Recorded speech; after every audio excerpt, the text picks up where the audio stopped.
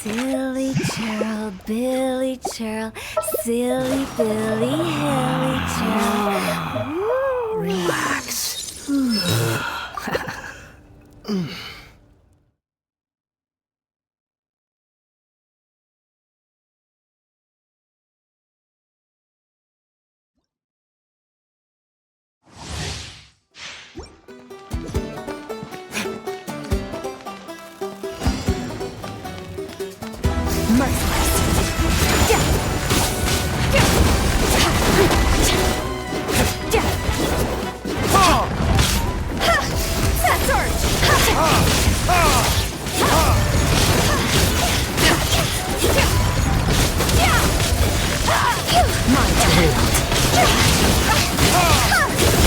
Take it out! Embrace the ice!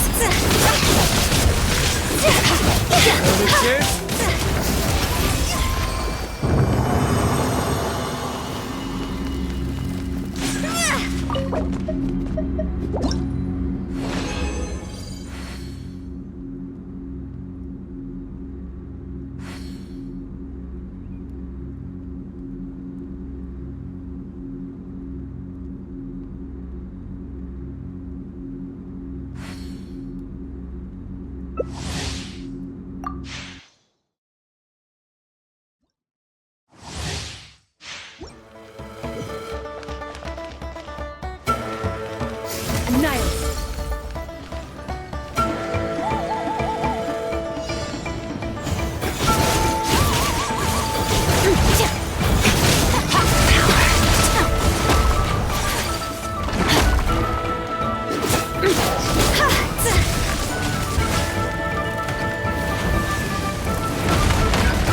Someone else!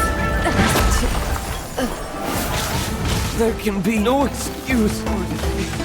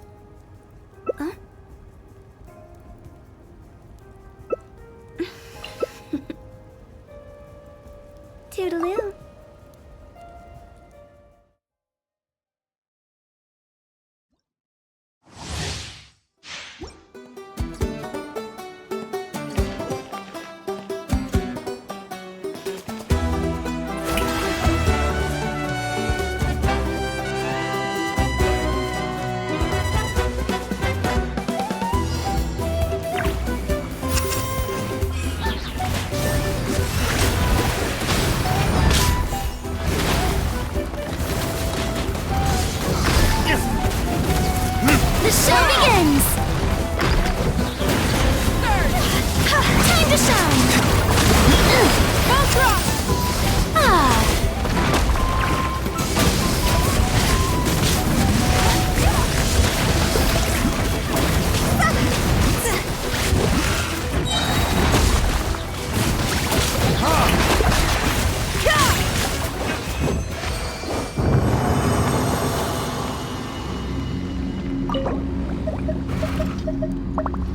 Go!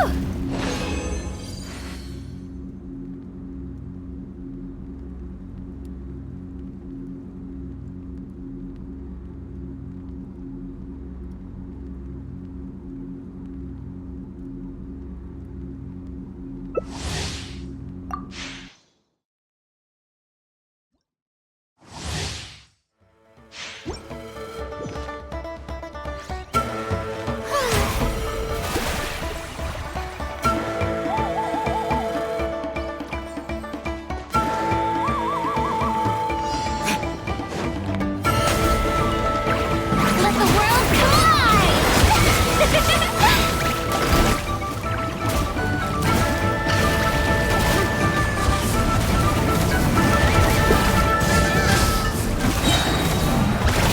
Shower me with praise!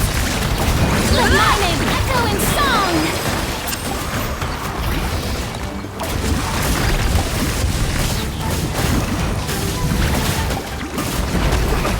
Take a breather. Time to shine!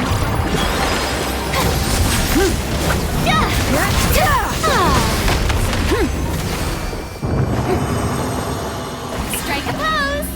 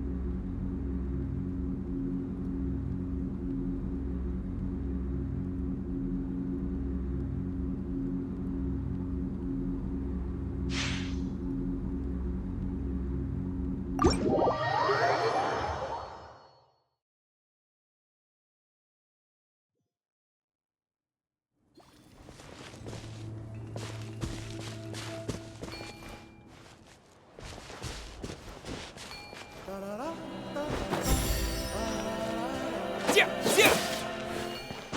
Yeah.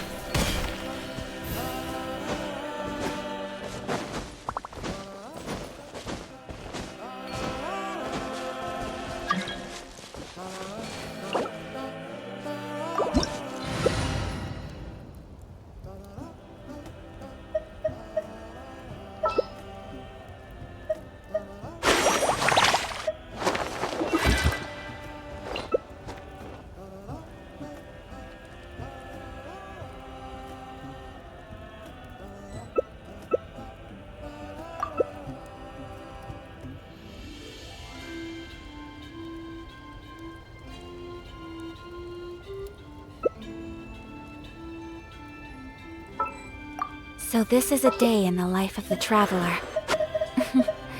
I'm learning more about you all the time.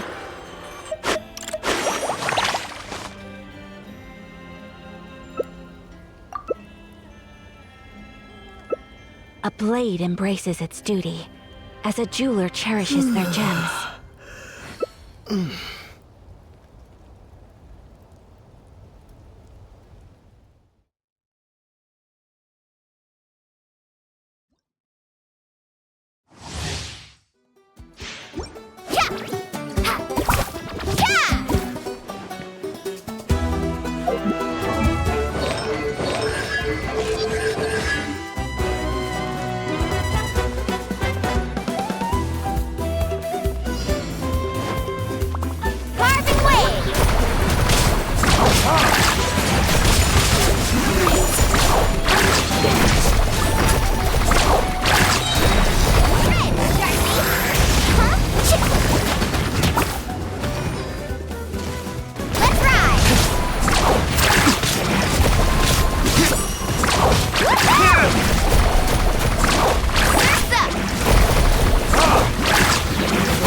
this!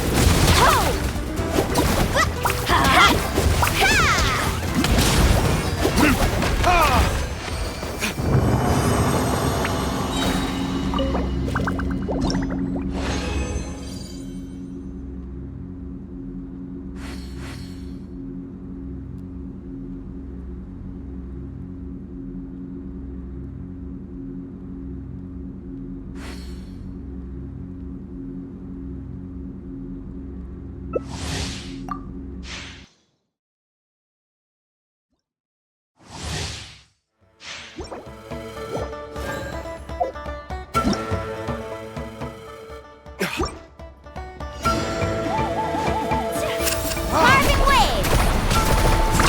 Make my apologies! Let's one! Catch an epic wave! Camera swirl!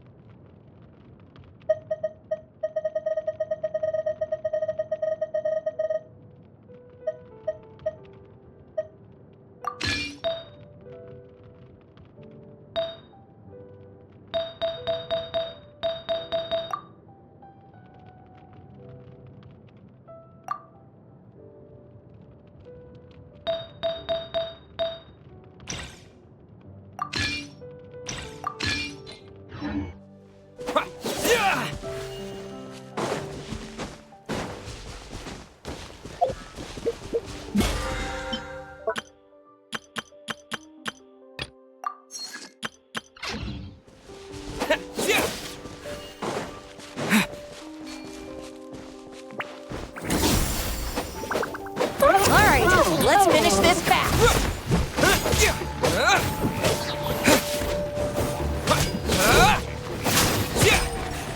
Let's round them up! Let's ride! Rep! Shaken and stirred!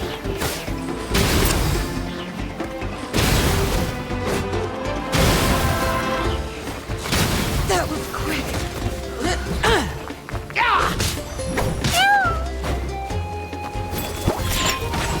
Let's round them up!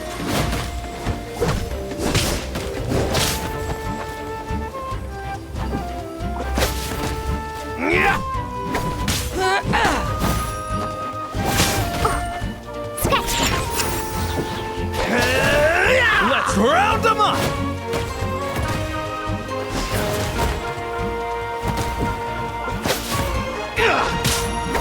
Wrath from the sky!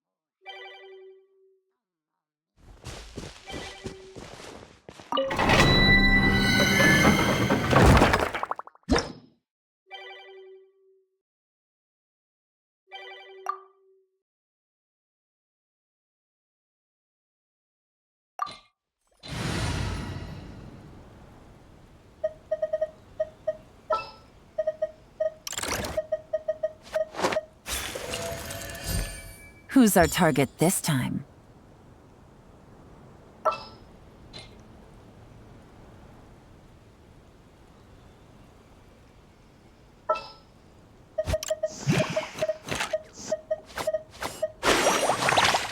Hey guys, how's it going?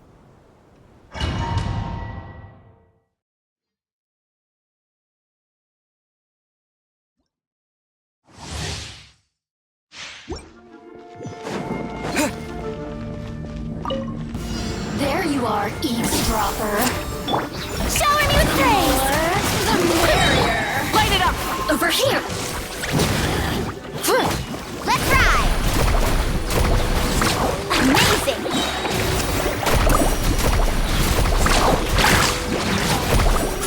Here to play with me. Check this out. That's Light up the blazing sun!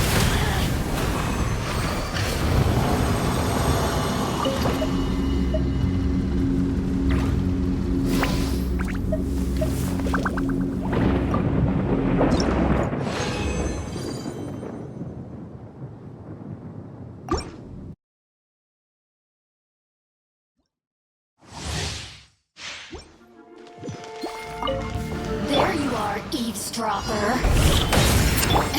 Strike a pose! Let me amuse myself. Blink.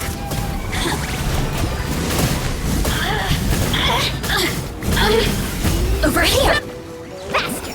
The more, the merrier. Surf's up! Are you here to play? Let's shred, Sharky! Pyroclastic surge!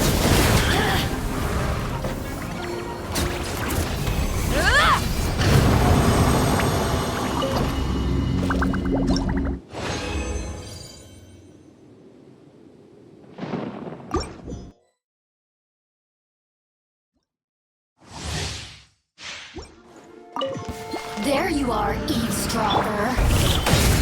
The more, the merrier. Let's ride!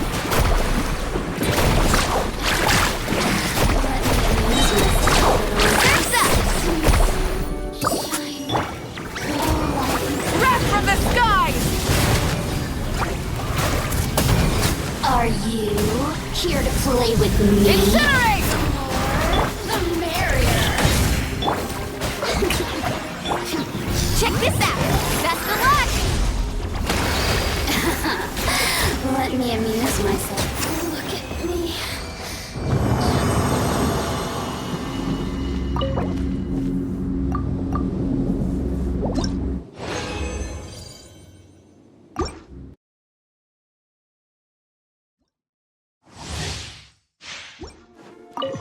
Are you Carving here to waves. play with me?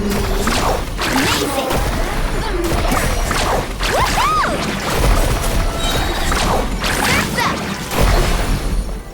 Catching at the flames! Look at me. Just Light up the blazing sun! there you are, eavesdropper. Yoo-hoo! Blink. Cha!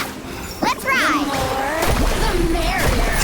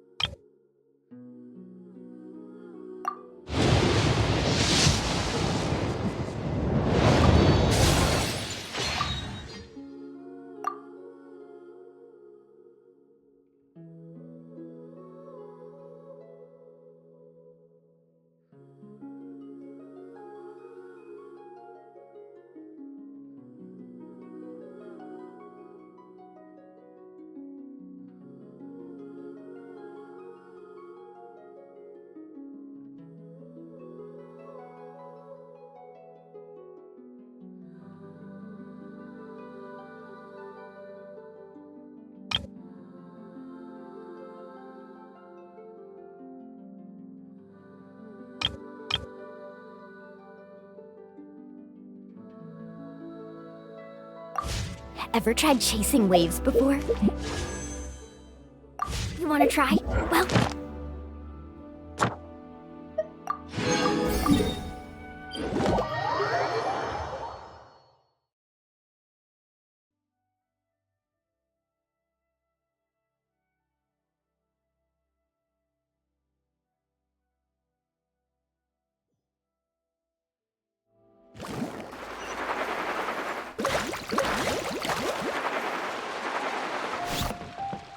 Add Astro...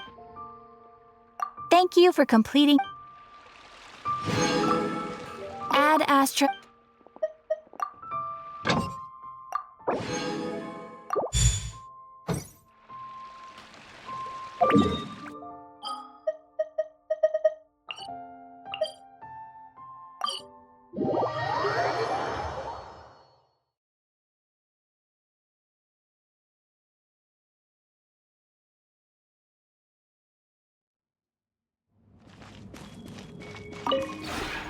This realm is...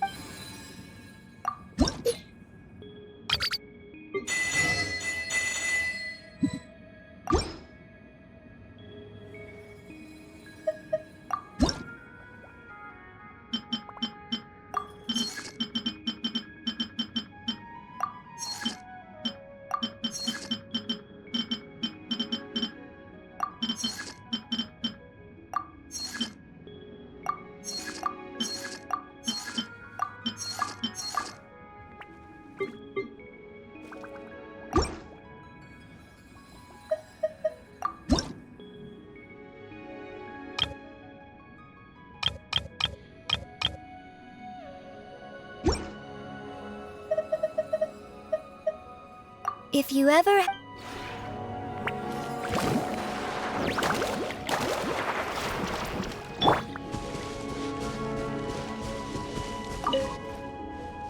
Whoa! So you have a giant workshop too? What do you build around here? Oh, you don't have to say if you don't want to.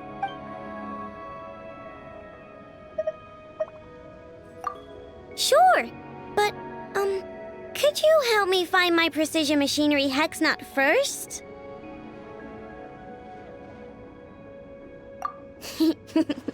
No idea. When was it? Earlier today? Or maybe yesterday? Sorry, when I get busy, I tend to lose track of time. Oh, that's easy. Whenever my room gets too messy and I can't find something, I just call out, "Enough!" It's the fastest way to fix the situation. Even if it means walking right into a lecture. Huh, but you don't have somebody like that to help you.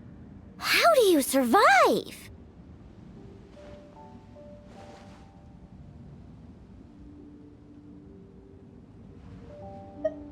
But if I had to spend time on cleaning after pouring countless hours into making stuff, there'd be no time left over for snacks.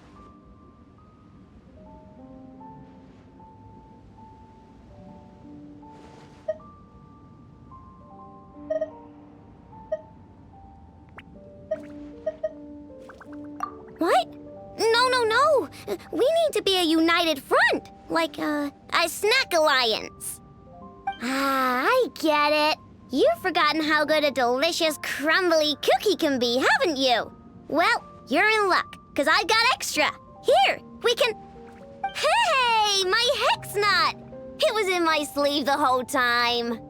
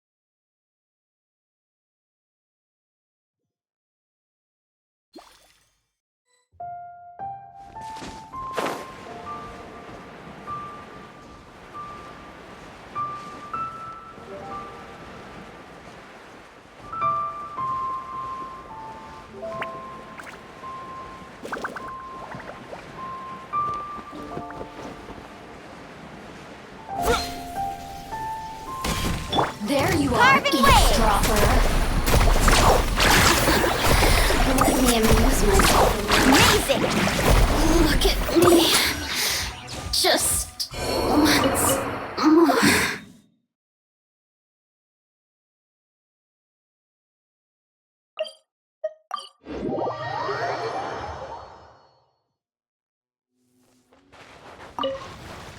Faster! There you are, eavesdropper. Check this out! Best of luck! Let's ride! Surf's up! Woohoo! Citizens shine no longer.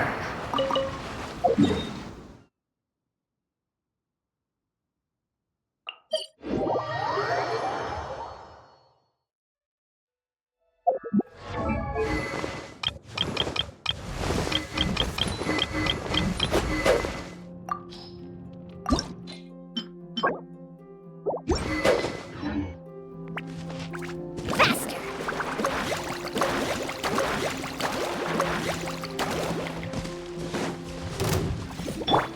Full throttle!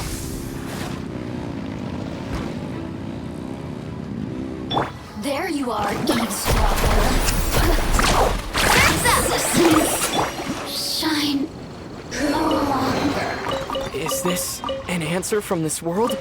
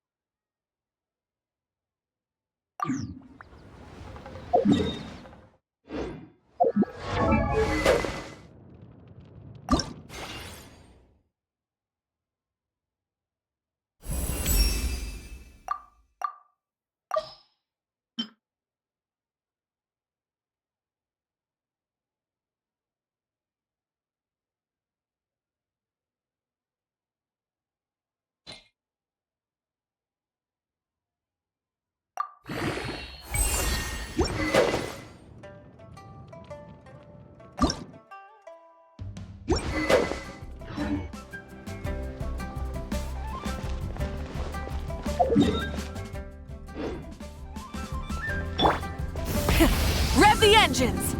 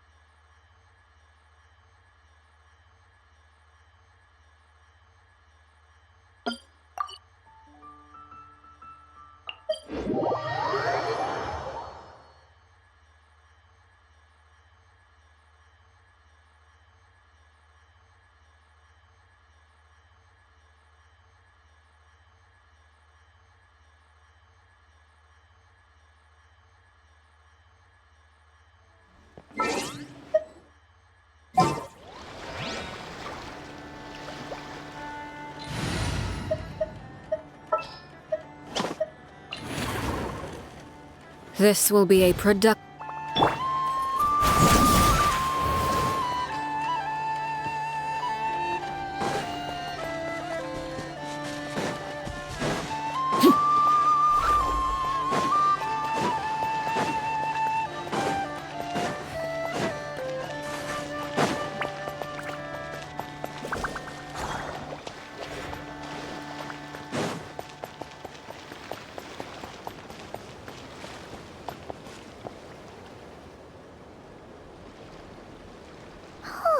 Do you think the others are making good progress? Hope it's all going smoothly. Oh, hey look! They made it back as well! Flint's! Llama! How did it all go? All is well, thank you. Nefer and Yehoda had to stay at the curatorium to wrap things up, so they won't be joining us for now. I ran into Miss Anefa and Miss Aino on the way back. Their work is still in progress, so I suspect they won't be back for a while either. You seem rather cheerful today, Mr. Flint's. I certainly am. I achieved what I set out to do and came away with more than I bargained for. Fighting alone can get quite tedious, but I had the good fortune to run into a pair of brave young warriors. We meet again. How have you been? Albedo! What are you doing here?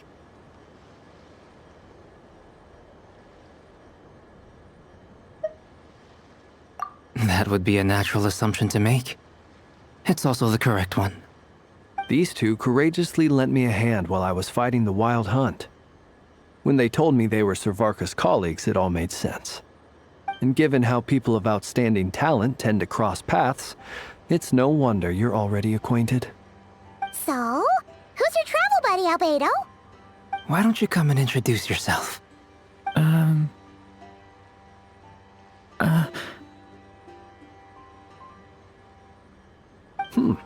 A gentleman of few words, I see, and a rather stern countenance. I presumed you were acquainted with him. Is that not the case? It's nice to meet you. Again. We've technically met before. Wait a sec! You're Minnie Durin! That's right. It's me. I'm glad to see you again. By the way, He says it's okay if you drop the mini. Yeah, I'm not as mini as I used to be. Interesting, isn't it? The first step towards blending into human society appears to be reflecting on whether one's name really reflects who they are. Wow! You look so different! In a good way, of course. It's great to see you looking so healthy. Thank you, Paimon. And although you're as mini as ever, I understand that diminutives don't always convey endearment. I'll be sure to simply call you Paimon as a sign of my great respect for you. Wow! You're such a smooth talker now. Paimon could get used to this. From now on, you may refer to her as your esteemed guide, Paimon. Personally, I think our little Paimon is the perfect size. When people call her Little Paimon, it's just because she's so adorable that they can't help themselves. If that's not a sign of endearment, what is? You're absolutely right, Miss Lauma. My brother still has a long road ahead of him when it comes to understanding human relationships. Anyway, speaking of long journeys, didn't Columbina, leave with you? How come she isn't back yet? She's been catching up with old friends. Wouldn't be surprised if she stopped for a cup of tea or 10 on the way back. Uh-oh. People are talking about me. Hope it's nothing negative.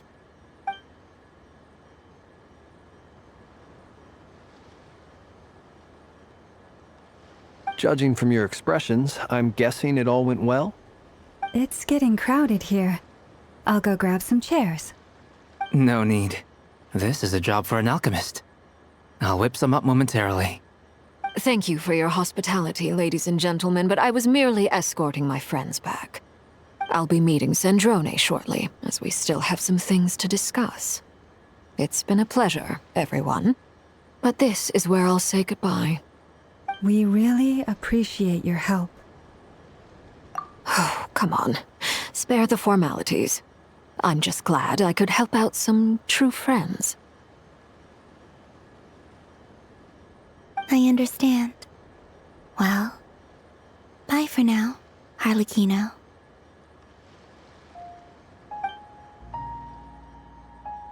Oh, this place is hopping. It's probably a good thing one of us left. Otherwise, we might not fit all these people in. Are you saying we're about to run out of chairs? As a matter of fact, I am. Come on in and see for yourself.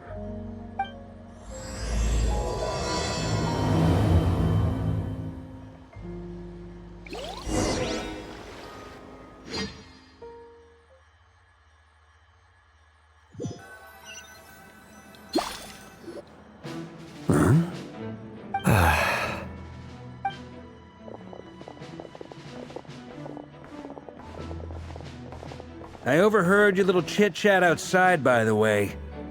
With Miss Columbina's colleague gone, we should be back to the original crew plus the other colleagues I brought in. Though, it looks like we have another new face. Someone else managed to rope in a colleague too? Frankly, you and Paimon are the only people I know here. This here is Deansliff, colleague of Tibet's greatest guide, Paimon, and greatest adventurer, the Traveler. Well, not exactly colleagues, more sort of friends. When someone else jumps in to do the announcing, you know you're speaking to someone important. Let's hear what he has to say. Note to self. Once Paimon knows your name, the rest of the world will soon follow. When he comes looking for us, it's usually something important. Paimon's guessing you've heard about the Wild Hunt, then. From the looks of it, you're about to hold a meeting. If I were to say that the Wild Hunt is our mutual enemy, would that earn me a seat at the table? As the saying goes, the enemy of my enemy is my friend.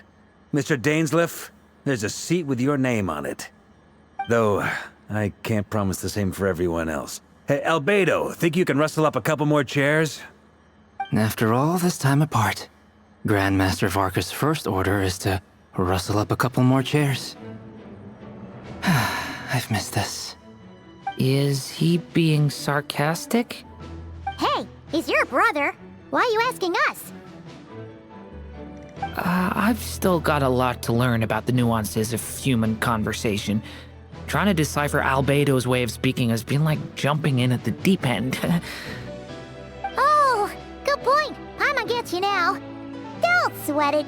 There are people who go their whole lives without getting the hang of it. You're ahead of the game already.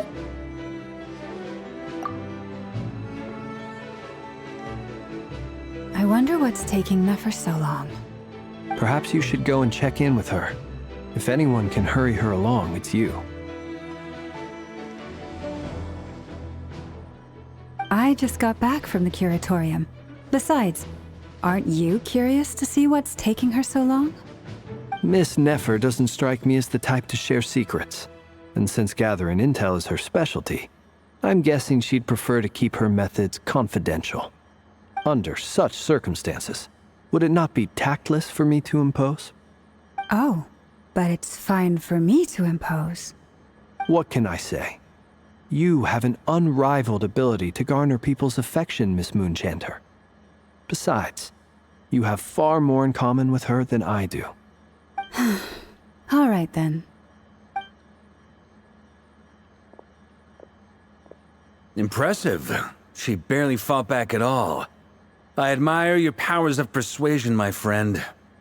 As I'm sure Miss Lauma will realize soon enough, the trick in life is to always pitch in with other people's responsibilities so that you can be selective with your own. Another trick is to simply hide in the background. Spoken like a true sage. Anyway, looks like we've got some time to kill before the meeting. Let's take a little breather, folks. And feel free to chat amongst yourselves. We'll get down to business once the other two arrive.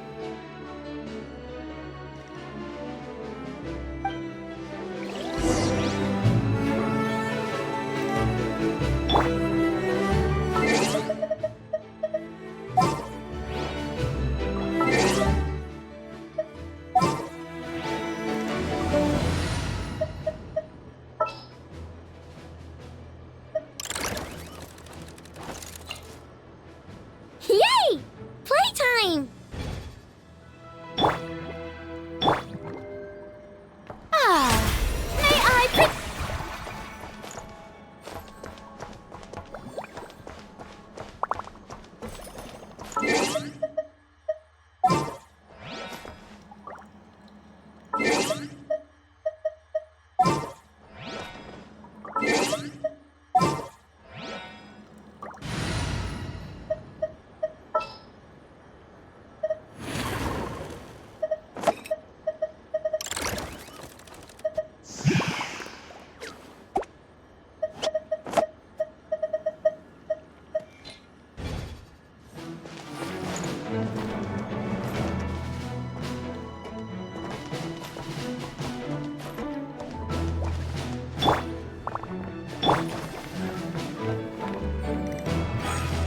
The show begins!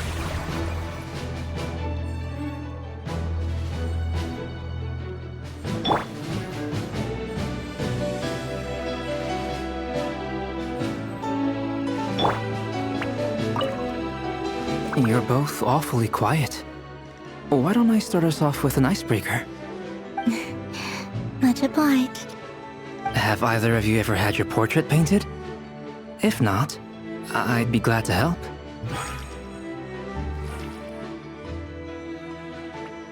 That sounds like a lovely idea. You know how to paint, then? I dabble occasionally. He's an excellent painter. Tables, chairs, people, dragons, you name it. He'll paint it for you. I'm flattered. If I ever get the chance, I'd like to give it a try myself. I'll bear that in mind. Anyway, how about you, Durin? Oh, I'd be fine with anything. I'll bear that in mind. Anyway, how about you, Durin? What sort of portrait would you prefer? Whatever style feels best to you. Very well. Then I'll play it by ear. You can replicate any style I want? I can try. If you show me a sample, I'll do my best to match it. Thank you. In that case, I'll dig up some reference material for you.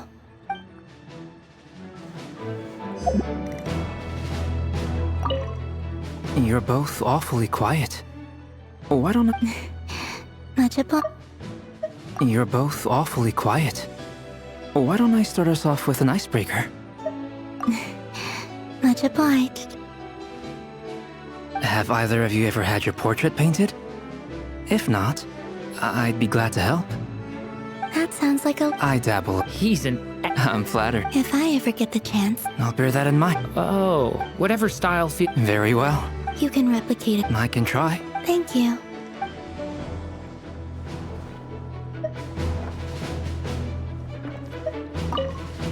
You're both awfully quiet. Have either of you ever... That sounds like a... I dabble. He's an... I'm flat. If I ever get the... I'll bear that in mind. Oh, whatever style... Very well. you can replicate... I can try. Thank you.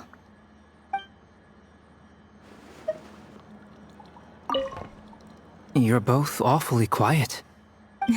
Have either of you ever had... That sounds like a... I dabble. He's an... I'm flattered. If I ever get the... I'll bear that in mind. Oh, whatever style feel... Very well. you can replicate it. I can try. Thank you.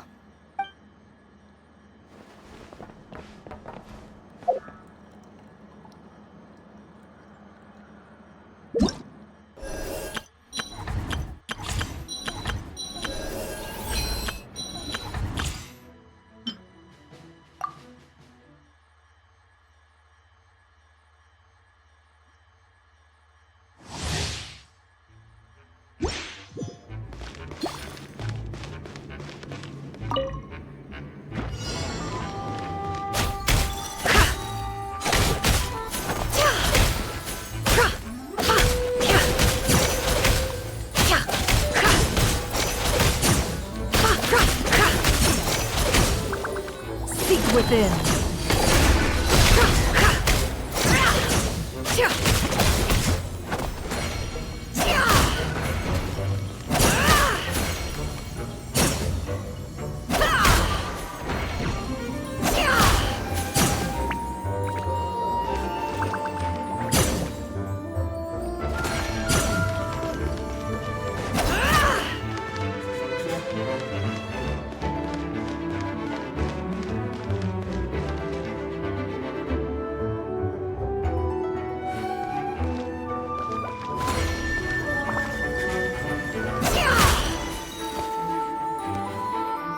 No more lies. It all adds up.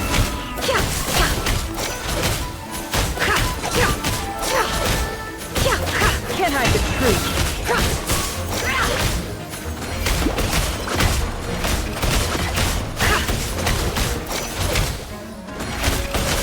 No more lies.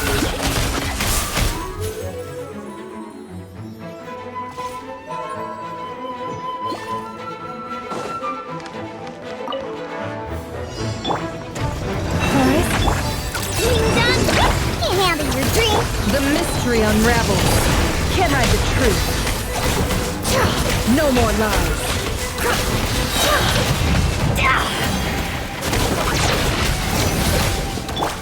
You want it? Yeah. Leave this place with one heart.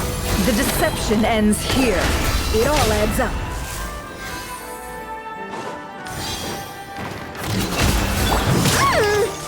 Look, the rainbow. Look at you, Boomtail. No more lies. The mystery unravels. For the everlasting forest, you poor lost lamb. A grave transgression. Can't hide the truth. It all falls into place.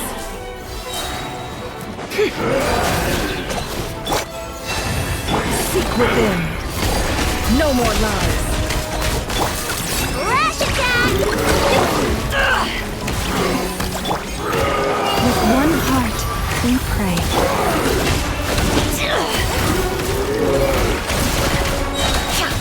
It all falls into place. The deception ends here. It all fall to the curse.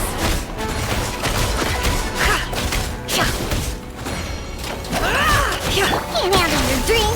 Huh, on the rocks. Shaken and stirred. By the frost moon of old. Ding dong water bomb.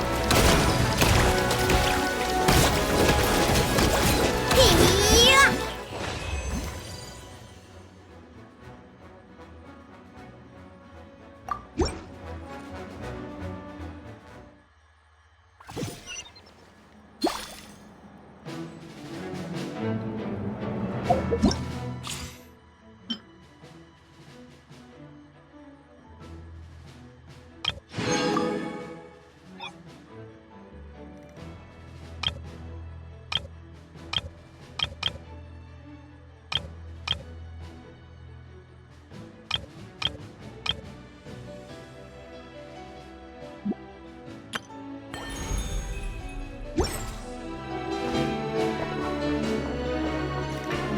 Is there something you'd like to say to me? Yeah.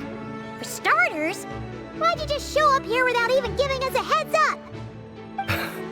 If you think back to our previous interactions, you may recall that that's hardly out of character for me.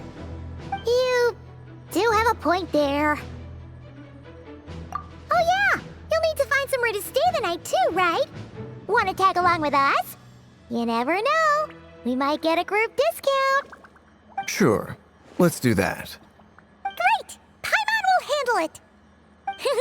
And in return, we can get Dainslift to be our very own personal bodyguard.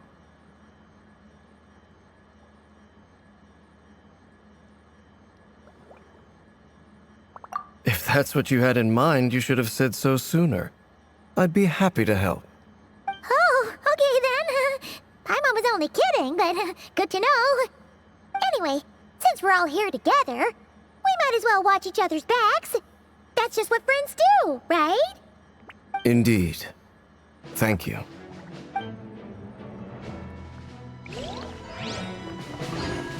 Is there some... Yeah! You do have a... Oh yeah! Sure. Let's... Great! Paimon! And in return... If that's what you had in mind... Oh, okay then. Anyway, since we're all here together... Indeed.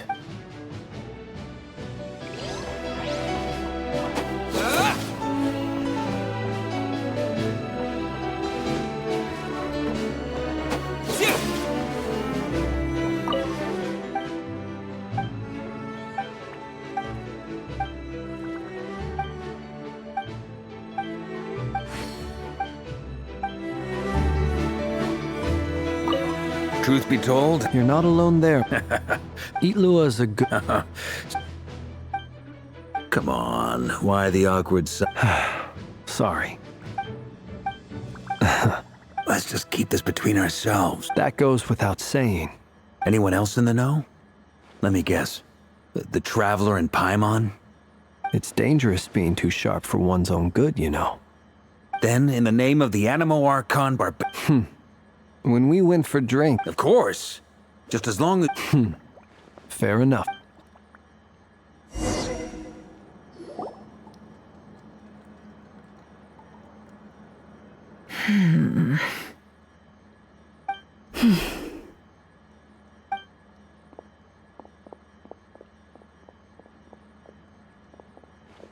Ah, Miss Nefer. You made it after all. But what about you? I'm here to give you an update on how things are going on our end.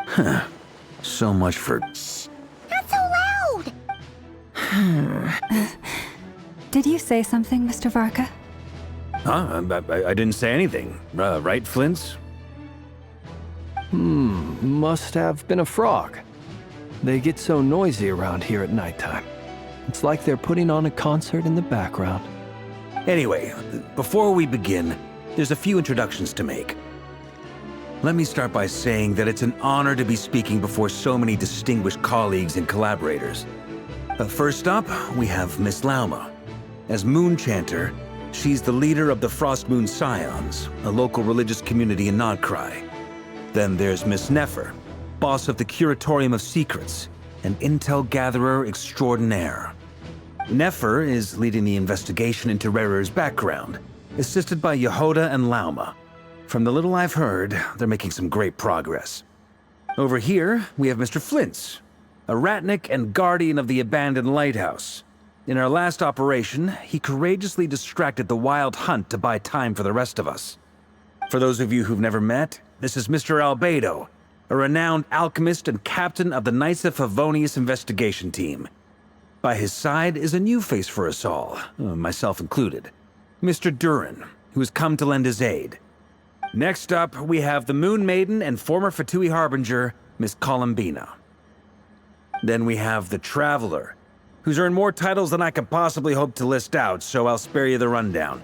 And Paimon, the ultimate travel companion and quite possibly the best guide in all of Tevat. Wow! That's a lot of people! Great turnout! Miss Nefer, it looks like you might have another job coming your way, so, congratulations on the booming business, I guess. You think I haven't got enough on my hands as it is? Who's looking for me now? That would be me, Miss Nefer. I have a commission for you. And you are? Who I am doesn't matter right now. What does matter is that I'd like you to gather more intelligence about the Recher of Solnari. Well, it's not as if we never take on anonymous commissions, but in your case, I'll have to decline. I'm gonna take a wild guess and say your job's probably more hassle than it's worth. Something about you seems like bad news. It's my eyes, isn't it? Conrian, I assume. And what's with the mask? Are you trying to hide your identity? In any case, the fact that you're even still alive raises an awful lot of questions for me. My name is Dainsleif. And yes, I am from Conria. As I'm sure you're aware, the Recher of Solnari's real name is Rerir. He was once an acquaintance of mine. Really? Then you must have been quite an influential figure yourself. You flatter me, but none of that matters anymore. My point was simply to clarify why I have asked Miss Nefer to investigate Rerir's background. So you're both from Conria, and it sounds like you used to be friends? What am I missing here? Surely you already know how he became one of the Five Sinners. I'll tell you everything I know. The history of Conria, the names and identities of the Five Sinners. I remember it all like it was yesterday. I have never spoken openly of this before, but the truth was exactly as people say. The Five Sinners were each driven by their own desires, and it was by playing upon these that the Abyss tempted them to their fall, tearing Conria apart in the process. The visionary, Vedafinir, who wished to foretell the future, the Gold, and last of the five, Rerir is the only one who remains. In other words, you're saying that That's right. You mentioned how the Abyss tempted them, which led to their fall. Strangely, the fateful night took place during the year when I came to hear of this. My fury knew no back centuries on, but then I was. So, it's personal. I cannot say what price would be worthy of such a commission. Uncovering the truth of Rerir's past is the. Sounds pretty good to me. Feels like we just flagged down a random passerby, only to discover he's actually a master strategist who has a score to settle with our enemy. Can I borrow your halo? It could be useful in the lighthouse. Hey, enough with the wisecracks! Besides, isn't that lamp of yours bright enough already? Relax. It was meant to be a compliment. If that was a little over the top for your liking, I'll make sure to tone it down next time. I'll give your proposal some serious thought. Before that, there's a few things I'd like to share.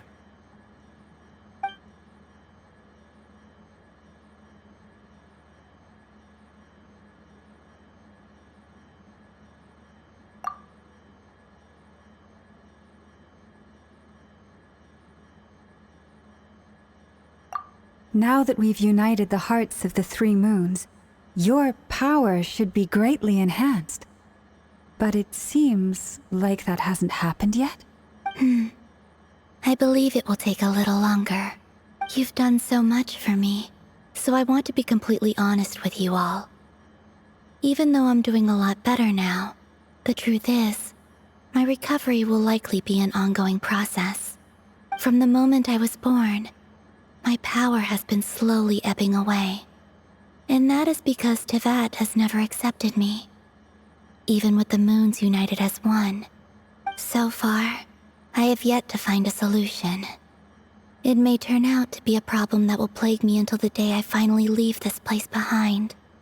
Even so, I will do everything in my power to help you drive out the Ray here of Solnari.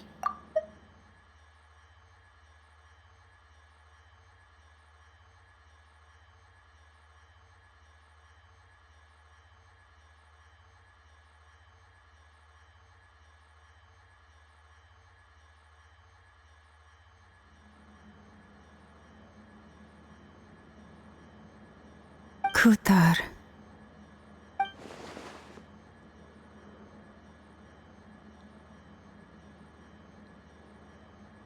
Defeating the Ray here of Solnari will be no easy task. While my strength slowly recovers, we'll also need to gather more intel. Naturally. We should take all the help we can get if we hope to defeat him. We've considered several viable plans now, but our choice hinges on the answers to a few key questions. Is it even possible to kill Rerir? What experiences shaped the person or monster he became? And what's he really after? Given Albedo's expertise in alchemy, I think we should leave him to try and answer the first of these questions. Understood.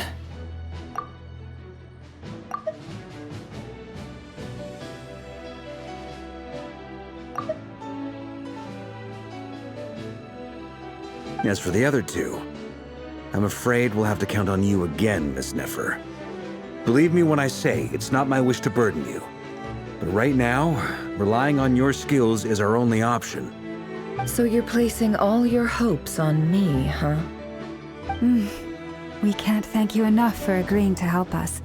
Honestly, I can hardly believe how lucky we are. You sure have a talent for changing your tune, Miss Moonchanter. Timid like Yehoda one moment, then flinches insincere flattery the next. Ladies, please. I must object to your portrayal of me. That's all. Feel free to keep bickering. Just pretend I'm not here. I almost don't want to leave this room. I'm curious to see how this plays out. I have faith in you, Miss Nefer. Something tells me you'll stand by us until the very end. Oh? And what makes you so sure of that? What if I suddenly decide that my compensation is insufficient? This isn't about the money. I can sense that you've got a deep-seated distaste for Rerir. And knowing you, that alone is motive enough. Look at them getting along so well. Like two peas in a pod. And I'm the one they accuse of insincere flattery. There is no justice. Miss Lauma, you have to understand something. Unlike you, I don't actually enjoy having everyone's hopes on my shoulders. Is that right? Well, maybe the fact that I'm willing to put my hopes in other people says more about me than you. But the fact is, I also trust you. And that's because I know that you're someone we can count on. Anyway, we've got our plan, so let's get moving. Mr. Dainsleif, let's talk. And Traveler, once we're finished, if you've nothing else planned, I'd like you to come with me. This whole experience is teaching me a lot. For instance, I now know that when other issues come up in the future, I'll have far more luck getting Lauma to convince Miss Nefer than trying to do it myself. Hate to say it, friend, but that's one of the funniest things I've heard in a while. Why? You think I've got it wrong? Quite the opposite. But what makes it so hilarious is how long it's taken you to realize.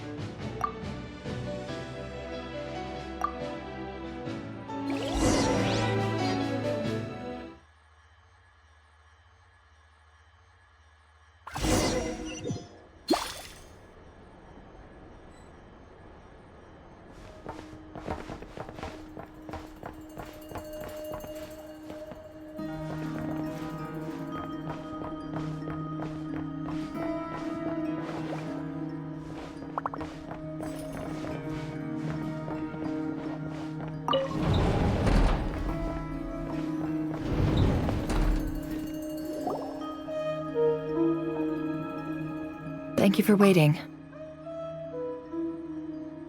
It's okay. We actually used the time to help Dainsleif get a room at the hotel. That's very considerate of you. Now, I trust you share my curiosity about Rarier's past, and you seem fairly familiar with Mr. Dainsleif already.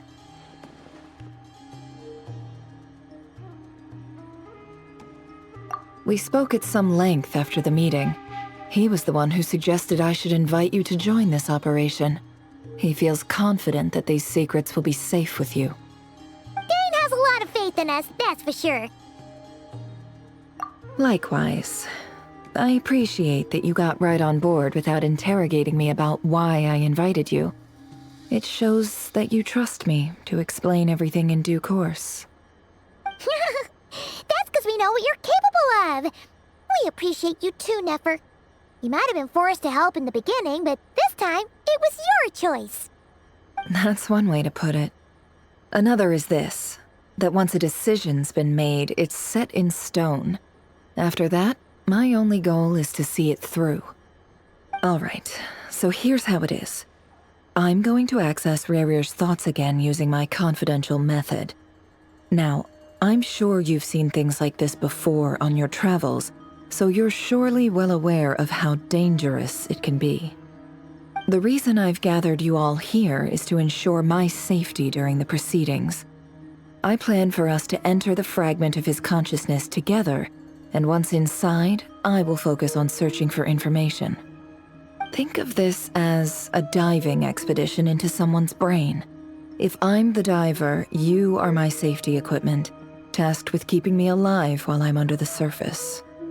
Once the ceremony begins, we will all be spying on privileged information. But in the interests of safety, you must remain absolutely silent at all times. We will discuss our observations after the ceremony has concluded. Lastly, any individuals of a weaker constitution are advised not to partake in the ceremony. In any case, Paimon has her own job to do, which requires staying in the room, but not joining the ceremony.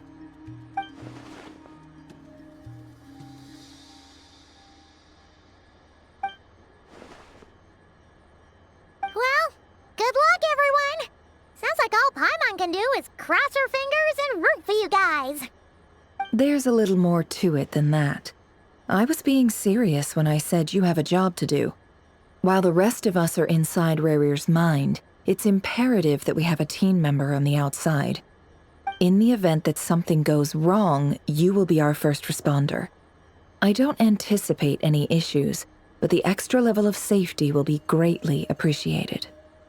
I second that. This is a dangerous operation here, and you're our whole rescue team. That's pretty much the most important job in the crew. So, Paimon's like the lifeguard? Yeah, that makes sense. All right, got it. Good. Please, take a seat. We'll get started momentarily.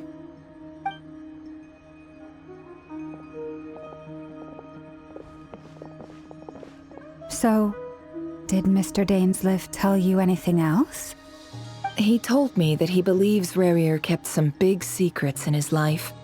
He's not sure that they were the cause of his eventual downfall, but he's asked me to uncover what those secrets were all the same. But surely you're not planning to go through with this, no matter the cost. If you think that, you'd be overestimating me. I'm a businesswoman, not a mercenary. But I do have my own professional reasons for taking this job. You think I'd turn down the opportunity to get a first-hand glimpse into Conrian history? No chance. Well, as long as you don't let morbid curiosity get in the way of safety concerns, we're good. We'll do whatever we can to help you. You're such a killjoy.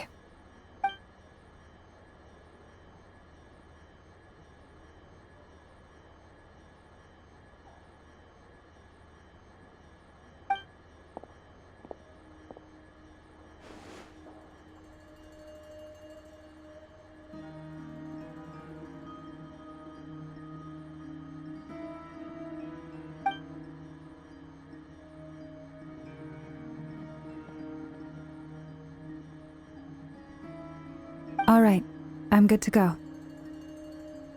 All set over here, too. Promise, Paimon, you'll be extra careful. All right. Let your whole body relax. We're about to begin. Close your eyes.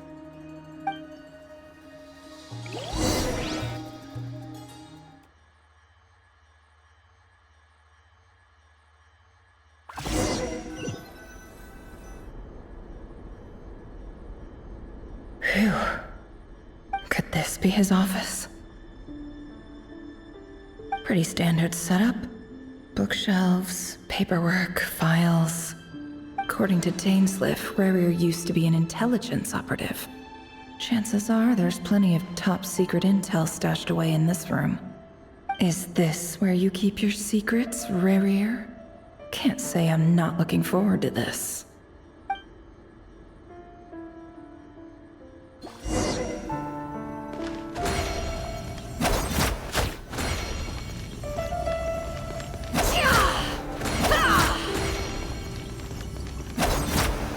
Can't hide the truth. It all adds up.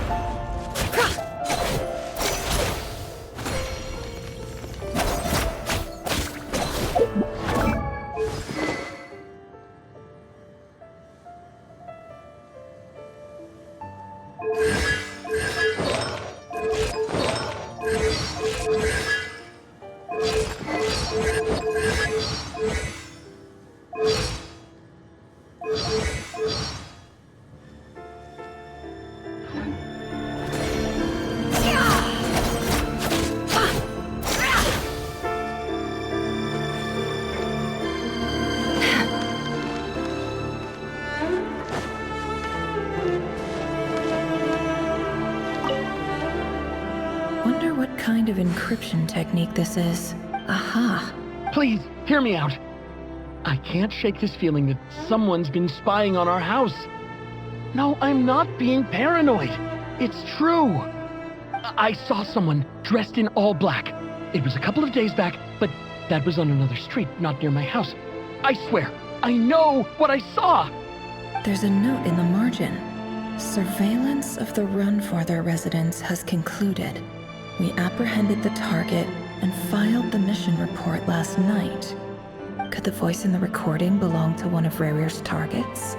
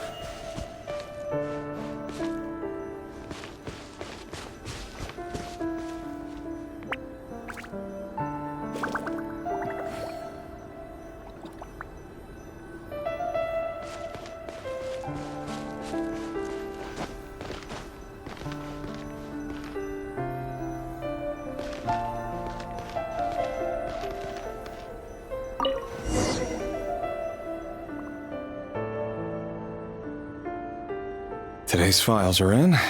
Time to wade through them, just like usual.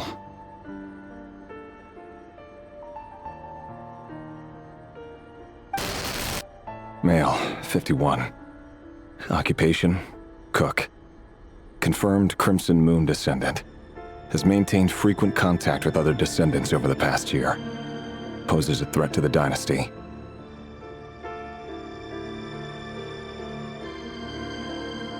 Neutralized.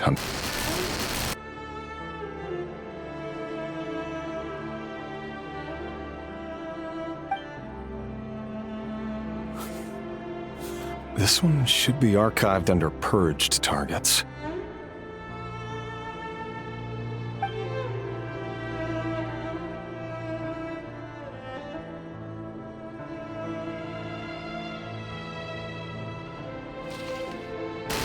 Female, 23.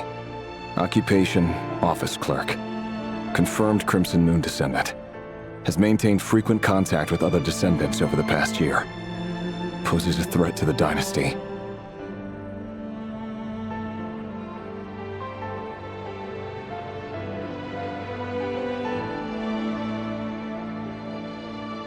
Neutralized.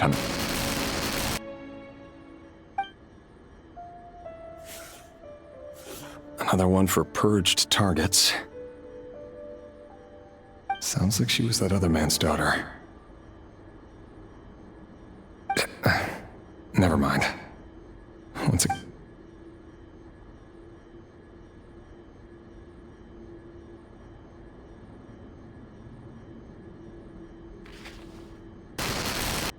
Male, 40.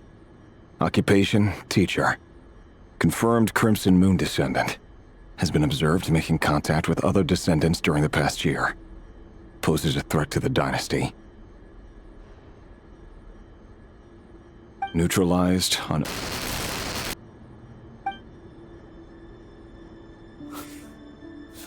Just another nobody for the archive.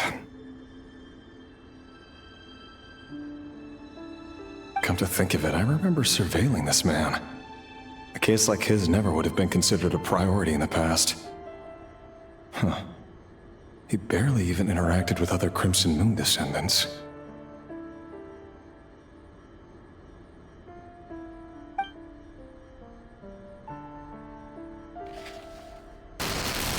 Female, 16.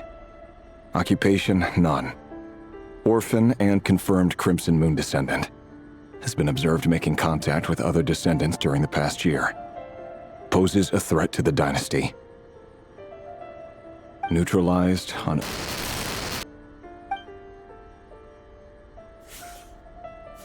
Filed. I have no recollection of this girl. None whatsoever. She doesn't seem to be anyone important, but then again...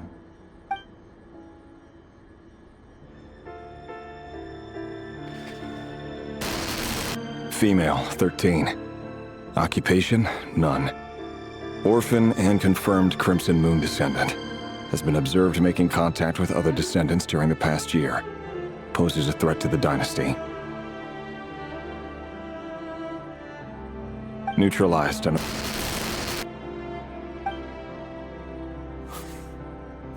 Filed.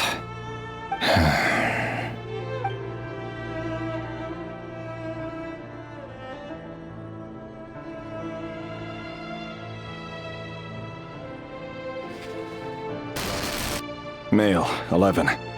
Occupation, none. Orphan and confirmed Crimson Moon descendant. Has not been observed making any contact with other descendants during the past year. Poses a threat to the dynasty.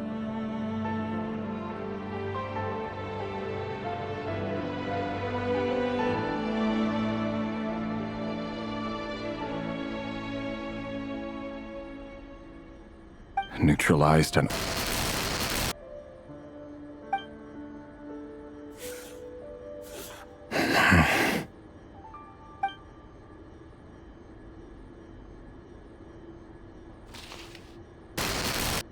Male.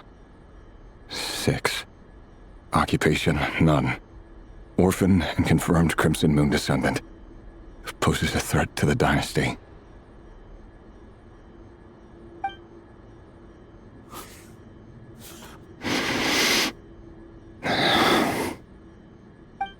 It's funny, isn't it?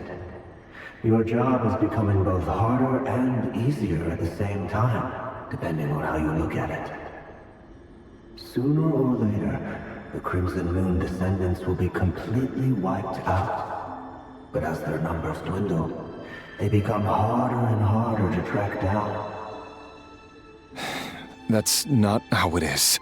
Fortunately, however, most of the able-bodied adults have already been taken care of. The remaining weaklings will be increasingly easy to deal with. No! No. My job is to ensure the survival of the Eclipse Dynasty. And the only way to do that is by eliminating any and all potential threats. It's a perfectly legitimate line of work. Every single one of my colleagues can attest to my fairness. And if my friends were aware of the facts, I know they'd back me up too. Assuming, of course, that they were aware of all the facts.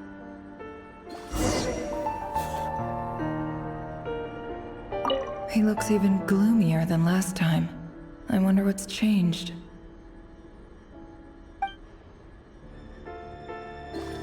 He looks even gloomier than last...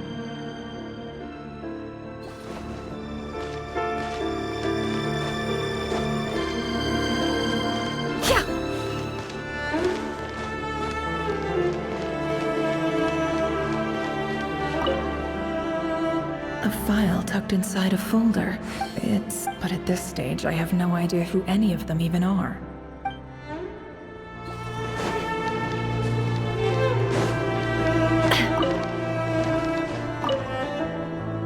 Bookshelves full of documents. Looks like these are all filed. The Crimson Moon Dynasty preceded the Eclipse. Yep.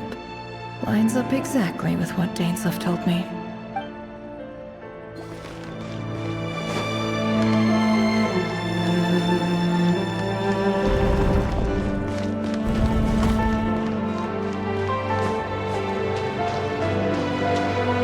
Can't hide the truth.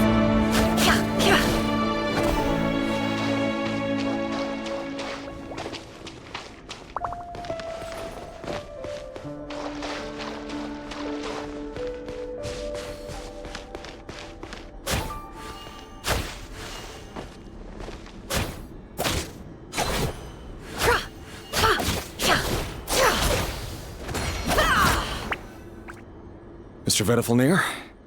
Rerir, I trust you're here because you have something important to discuss. Forgive me. I wasn't tuning out, it's just, I noticed you didn't even phrase that as a question.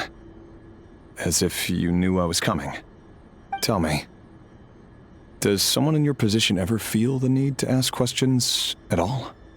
It is indeed within my power to foresee certain things. Things like your arrival. I was just thinking. It won't be long before I'll be inviting both you and Dane to my wedding. That isn't a lie, but nor is it a fact as such. It's a wish, isn't it? No fooling a prophet, is there?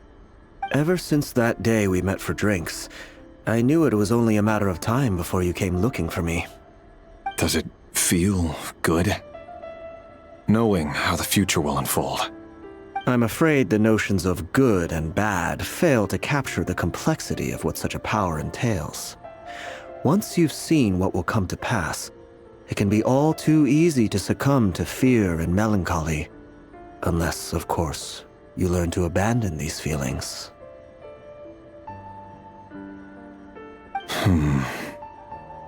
You fear my silence, and long to hear the words I left unspoken that day. That's right. You must have noticed my reluctance to broach the subject.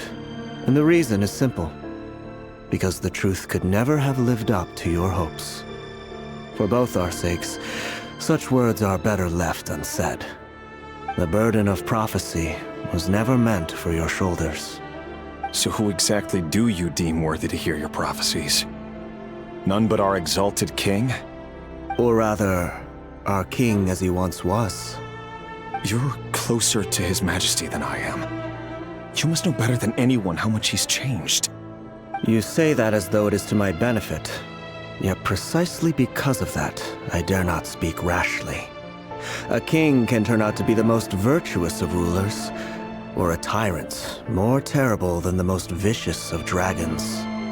You are so wise and far-sighted, yet still you would have me live in fear of the unknown?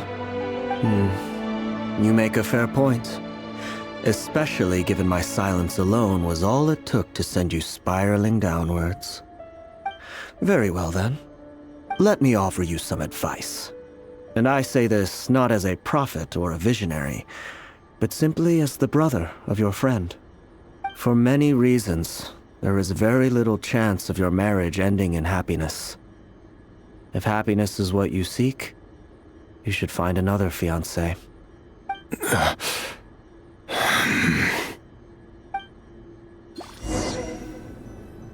Hold on. There's that same black fog again. Could this memory belong to Thelindis? Guess I better tread carefully.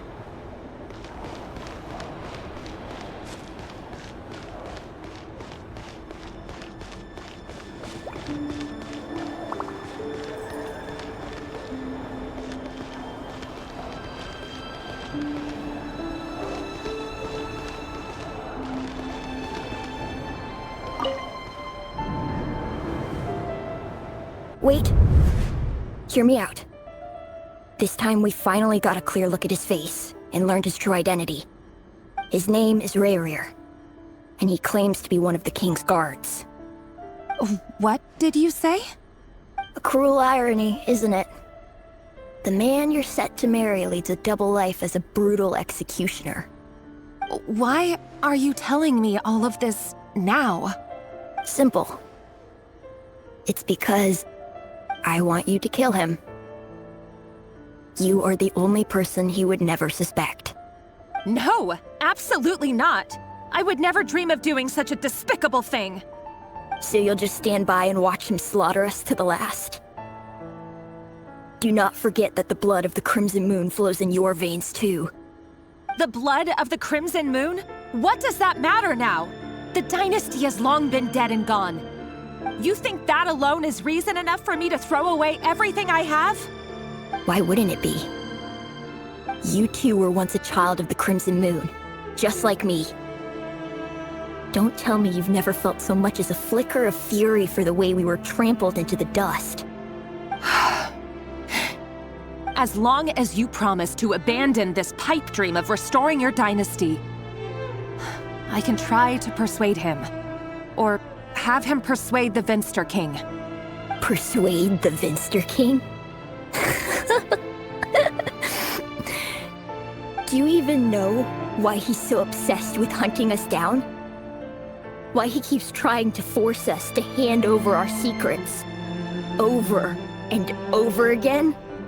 Or why we refuse to give up on restoring the dynasty? The Vinster King. A blind fool. His eyes clouded by powers from beyond this world. A petty little man with a miser's heart. And he dares to sit upon the throne? Mark my words. Sooner or later, Conria will fall. And it will be his doing. If you can't bring yourself to do it, so be it. Just you watch. It won't be long before calamity descends upon us all. The Rayrir of Solnari. That really is quite a secret you've been keeping from me, Rayrir. But who am I to talk? Am I really any better? I've kept my own past a secret this whole time, too. Love should be built on honesty. But ours was born from lies. And yet, is it really so wrong to hide things that would only make life harder? If we don't cover up the parts that no one else should see, how can we go on pretending to be normal? Vedifulnir must have known all this. And that's why he made his prophecy. In the end, nothing stays hidden forever.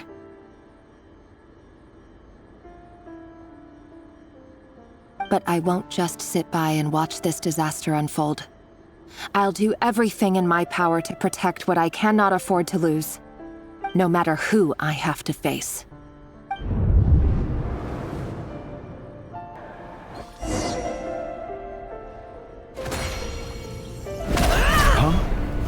Was that Rerir who just walked past the window?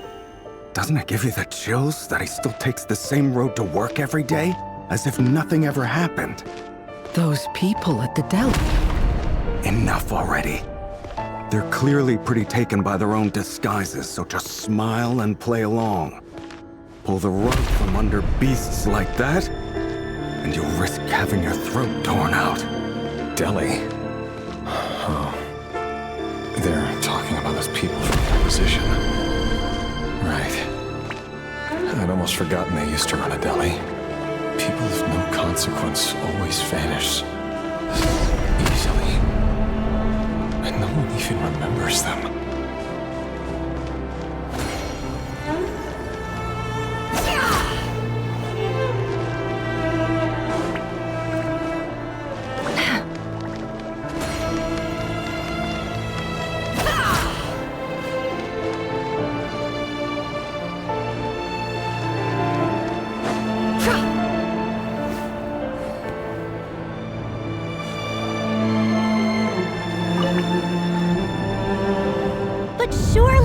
He's not the man he pretends to be.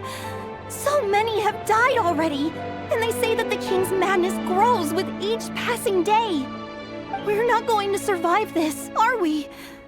But why does it have to be this way? Do we really deserve to die just because of the blood that runs through our veins? Felindis, are you even listening? Sorry, Freether. My mind was off wandering. I heard you, though. You're talking about what Rerir said. He's just following the king's orders. He's a secret agent, and it's his job to hunt down rebels and dissidents. By the time you first met him, he'd already taken lives. Maybe he was using you from the very beginning. No. Rerir has no idea I have anything to do with the Crimson Moon. My family are only distant relatives of the main lineage, and besides, my eyes are perfectly ordinary.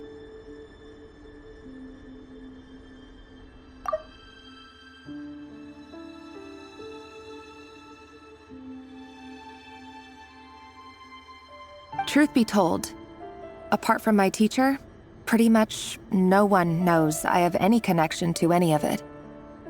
It's been a long time since my family severed ties.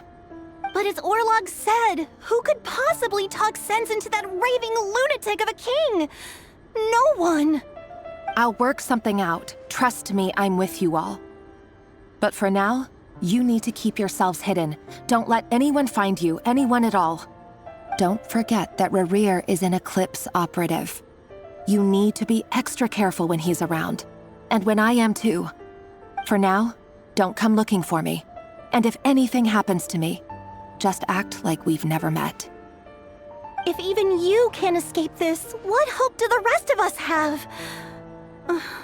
But after all this time together, surely he wouldn't lay a hand on you. I won't speak in his defense, nor can I give you a clear answer to that question. But I'll do everything I can to put an end to this.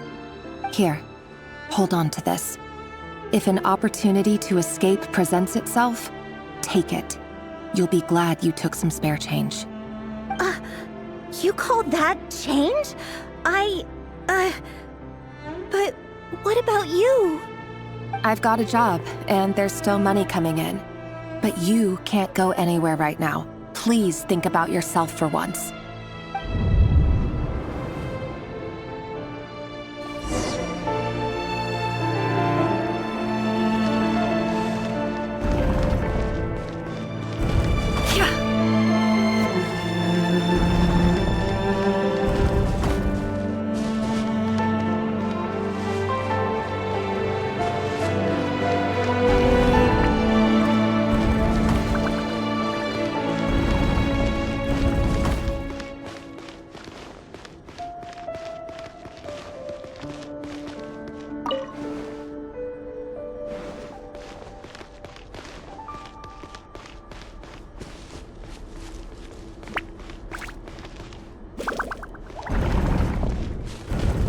Another day, another round of assassination training.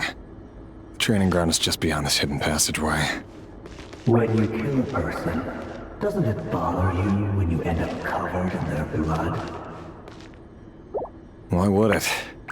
Aren't we all just walking blood bags?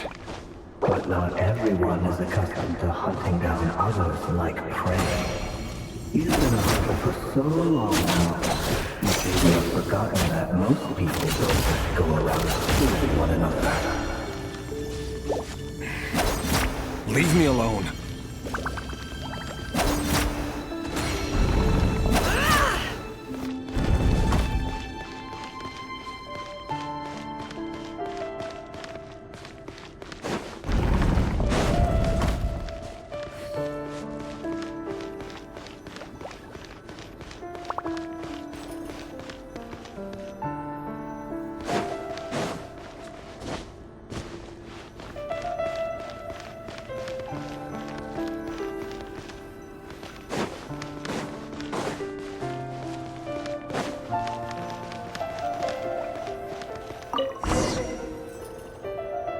Make sure you have a firm grip on the handle, then choose your angle well.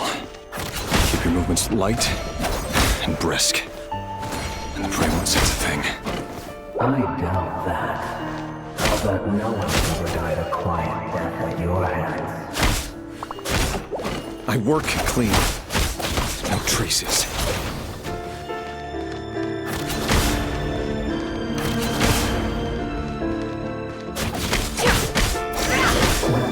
Make it open upon board.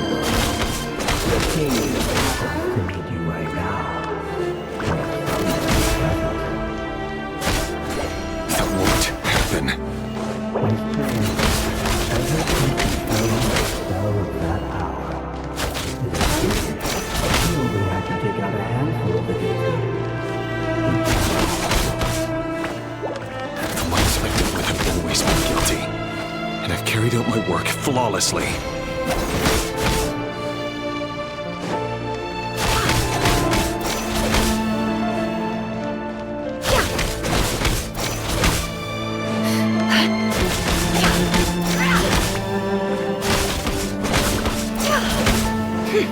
No more lies. It all adds up.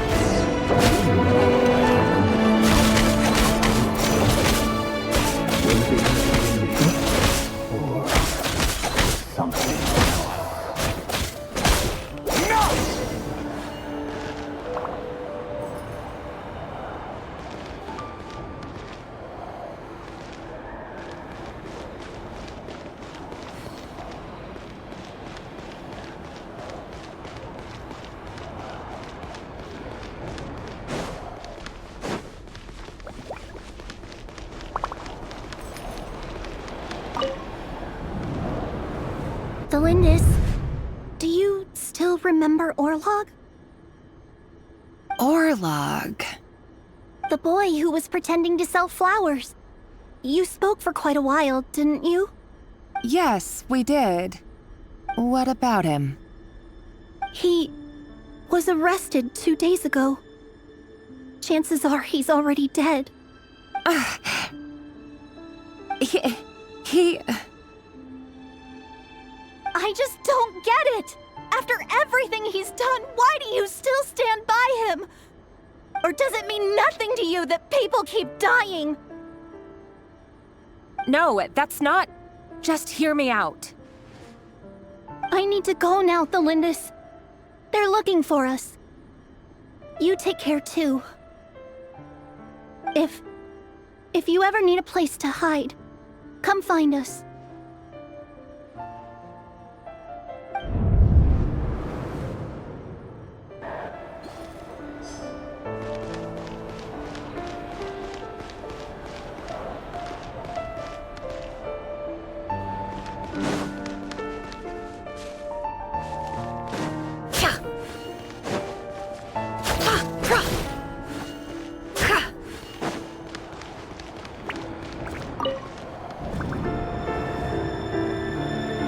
Author, Thelindis. Over the course of this week, the research object was subjected to interference for a total of 47 hours for experimental purposes. The results are as follows. All subjects of observation that were sent inside have now... The situation within is proving more problematic than anticipated. No progress whatsoever. What now? Won't you give me even a glimmer of hope? Things are getting worse by the day. I have to find a way or we'll all be in danger.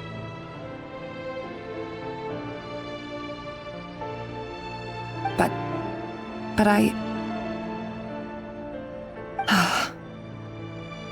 if all this research comes to nothing, what then? Sooner or later, it'll be my neck on the line. But could he really bring himself to kill me? No. Surely he wouldn't have the heart.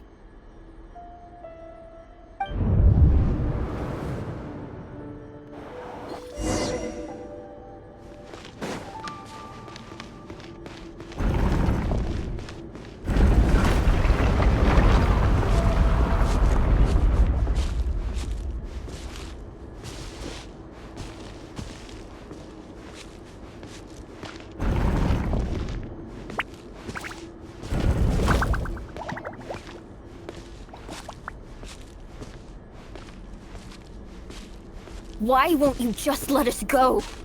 We don't even know each other. All we want is to live ordinary, peaceful lives. You want to live?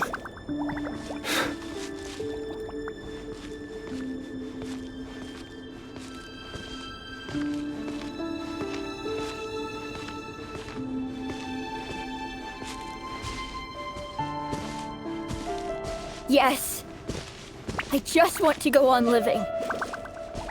Is that really such an unforgivable crime?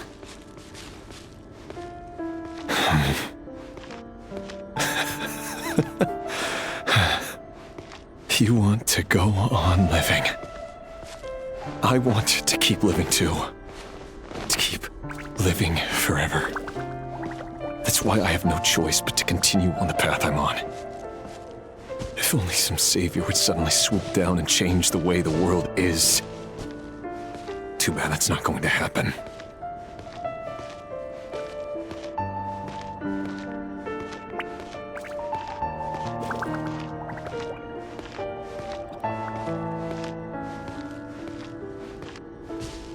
Imagine that. If there really were such a person, you and I wouldn't be standing here like this, would we?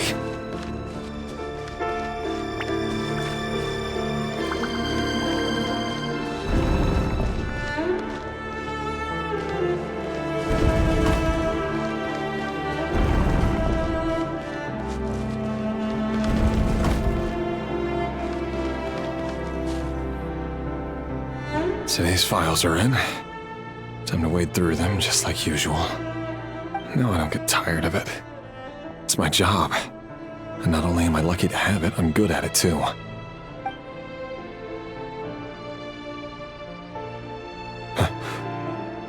Wait. That's... Thalindis?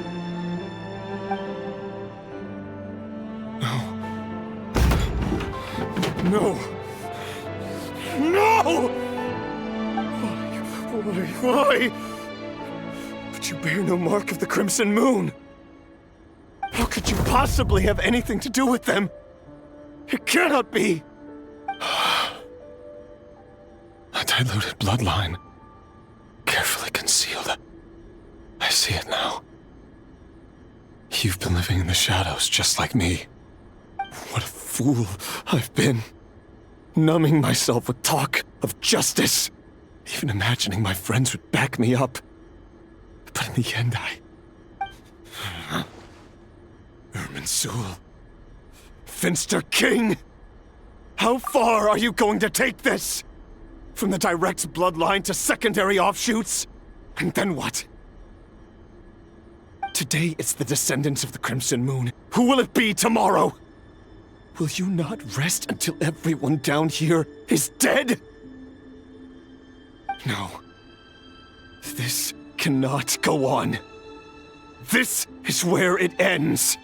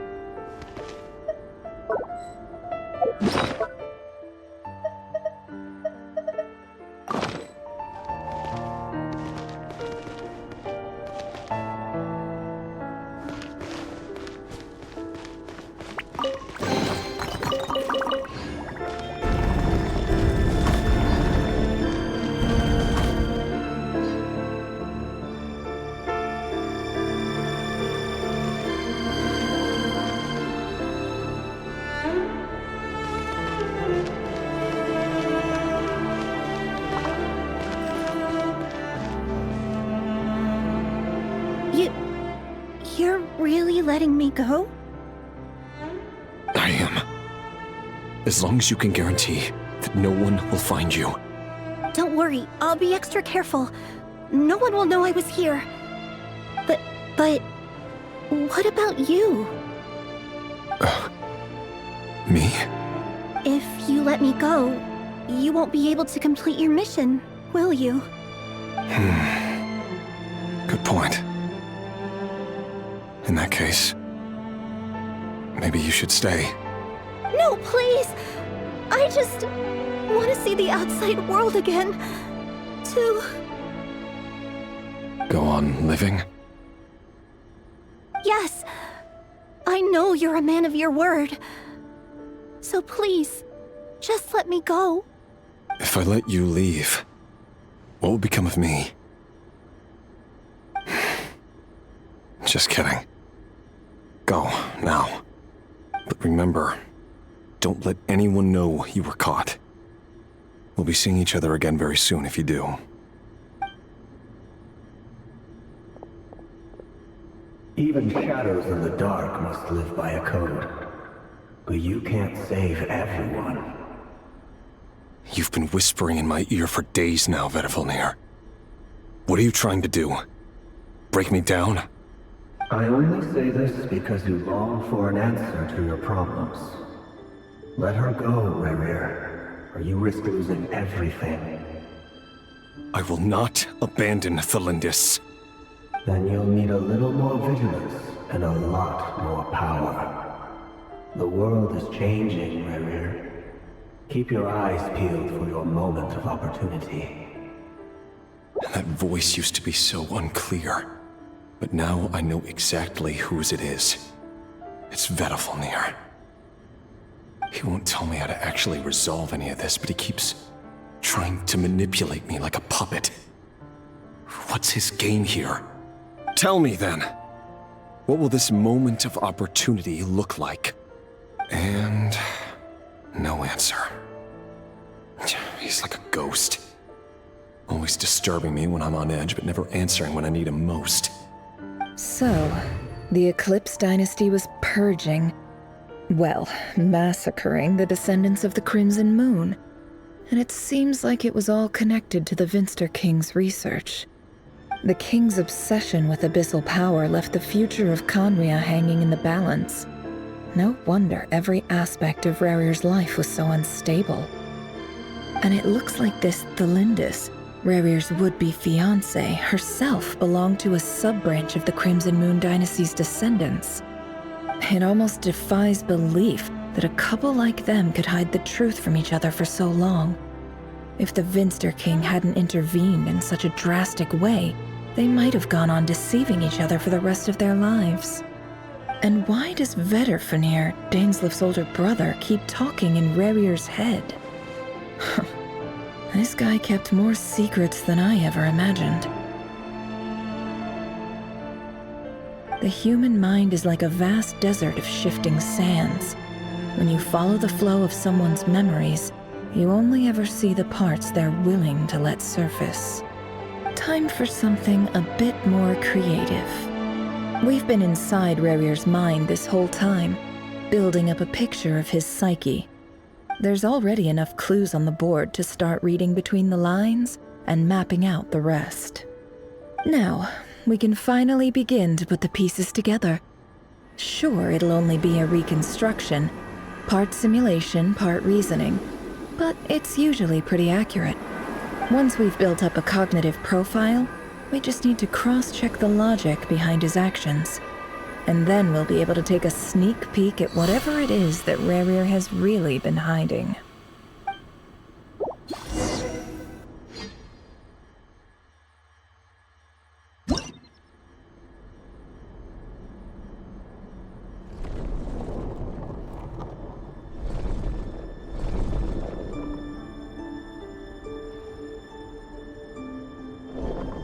Rerir, are you there?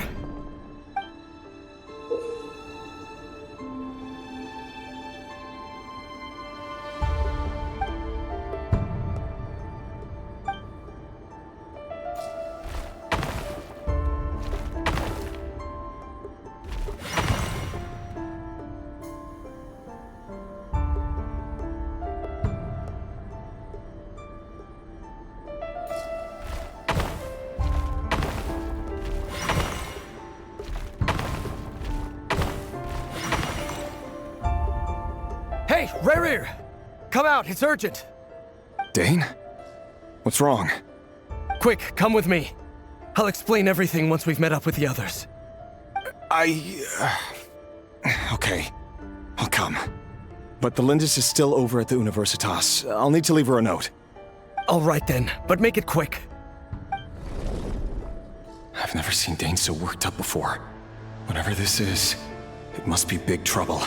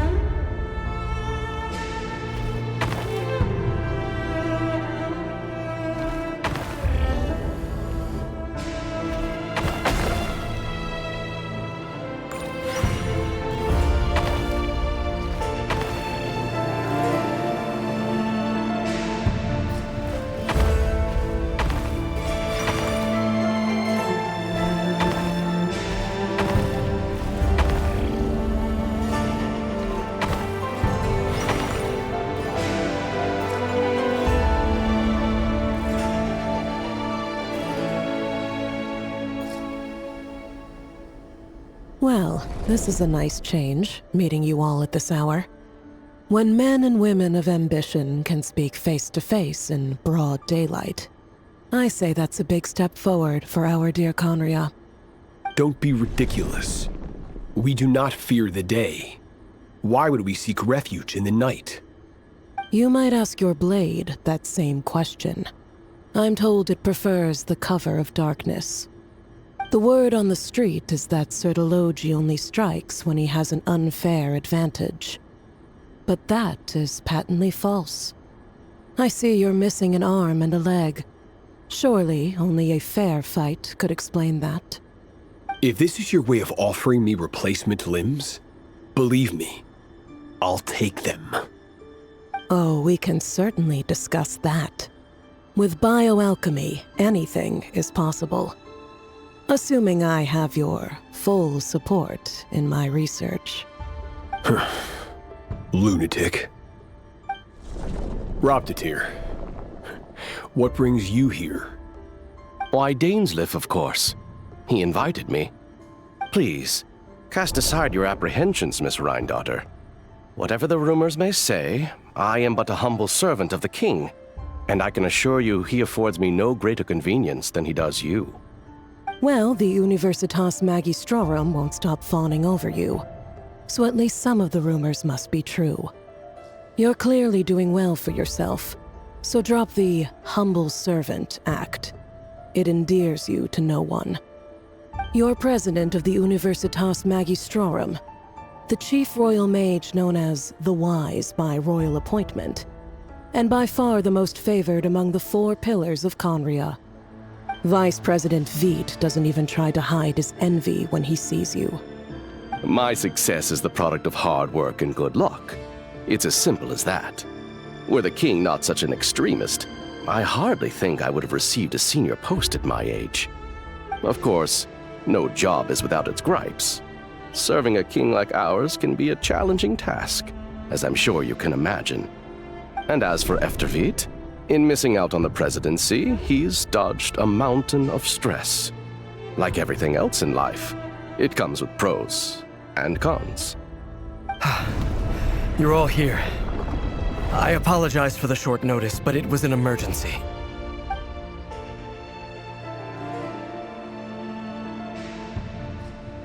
You must be Rerir.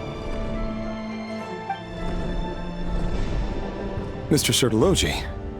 Yes, I handled your case file during your sentencing. Nothing personal, of course. I'm pleasantly surprised that you remember me. You're clearly a person of substance if you've been invited here. But Dainsleif, you'd better have a very good reason for convening this little gathering. It's my brother, Vedalfenir. After he spoke at the court this morning, the king was so infuriated by his words that he had him blinded in both eyes and thrown in prison. Vedalfenir in prison? Strange. I thought the king trusted him and Horoptatyr more than anyone else in the world. Does this mean the king's circle of trust just got even smaller?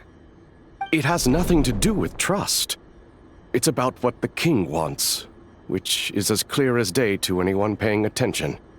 I simply appease him, because it's in the best interests of the Universitas Magistrorum. And also because you're slimy. Vedalfenir, perhaps less so. But still, a visionless visionary? It rather inclines me to think that qualifications are not what get you ahead in Conria. Do you honestly think this is an important discussion to be having right now? Dane, what are you planning to do? Rescue Vedalfenir, I assume. Correct. It will mean storming the palace by force. Tonight. I need all of you on my side. That's far too dangerous. And don't forget, Dainsleif, you're captain of the Royal Guard. You swore an oath to the throne. You've been planning this for a while, haven't you? I have no desire to commit treason. But whatever critique the king may have of Vedalfenir, disfiguring your most loyal subject for putting the best interests of his court and nation first, this is not the conduct of a wise ruler. My blade will force the king to see the error of his ways. So, Vedalfenir's prophecy enraged the king. I'm sure it wasn't what he wanted to hear, but if he won't take counsel even from the visionary, that is deeply troubling news. The extent of His Majesty's madness is now all too clear. The question is, how does a man like me get out of this situation unscathed? You have noble ambitions, Dane, but I'm afraid they don't do much for a guy like me. I'm not interested in saving the world. All I want is a letter of pardon. A letter of pardon? For whom? Thelindis?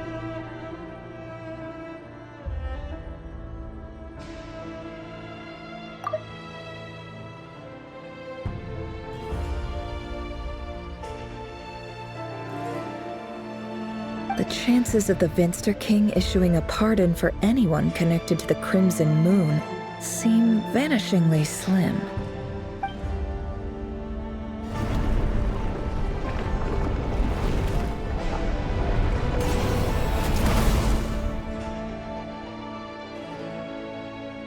This black fog over the board must have some connection to Thelindis. But why is it taking this form? Does it have something to do with Rerir's past? Another mystery I'll need to unravel.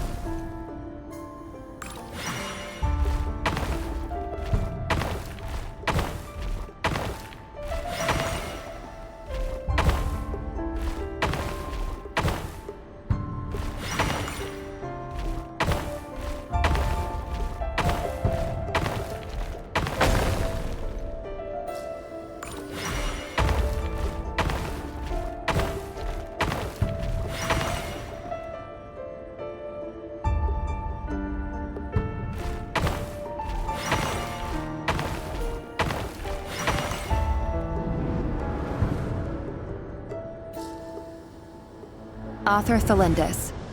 Over the course of this week, the research object was subjected to interference for a total of 60 hours for experimental purposes. The results are as follows. Research dating back to the Crimson Moon Dynasty has established 2 points regarding moon marrow. Firstly, its origins have something to do with a god's power. Secondly, it serves as a portal to an as-yet indeterminate location. Moon marrow can thus be defined as a spatial gateway. However, there are a number of hurdles to overcome before we can answer the question of where it leads to. To start with, opening the gateway requires a specific power source, which the relevant literature indicates. An enormous amount of power is then required to keep the gate open. Currently, the total power output of our instruments remains in the single digits. To make matters worse, I am now the only staff member remaining in the Moon Marrow Lab. The Universitas Magistrorum recently decided to move most of its personnel into abyssal energy research, which has stymied all Crimson Moon-related projects. This is not a wise move. I have always maintained that placing all our hopes in a single source of power is risky, especially one as poorly understood as this. As well as making ourselves overly reliant on a single resource, we are neglecting other promising technologies. I apologize if this comes across as disrespectful. But as a Moon Marrow researcher, I desperately want to see the world beyond the gateway. If we really made it there one day, what would we find? And how would we go about taming the unknown? My imagination is endlessly fueled by questions such as these.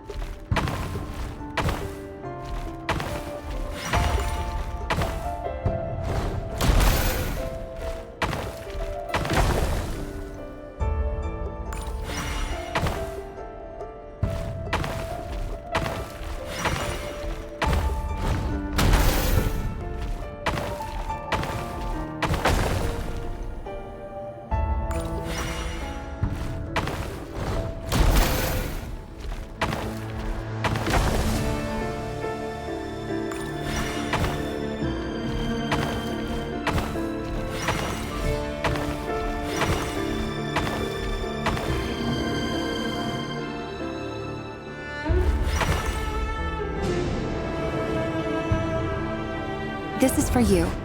I heard you're gonna leave the city with your parents. Thelindis, did you hear about what happened? I've heard nothing. Rerir got back very late last Friday, and he was acting a little unusual, but he slept pretty well, so I'm guessing whatever he did was a good deed.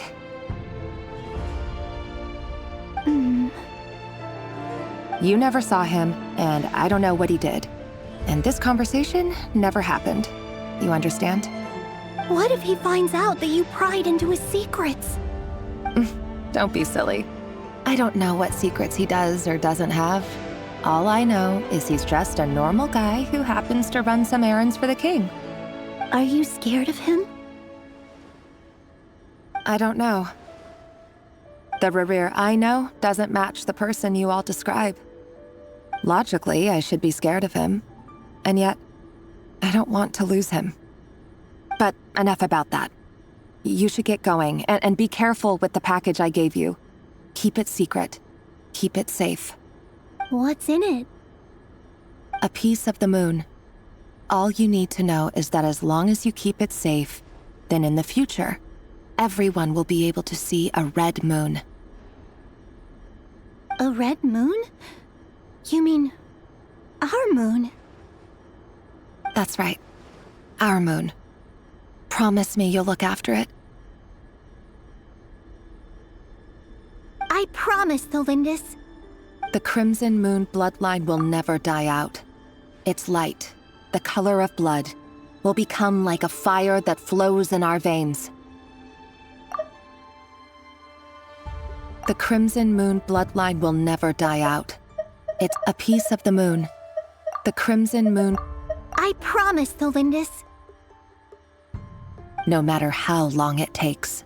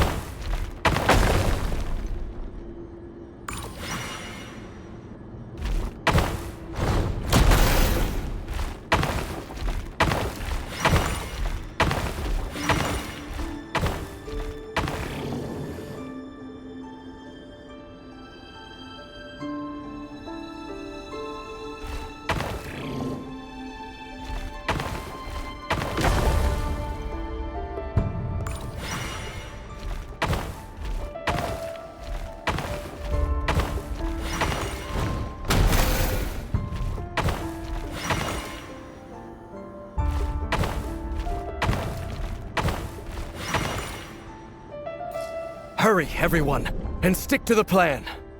Sir Dainsleif, what are you? Is this treason? You know what happens to those who betray the throne. Please, don't do this! It is the king himself who has betrayed the throne. He has betrayed all of Conria. If you have any love left for justice in your heart, you should join me. It's showtime. Dane and his group will handle the troops in the palace. Then Hraptatir and Rhindaughter will disarm the security measures. My job is to enter the prison and rescue Vedifalnir. Stay safe. Wish me luck. Look after my brother. Draw your blade. It is time for justice to prevail.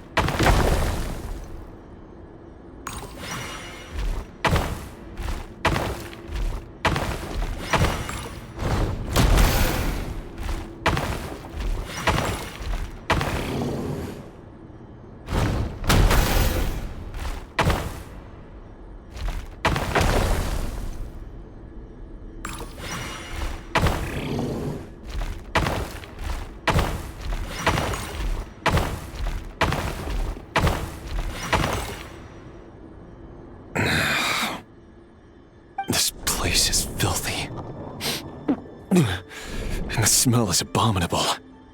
Clearly, the king doesn't allow his prisoners a single shred of dignity. This is dire. Found you. Hello, Mr. Vedafulnir.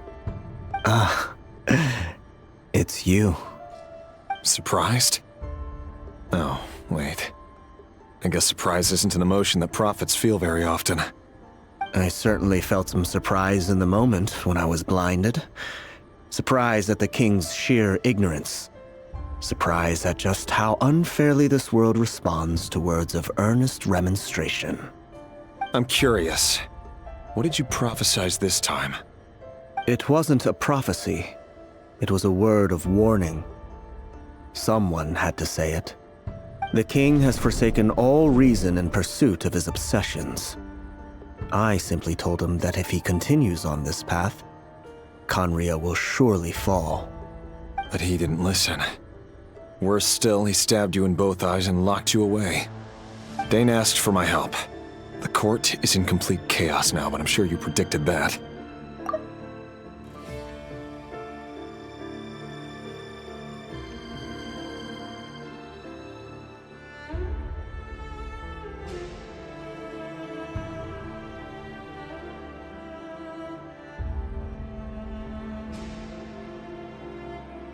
Dane asked for my help. Everything is transpiring as I foresaw, yet I am powerless to change it. Fate is an immutable force. I can but lament as the inevitable unfolds. I do wonder whether giving a man the power to see the future does nothing more for him than slowly crush his spirit. Forgive my curtness, Vedafulnir, but the king did not suddenly turn on you today. His suspicions have been brewing for a long time. You can't have wisdom beyond the reach of your fellow man without attracting his fear and suspicion. There are things the king does not want to see. So, he doesn't want you having visions of them either.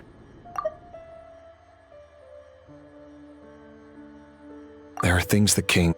He wasn't entirely wrong. I did indeed lose my power to see the future. Right up until... Until what? Just now. I believe I saw something new. Well, tonight could go a lot of different ways. 5 of us banded together to storm the palace, also we could rescue you. This will go down as the most tumultuous day in Conrian history. I sense hatred in you. But also hope. A desperate hope that with the tyrant deposed, that will be the end of the story. But this is not the end. It is the beginning of a new chapter, in a whole new story. There are many men of honor and courage in this world, Rerir. But you are not one of them. You're not here for justice, are you? You're here for yourself. Is that a dagger? Interesting. Why not the polearm? It was always your weapon of choice. With your abilities, I don't doubt that you were able to recover some of your sight. But I also doubt that you want to make an enemy of me right now. Of course not. We're on the same side, aren't we? We could be. But I need you to be honest with me, Vedafulnir. At this point, you're my only hope for the future. You mean your future? With your beloved, Felindus? Yes. And I know there are bigger things at stake here. A dynasty, a nation, maybe the entire world. But forgive me, I care first and foremost about myself. I can't abandon the one I love to save myself. I just can't do it. But you see a broader picture of the future than I. You see the solutions to the biggest problems of our age.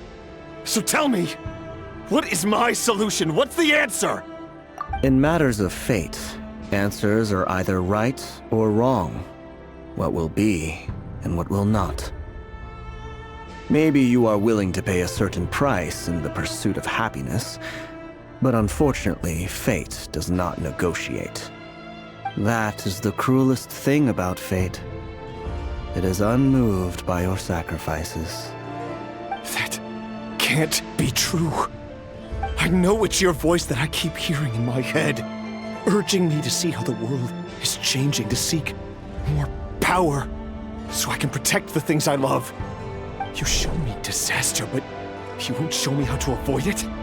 Why? Why are you doing all this? My voice. In your head.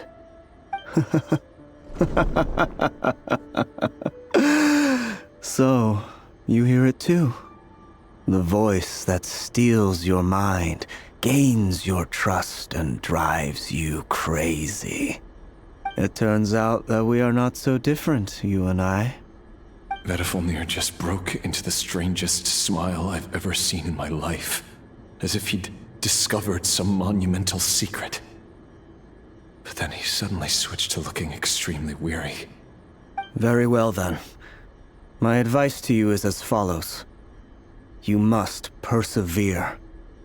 Whatever trials and tribulations you may face, be steadfast in the belief that they are your path to the future. For as long as you live, your story with Thelindis shall not come to an end. That is the only chance you have of fighting back against fate. It is up to you whether you believe my words. Regardless, that is all I will say on the matter. I have no right to intervene any further. I will hold you to your word. Thank you for setting me free. In return, I will tell you one more thing that you cannot afford to ignore. Just then, a strange wave of energy rippled through the city. We had no idea what it could mean. If I were you, I would head to the Universitas Magistrorum. The Universitas? Oh no! I'm sure we'll be seeing each other again very soon, Rerir. Whatever Vedifilnir said, I didn't catch it. I didn't even help him out of the prison. There was no time to lose.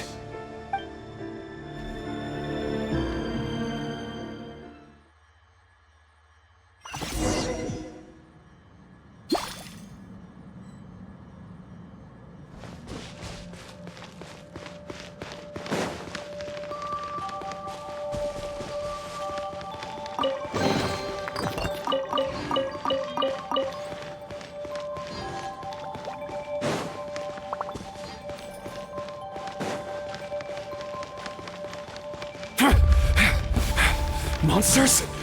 Is this my daughter's doing? Or the Universitas Magistrorum? Out of my way!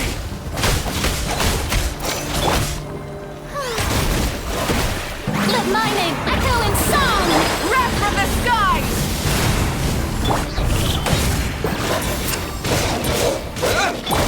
Look, a rainbow! Chew on this!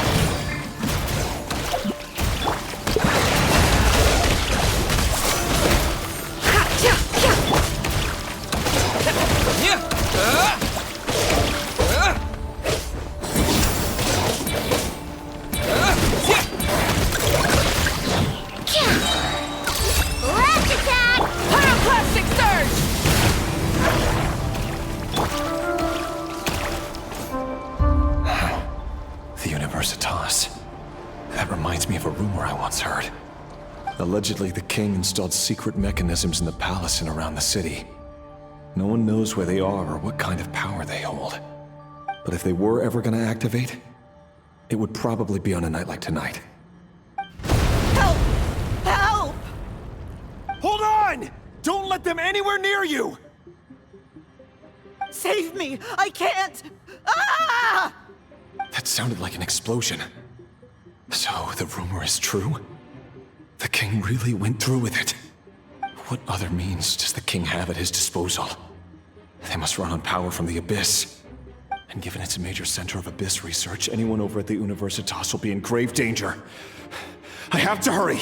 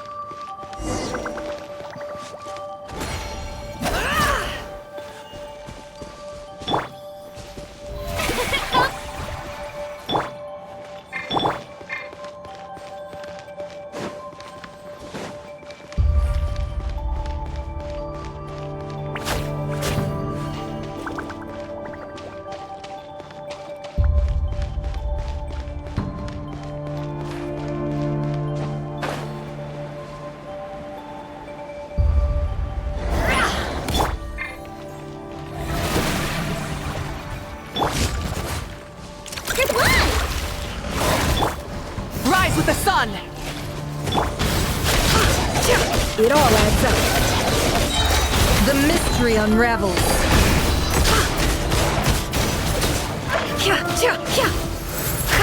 No more lies. Burn it down!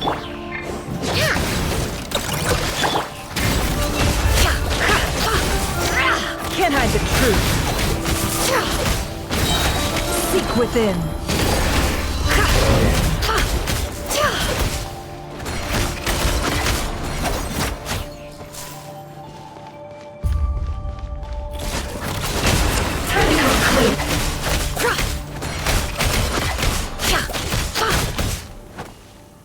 Light of the blazing sun!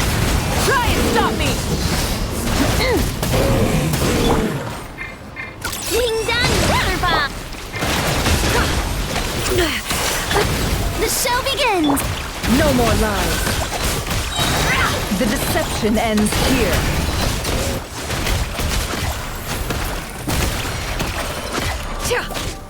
Can't hide the truth.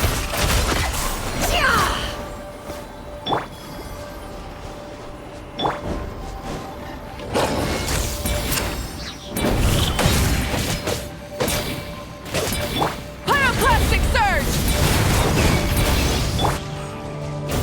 You on this! It all adds up.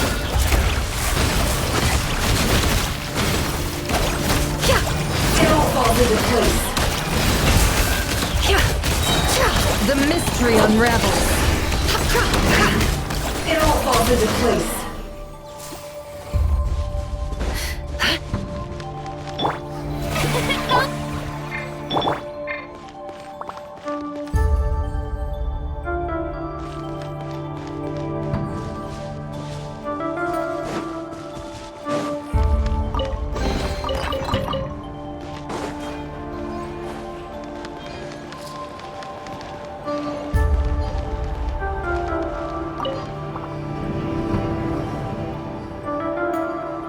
Monsters! At the Universitas Magistrorum? Why now? Oh no! They're coming! It's no use. The table won't hold out much longer. The weapons. Where are the weapons? Of course. All the lab equipment was upgraded after the inspection last week, but the new weapons haven't been allocated yet. I'm done for. Is anyone there? I need help! Ah!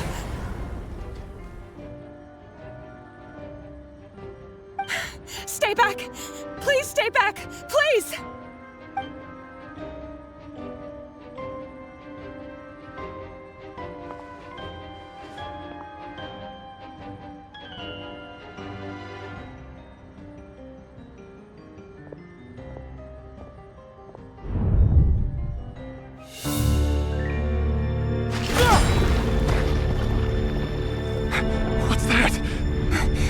Red Rear!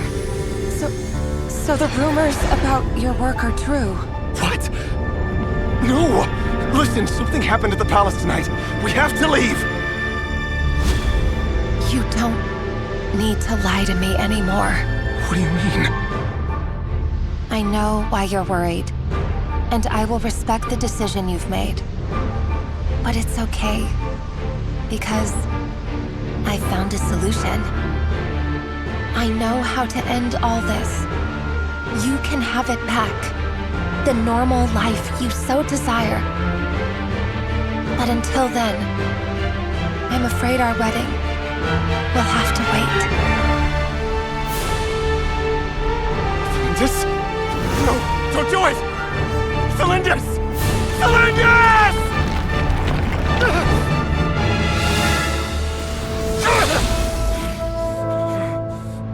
I told you, Rerir. Let her go. You will find someone better. No! No, I won't do it! I have to save her! By what means exactly? A lowly pawn. You lack the power and the strength of will. Do you know why? Tell me! Come to the palace.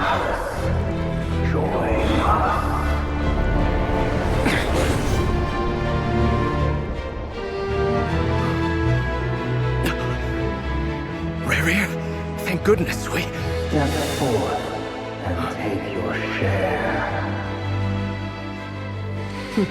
You made it.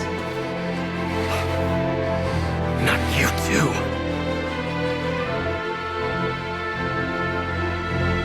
Hatred or grief, despair, desire.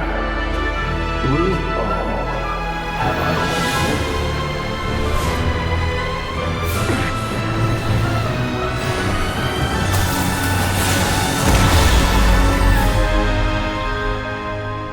Rarier. Rarier. Flindis? Were you daydreaming?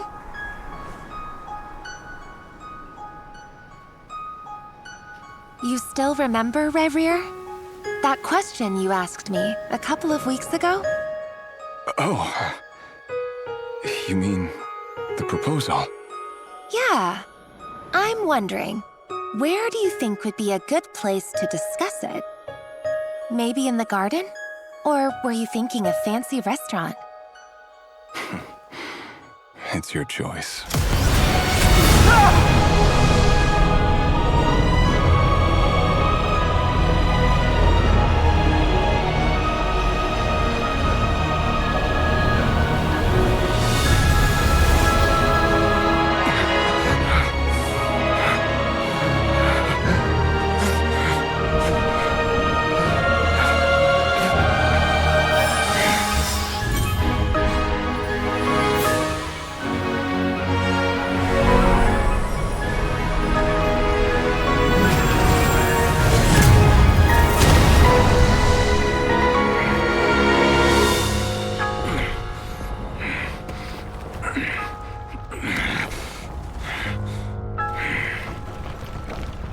I will find you.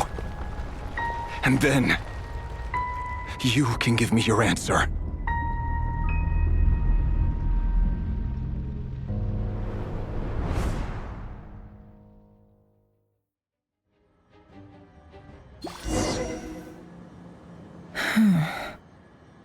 So that's how the Raker of Solnari was born. A monster created by circumstance is a monster all the same. Viewing other people's thoughts for too long can get uncomfortable. Right now, I'm feeling a strong sense of loathing. In a nutshell, the story of Conria is what happens when the truth falls by the wayside. Everyone tells little white lies, and before long, you have a huge pack of lies that destroys everything.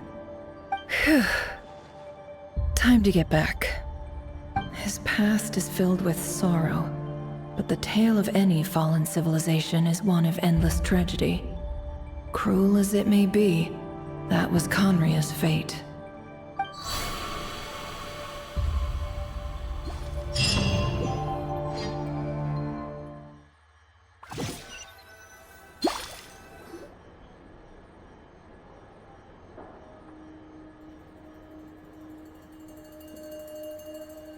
Everyone, I'm back. Can I get a standing ovation? Never! How are you holding up? Feeling okay? She's fine. Boss is a pro. Yes, I'm fine. You will have seen the events of Rarier's life through my thoughts.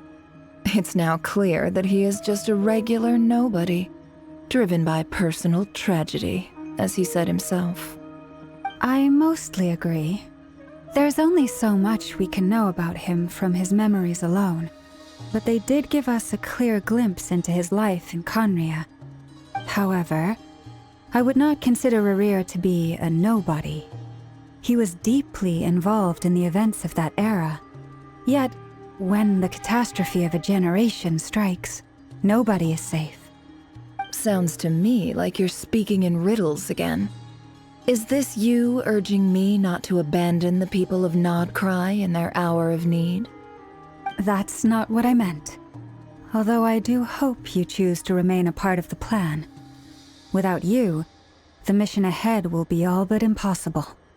Then try to remember that I respond better to the carrot than the stick. and I don't appreciate being bossed around. Now, as for you, Missy, you were excellent. You stuck to the rules of the ceremony and kept your mouth shut the entire time. Bravo. Cool! So, can you fill me in on the deets now? Most of what I saw went right over my head. Patience. You'll hear the whole story, don't you worry. But let's meet up with the others first. It will save me narrating it twice. Yehoda? Yes, boss! Let me get that door for ya. That's more like it. For a moment there, I was worried you'd forgotten about the first clause of your employment contract.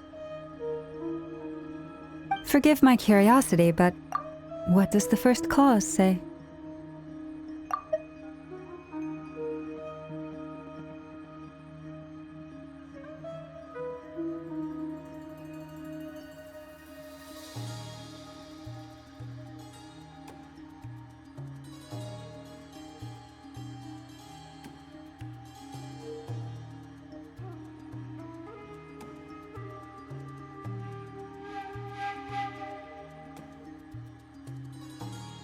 It says I gotta do the annoying stuff that boss is too lazy to do for herself. Like opening the door, pouring the tea, yada yada. Is that right? If something is in the contract, it's because she willingly agreed to it. Rest assured that the curatorium abides by the very strictest of labor policies. You don't seriously think I'm cruel enough to treat her like my slave? In any case, I've hardly shied away from my share of the work today. Hope I don't catch Flintz and Varka lounging about in their chairs, enjoying a leisurely cup of tea. There's nothing I dislike more than other people enjoying themselves while I'm hard at work.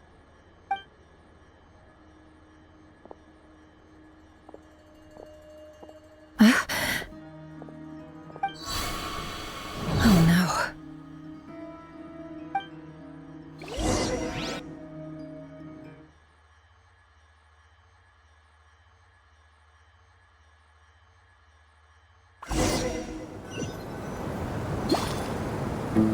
Sorry to disturb you, but we seem to have run into some trouble. Evidently so. Don't worry, I'm not about to leave you to fend for yourselves. I'm not that kind of boss. And it would go against the curatorium's labor policy. I'm sorry? What did you hear me say? I wasn't talking about labor policy. Wait. How long have I been standing here? Not long. You just appeared by the door a moment ago.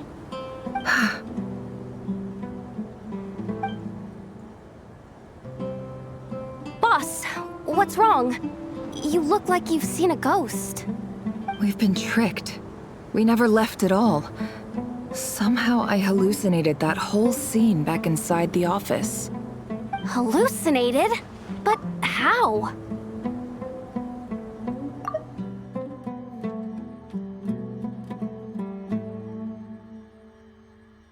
Hallucinated? How indeed. This place should heed my will alone. All thoughts and actions that occur in here are just a result of pawns moving across the chessboard in a carefully calculated manner. And nobody has access to this chess set but me. So you control everything in here? More or less. But yes, it's a special technique of mine. Has anything like this ever happened before? Only once. It was the first time I used the chess set. Is there any similarity between what happened then and what's happening now? I suppose my thoughts are a little turbulent, which was also the case my first time. Is there anything I can do to help? The first clause of your contract clearly states that I only need your help with things that I'm too lazy to do myself. Meaning you're not feeling lazy right now? Meaning this is not something Yehoda can help with. The chess set is a personal treasure that I alone understand. I must be the one to find our way out of here. Boss, it's fine. Really. Let me do something useful. Oh, listen to you. Whatever would I do without you, Yehuda? What? Really? Yes, really. Where would I ever find another employee as obedient and servile as you? God forbid anything ever happens to you. Oh, okay. Well, anyway, I was thinking of fetching some water. There's gotta be a source around here somewhere. I suggest everyone finds someplace comfortable to take a rest. We gotta conserve our energy. Even though all this chess malarkey doesn't exist in a physical sense, mentally speaking, it's all real. And so is our tiredness and fatigue. You don't want to dismiss mental fatigue. Just because it isn't physical doesn't mean it's any less serious. But anyway, I got your backs, so don't worry about a thing. Don't I have the best employees? Jealous much? If we can find a suitable time, I'd love to borrow Yehuda for a day to help out at the Frost Moon Scions. Would you be amenable to that, Boss Nefer? Oh, Lauma. Have I ever told you just how pretty you are?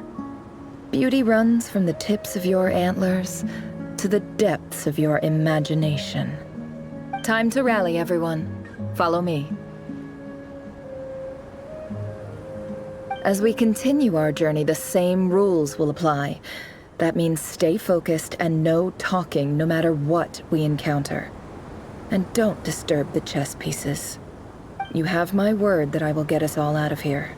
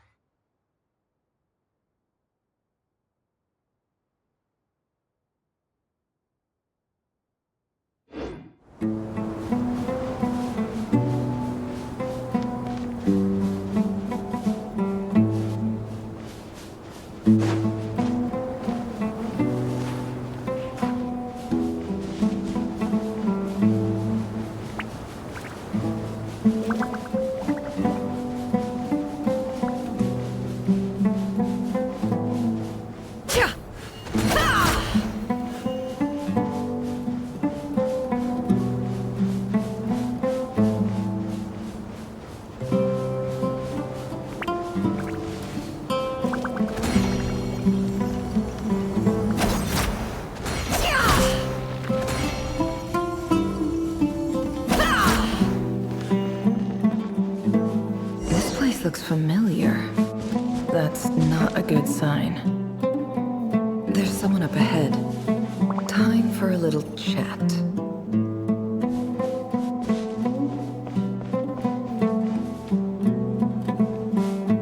I wasn't expecting visitors at this hour. Wait, is that? Oh, it's him.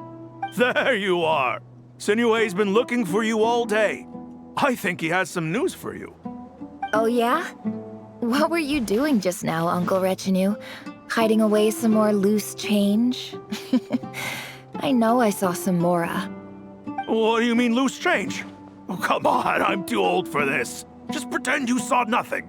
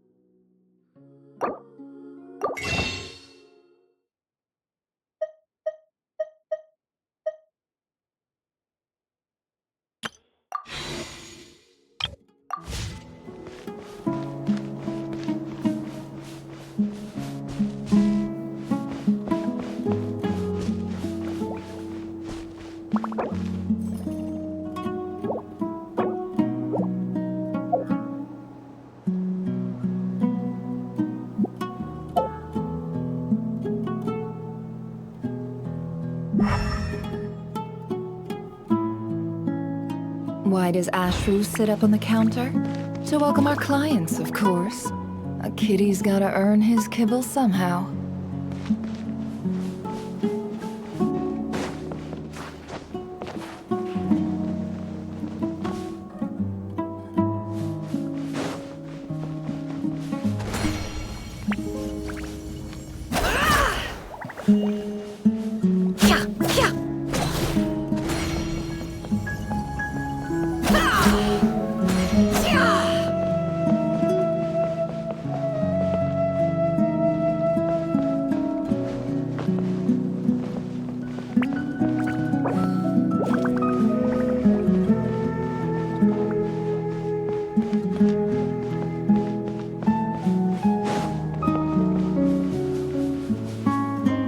Hey, kid.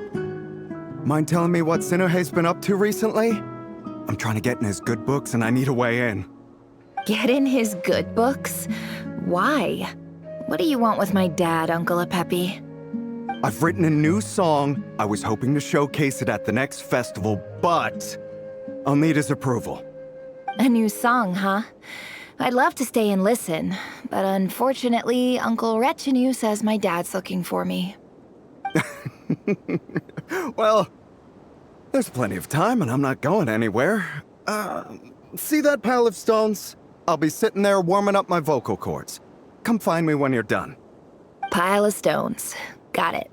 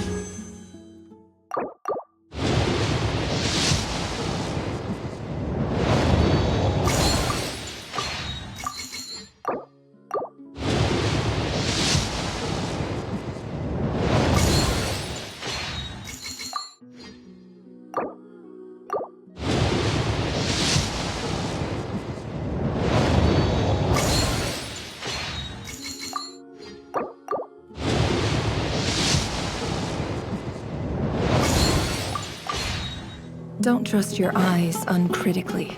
People only see what they want to, so don't be your own fool. Hi, Dad. Uncle Retinue said you were looking for me. Ah, there's my little princess. If you'd gotten back just a little sooner, you could have shared the spoils of war with me.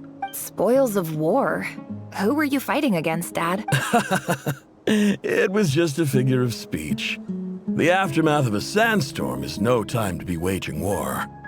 I was talking about our war against thirst. I went out to fix our water supply problem, and now I'm back. Which means... We have a well again! That's right. I found a new one and brought back as much water as I could carry. It should last us for a good while. If it wasn't for these blasted sandstorms, our wells wouldn't be caving in. You wouldn't be spending all your time out searching for new water sources. As the chief of our tribe, I'm supposed to be leading us out of hardship and poverty, onto better things. You know how prosperous our ancestors were. I've told you all the stories. And look at us now, squeezed into these hovels.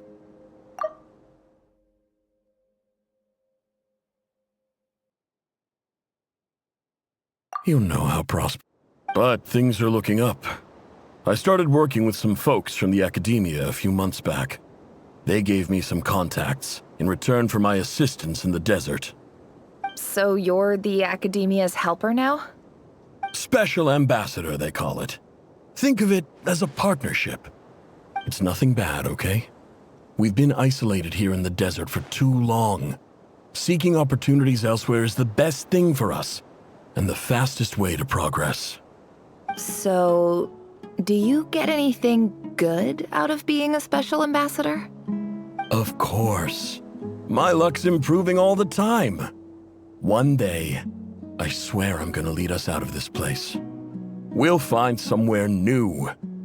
somewhere better.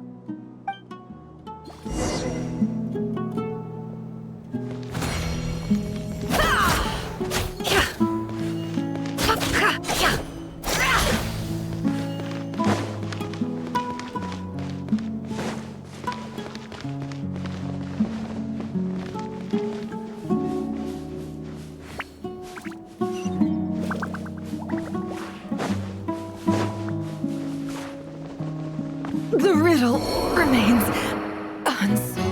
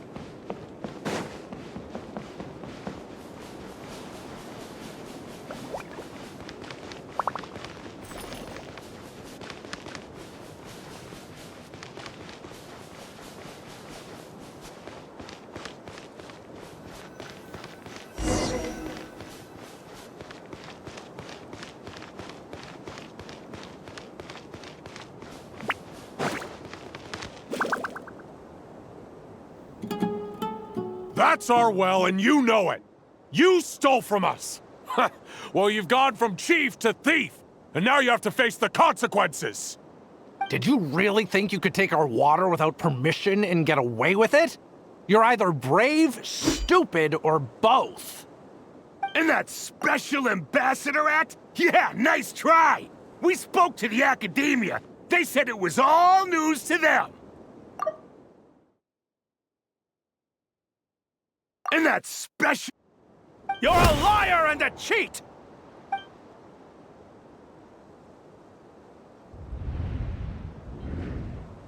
I heard Yehuda gasp, but I don't blame her.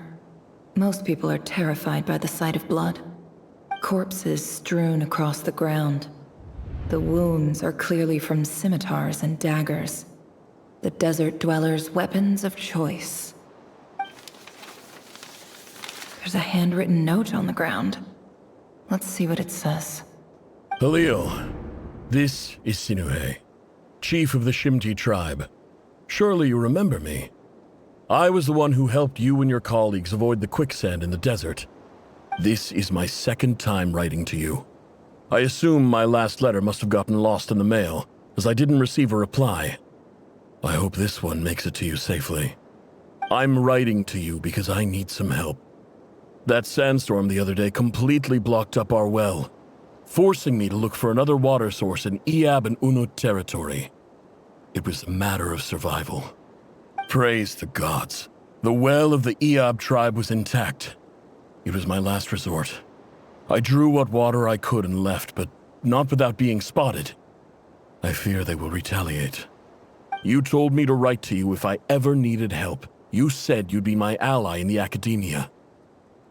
I urgently need you to formally recognize my title of Special Ambassador and send some of your people to assist me for a few days.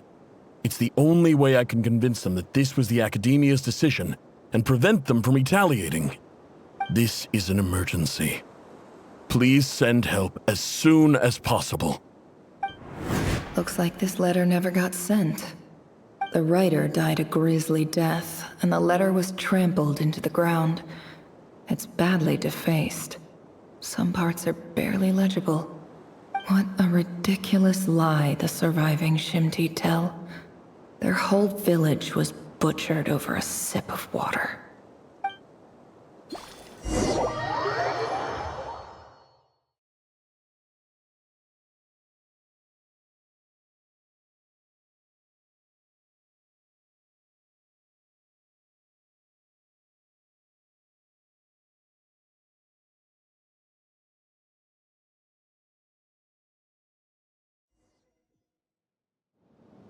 Ah, officer.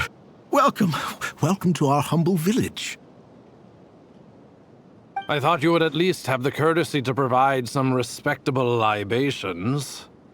This is the finest wine Aru village has to offer. I promise.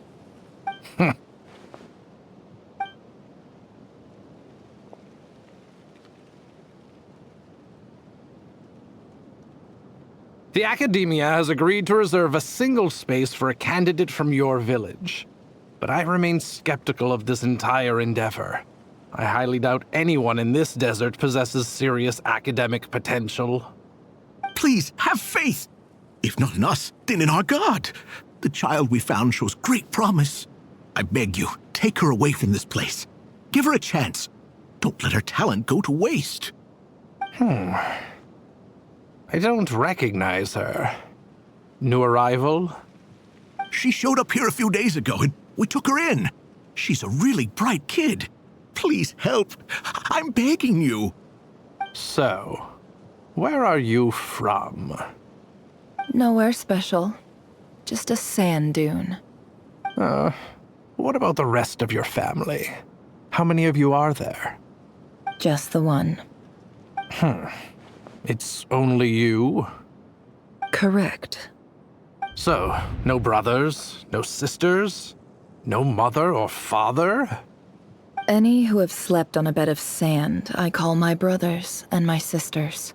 Apart from that, I have no family. All right. Get over here. Sign your name on the form.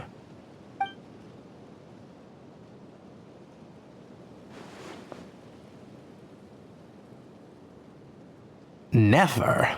You're rather fair-skinned for a desert dweller.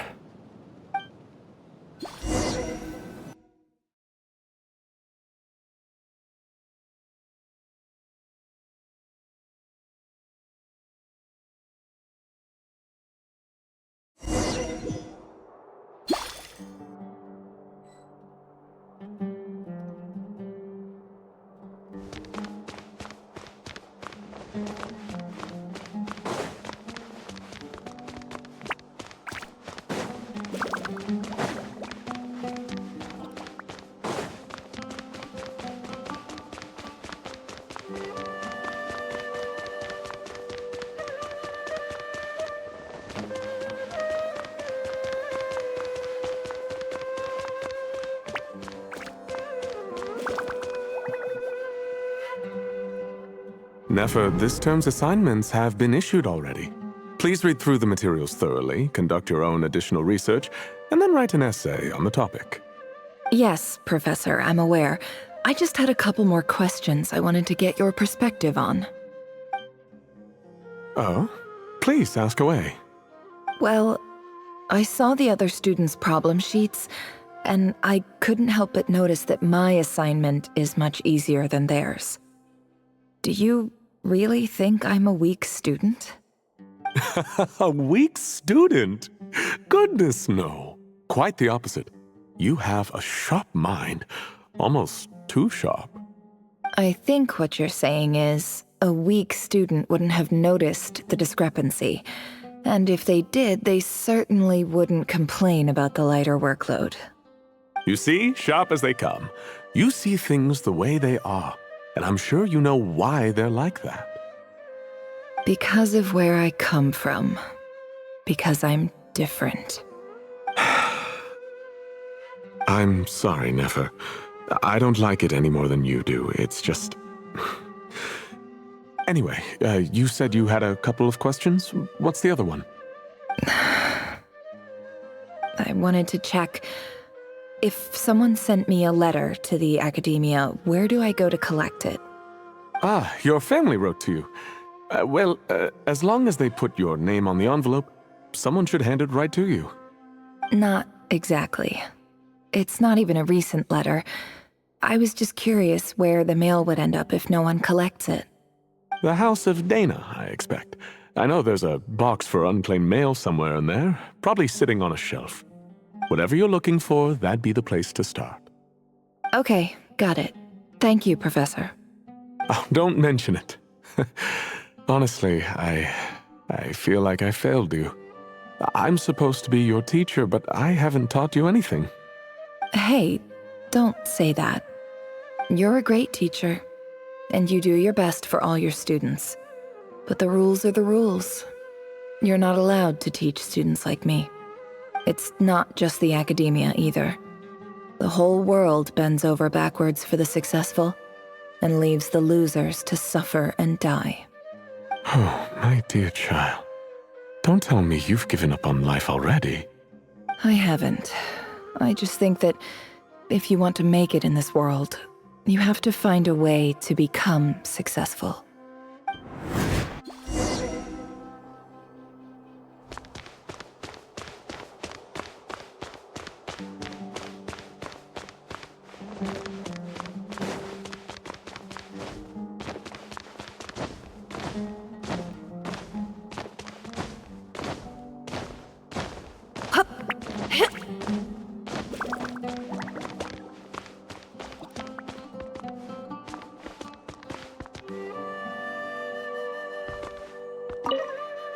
This must be it. A big cardboard box full of unclaimed mail. And probably some letters that ended up here by mistake, too. Let's take a look.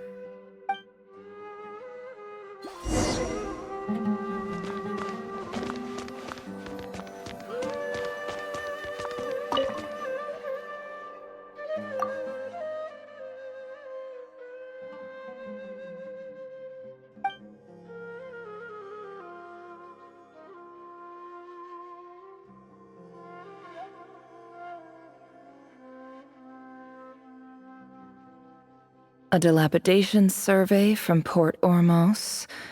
Looks like it's from a Core of 30 representative. What a strange thought. A bunch of mercs losing sleep over rundown buildings. This one was never even opened.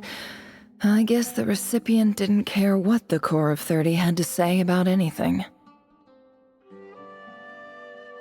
Who was it addressed to? I don't recognize the name, but it must have been a Kasharawar professor. This one is addressed to the Immorta Sage. The title is Changes Observed in Satyavada Life Symptoms. Why do all these letters read like full-blown dissertations?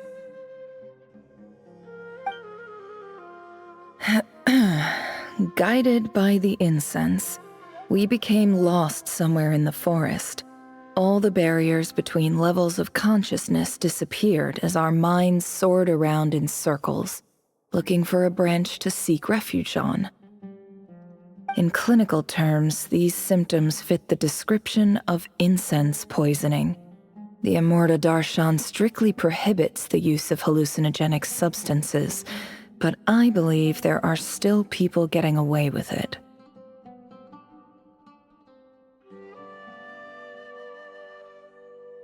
For example, my neighbor who always breaks out into song and dance after using incense. This seems like something the academia would want to know about. Why wasn't it collected? Wait. What's this written on the back? It's so small. The note says, the sender authored this letter while under the influence of mushrooms. I would send it back, but no return address was provided. Stamped by the Grand Conservator of the House of Dana.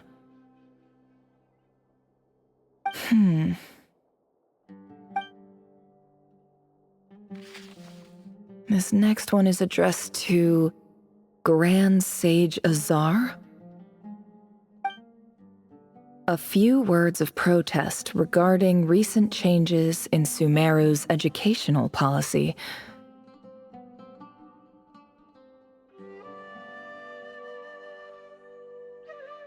In recent years, the academia has taken on a small number of students from the desert region, as per the policy to this effect. However, it appears to me that these students have not, in fact, been provided with educational opportunities that are, in any meaningful sense, equal, as well as receiving dumbed-down assignments and perfunctory tutoring. They do not even have full access to the Akasha system. Education is the fundamental purpose of this institution, which should go without saying in a nation whose founding virtues are knowledge and wisdom. I ask you, is the lip service we pay to the policy of education for desert students truly the standard of pedagogy to which the academia aspires? As Grand Sage, policy decisions are your prerogative, but do not forget your roots. You and I were once students too, as was everyone else in this institution. I do hope you will give some serious attention to this matter. I encourage you to discuss issues like this with myself and others, and listen to some alternative opinions. Great letter. Shame it didn't get to where it needed to go. And the sender is... Huh? Sage Cyrus of Spantamad.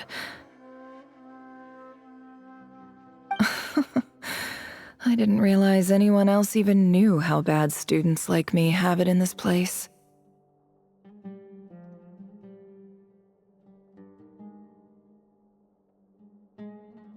So this is where letters from the Sage of Spantamad end up? Nice one, Grand Sage. Really enlightened leadership. Whatever. This isn't what I came here for. Moving on. I'm not exactly holding out hope that a letter sent from the desert would even make it here. But if it did, where else would it end up if not in this box?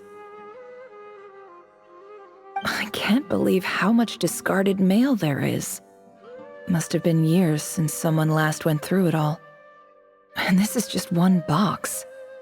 The whole house of Dana is boxes on shelves. I don't believe for 1 second that any human being has sat down and read through all the documents in this place. Who has that much free time on their hands?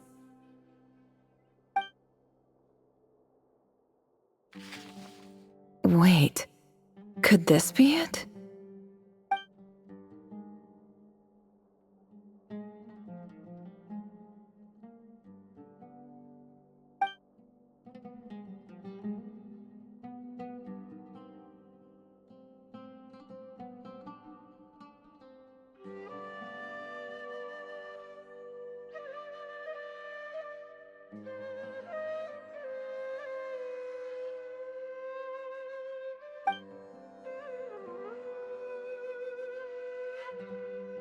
Greetings, Halil.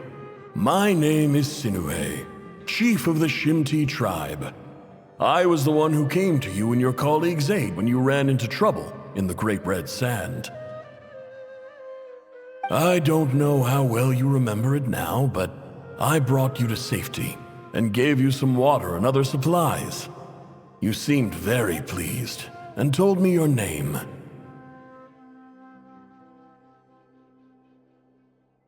In my tribe, learning a person's true name is serious business, and I therefore see you all as friends. You were kind enough to leave your contact details, so we could stay in touch. The Shimti tribe lives a harsh, nomadic existence in the desert. You were sympathetic towards my plight, promising to make me a special ambassador of the academia and help us find a way to make a better living. This brings me to my reason for writing. Our tribe has fallen on particularly hard times, and there was a terrible sandstorm a few days ago, which blocked up the well in our land. To ensure my people's survival, I had no choice but to venture into Iyab and Unut territory in search of an alternate water source. The Eob and Unut are descended from the Thamudians, while we trace our ancestry to Tulatala. We worship the Lord of Flowers and have had relatively good relations with our fellow tribes, up until now.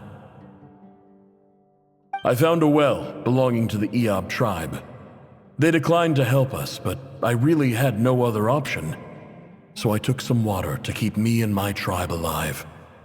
My actions are certain to incur their wrath.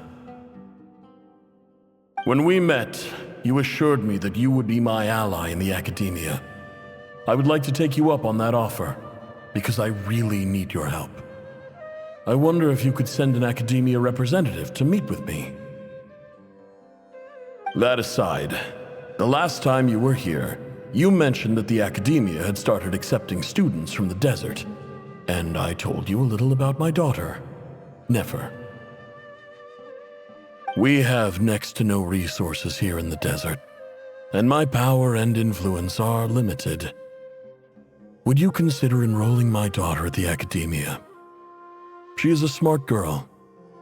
I know she won't disappoint you.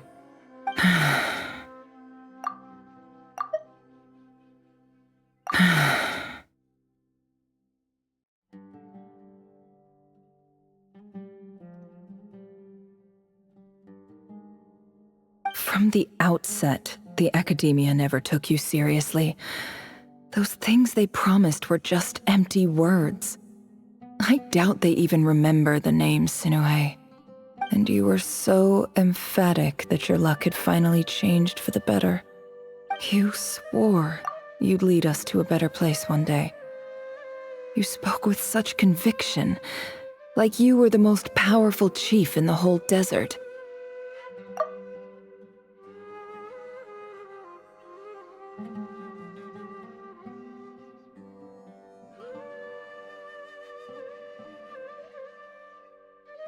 You swore.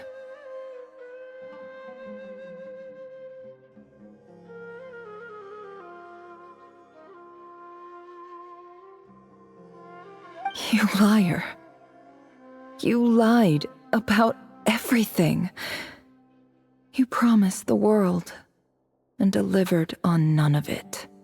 And who fell for it? Just me, by the looks of it. Despite your best efforts. Which makes you a pathetic liar. You weren't even any good at it. I think I'll take over from here. Let me show you how it's done.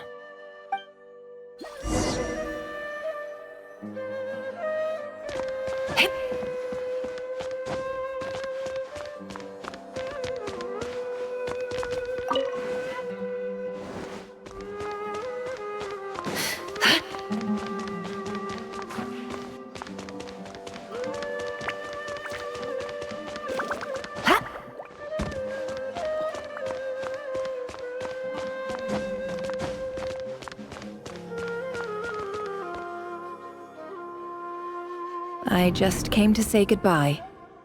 Thanks for everything you've done for me in my time here. Nefer? You packed your bags. Where are you going? I'm quitting. Something's come up in my hometown. Gonna head back and deal with it. Huh? But this was a hard-won opportunity for you. You know that better than I do. It was. But it doesn't matter. I have more important things to deal with, and they can't wait. Oh, and I didn't want to overfill my bags, so I left some incense on your desk.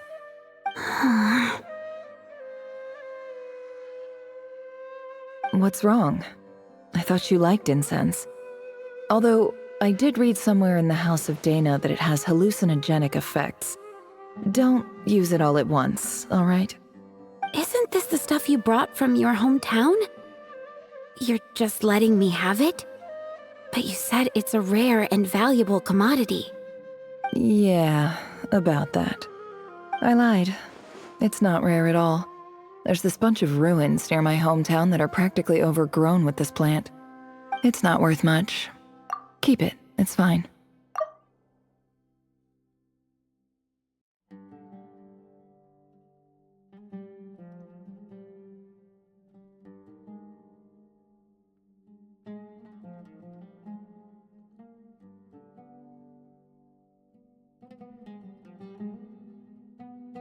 It's not worth much. But never. All right, that's all from me. You take care.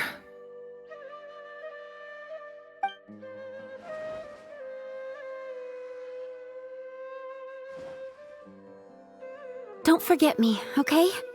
I mean, we're more than just classmates, right? We're friends. Yeah, I'll remember you.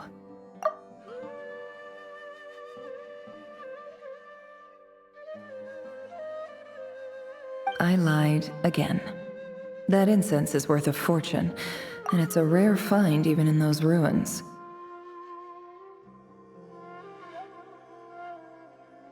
And as for remembering her, I have far too much to do when I get back. No time to reminisce. I'll be lucky if I even make it through this alive. But either way, I expect I'll forget you pretty quickly.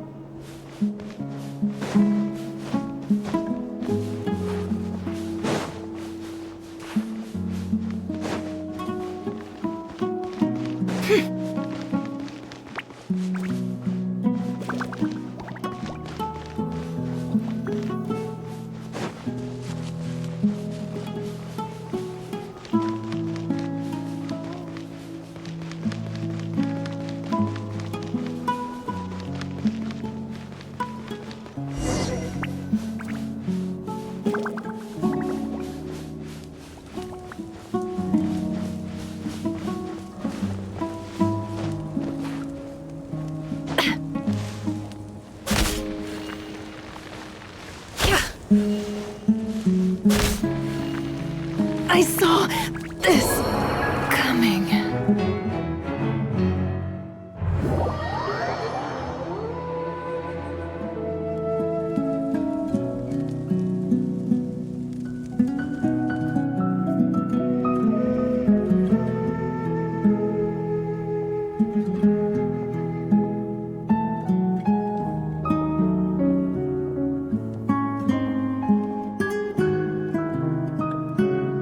It's a pleasure to meet you, Mr. Arif. So, what does the Academia want? Since they've sent their special ambassador, I assume there's a big business deal to be made. If not, I'd be very disappointed. Please, sir, lower your blade. You're lucky I'm the one they sent. Not all special ambassadors share my admiration for the Iab people. The ever-shifting balance of power in the desert reduced the once great civilizations of this region to rubble and sand. But the story of the Iab has a very different trajectory. Others grew weak, but you grew strong, beginning in obscurity and moving to prosperity. You're the only ones who defied the trend. Huh. So, you do know who you're dealing with? This well is the perfect symbol of your strength, is it not? It used to belong to the Unut, but it looks like you have control over it now. You're not wrong. But I'm sure you didn't come all this way just to flatter us. Of course not. I came to bring you some very good news. Some information that recently came to light, which might just be your ticket to freedom. Records uncovered by the Vahumana Darshan show that a certain well currently under Iab control is built on top of some ancient ruins. These ruins are of great archaeological interest to the Academia. I checked the map carefully on my way over here, and I'm confident that this is the well in question. The Academia is offering 50 million mora in return for excavation rights. 50 million? No, wait. If these ruins are as important as you say, 50 million's a little low, don't you think? Don't get greedy, Iab. We know far more than you think. We know that you seized this well by force. Wasn't that the first step in your rise to power? To drive away the Unut and steal their water supply? So what if it was?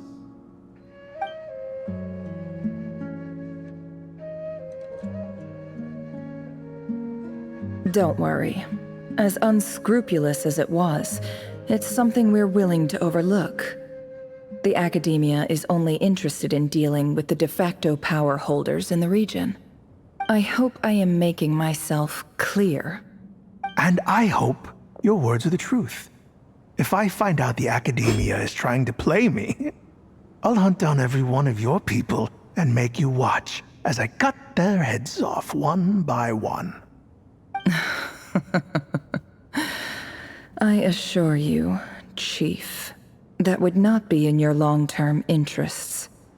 You don't want to make an enemy of the Academia. You see how I'm dressed, don't you? I appreciate that you've never been to the rainforest, but surely even you recognize an ambassador's attire when you see it. And what does a barbarian like you have to lose anyway?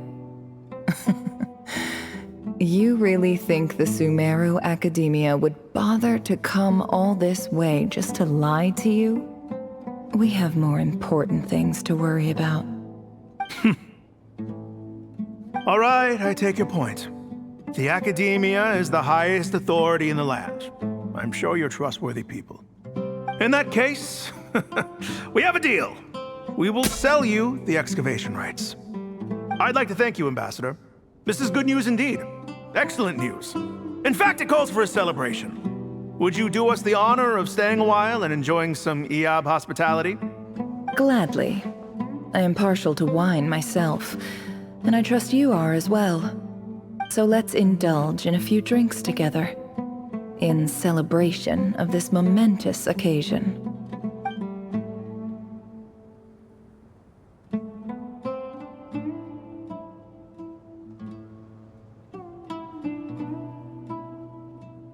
Chief! Chief, it's an emergency!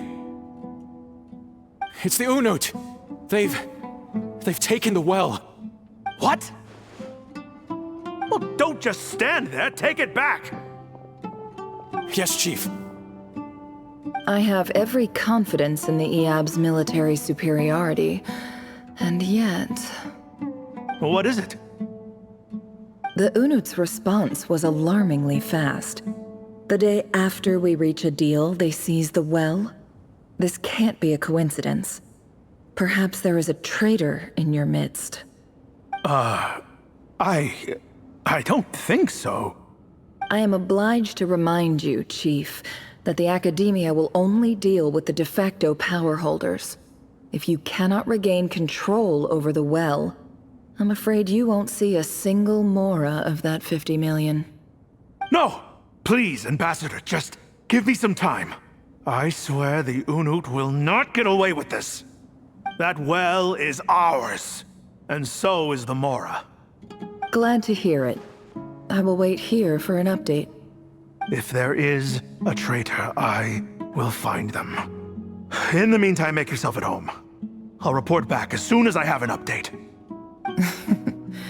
Much obliged. Wow.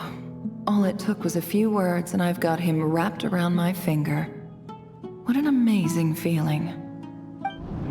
So, in summary, Ambassador, the Academia would rather negotiate with our tribe instead of the Eob, yes? The Eob are ruthless murderers who don't listen to reason. And now they have the gall to interfere in our research projects in the desert region. So let me ask you, Chief. If you were the Academia, what would you do? Kill them all, of course. Precisely. The Academia does not tolerate those who stand in our way. The Eob have held back our academic pursuits for too long, and our patience is wearing thin. At the same time, there is simply no way that the Academia can be seen to be intervening in desert affairs. I'm sure you understand where I'm coming from. We have our own rules out here. If the rainforest dwellers raised arms against a desert tribe, it'd start a bloody war. Right. We can't confront them ourselves, but we can support their enemies. The Unut have always had strained relations with the Eab, which makes you our natural allies. Natural allies. Weren't the Eab your allies once? You were quick to send them after us to protect your interests back when we stole that water. And now look at you. You're at each other's throats. Let me be clear. The Academia wishes to collaborate with the legally recognized rulers of the desert in this matter. We are asking for excavation rights to that well, and our offer is 50 million mora. Say no more. I believe we have an understanding. Good. Then I suggest you get to work.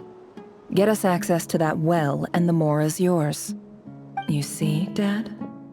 Lying is easy when you know how. People will believe anything.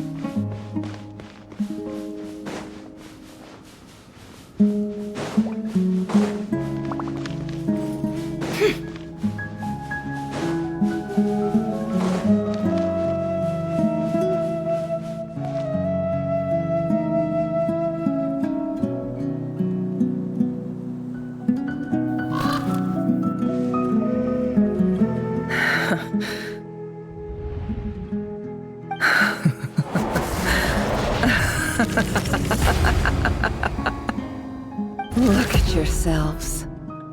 You may be vile, savage monsters, but your butchered bodies bleed like any others. You're no different. You're nothing special at all. The monsters who destroyed my home, they're just ordinary, petty human beings. What a joke.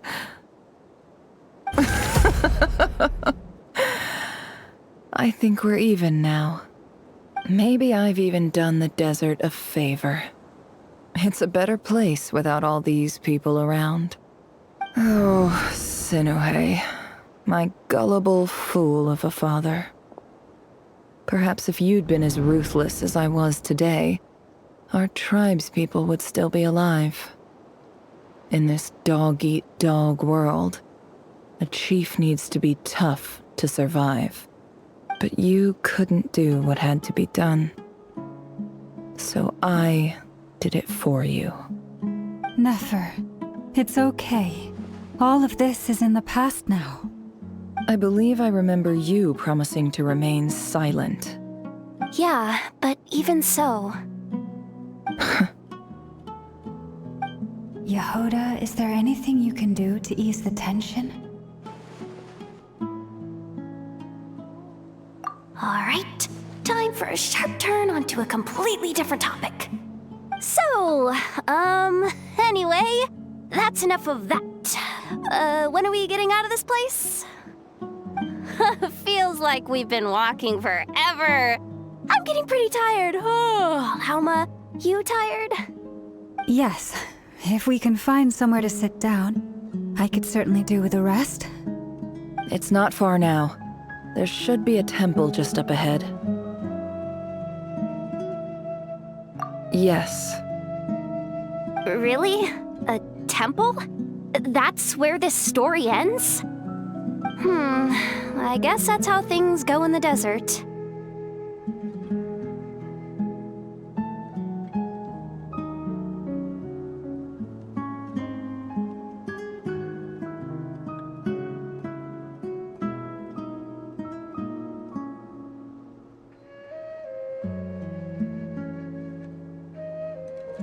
Desert dwellers can never escape their destiny. Or so everyone says. I never wanted to believe it, but looking back now, I'm as desert as they come. You mentioned a temple. What's waiting for us there?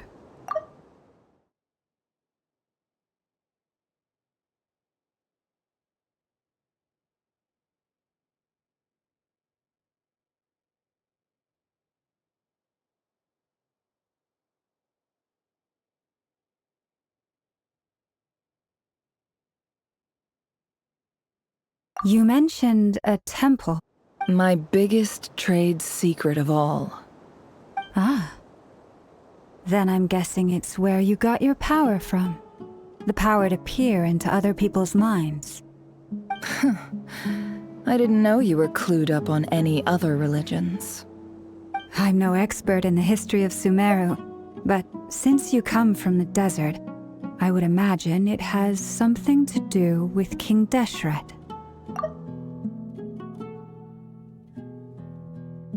I'm no expert in the history of...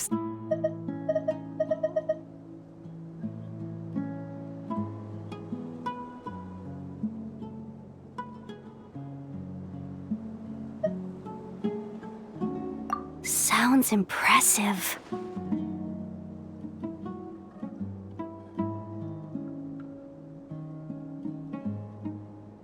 Ah, I know who you mean. General Mahamatra Sino.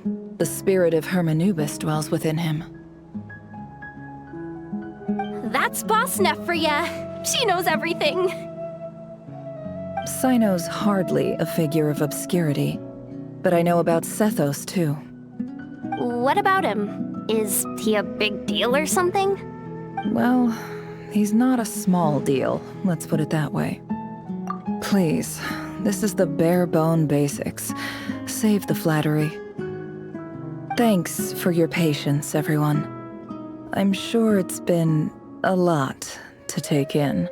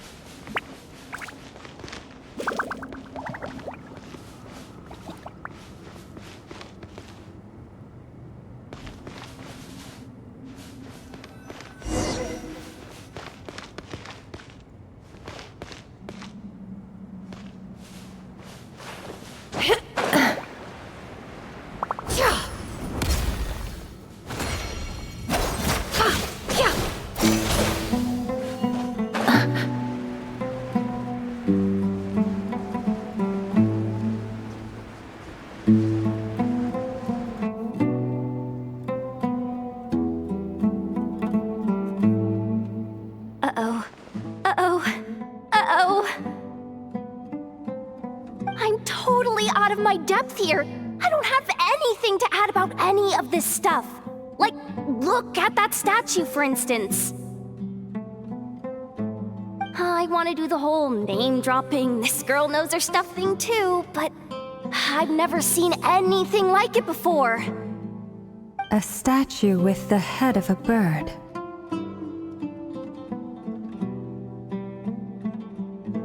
That's Thoth, the Ibis King, one of the 7 pillars of King Deshret. The legends say that he, the Crocodile King, and the Goat King were the 3 retainers of King Deshret. Let's take a look.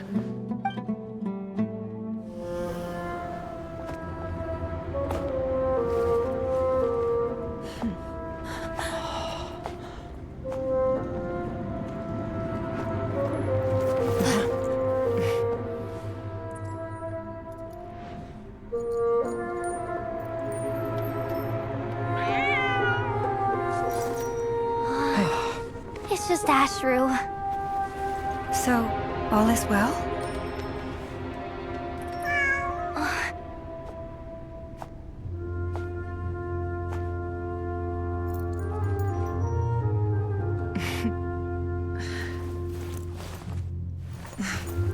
Typically speaking, at this point, the world disintegrates. Then we find ourselves back in the outside world. Besides, these are my memories. There's nothing to fear. You're sure? Of course. It's almost over.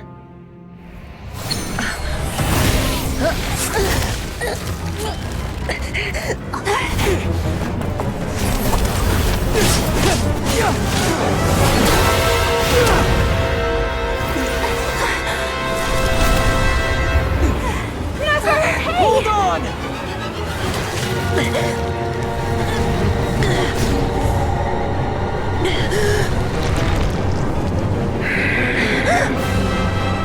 Knowing too much is always a death sentence. Speak for yourself.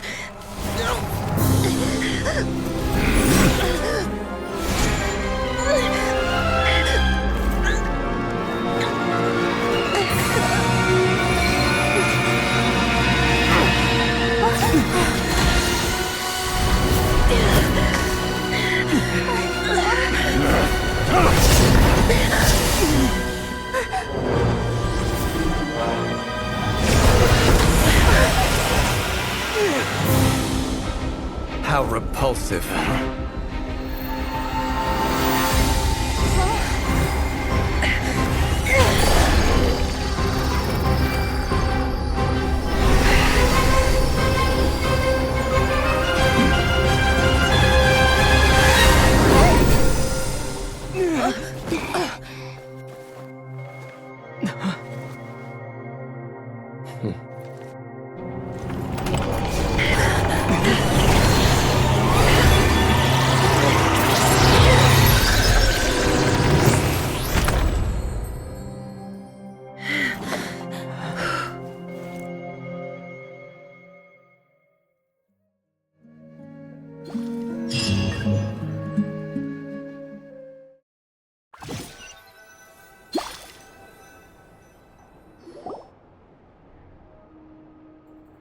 Timed that pretty well, didn't I? It's okay. I'm just glad no one was hurt.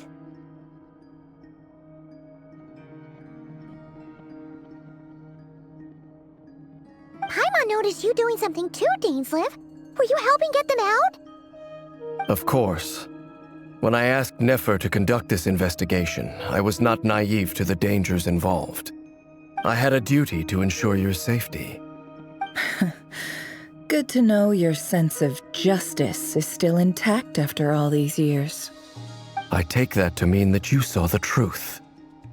That comes as a great relief. I certainly did. And thanks to your help, I also managed to trap Rerir inside the chess set. Whoa, really? How'd you manage that?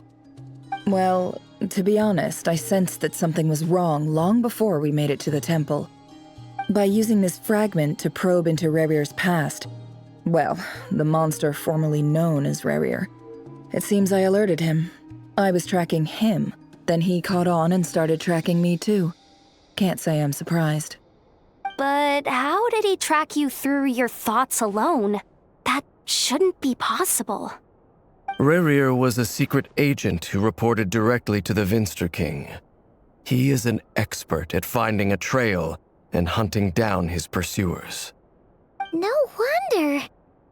He infiltrated the chess set, read my thoughts, and built a new virtual chess set inside of it.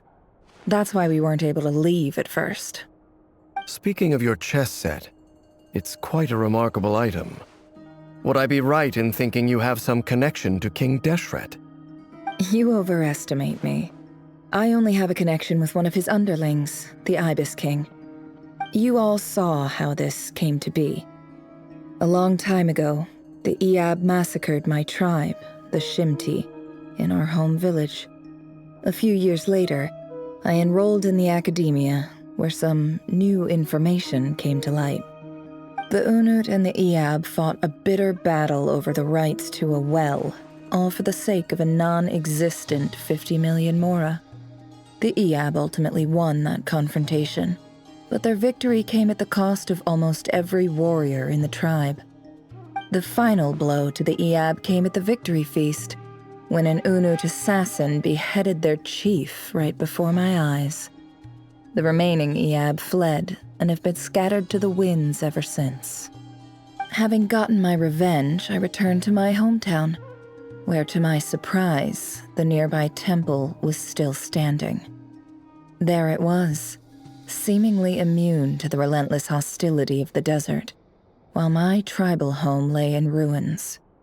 As I stood there gazing at the temple, I noticed a cat just outside. This cat, as it turned out, was home to the spirit of the Ibis King. He led me to a gate deep inside the temple, and there he made a deal with me. This chess set is my gift from the Ibis King. The chessboard within is made to the same specifications as the one in the mausoleum of King Deshret, and represents his power of piercing analysis. With this chessboard in its container, I gained a certain ability to perceive hidden secrets. Now, you could conclude that the Ibis King simply wanted to give the people of this world the power to seek the truth, but I don't believe that's the full story. Every god plays favorites. Their hearts are as fickle as any human's, full of secrets, perversions, egotistical tendencies. But precious few gods are willing to admit this. It is the same with all powerful forces, including fate itself. Their gaze falls preferentially upon a select few. As you rightly point out, this is an act of favoritism. If you're alluding to the Abyss, then yes, I agree. Gather the others. It's time to share everything I've learned.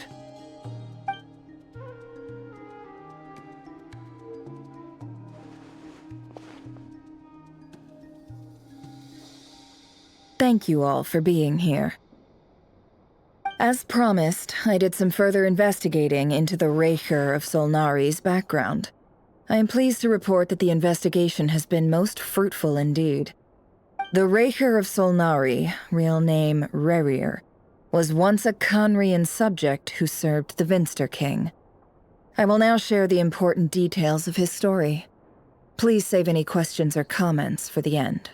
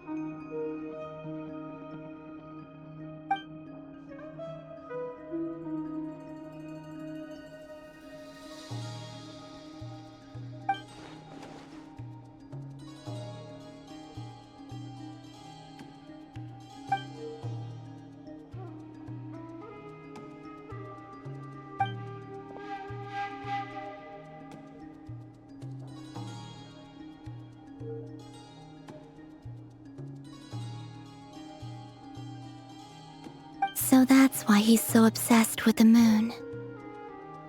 A tragic tale, to be sure. But it does not excuse his many transgressions. No matter how much Rerir suffered in the past, the fact remains that he is what we know today as the Wild Hunt, wreaking havoc upon innocent lives in Notcry. He becomes more dangerous with each passing day. If left unchecked, it is simply a matter of time before all of Tevat suffers the consequences. This is a threat that the Knights of Favonius cannot ignore. A question for Miss Columbina. Forgive me if this is presumptuous, but have you ever seen the spatial gateway that appeared in Rerir's memory?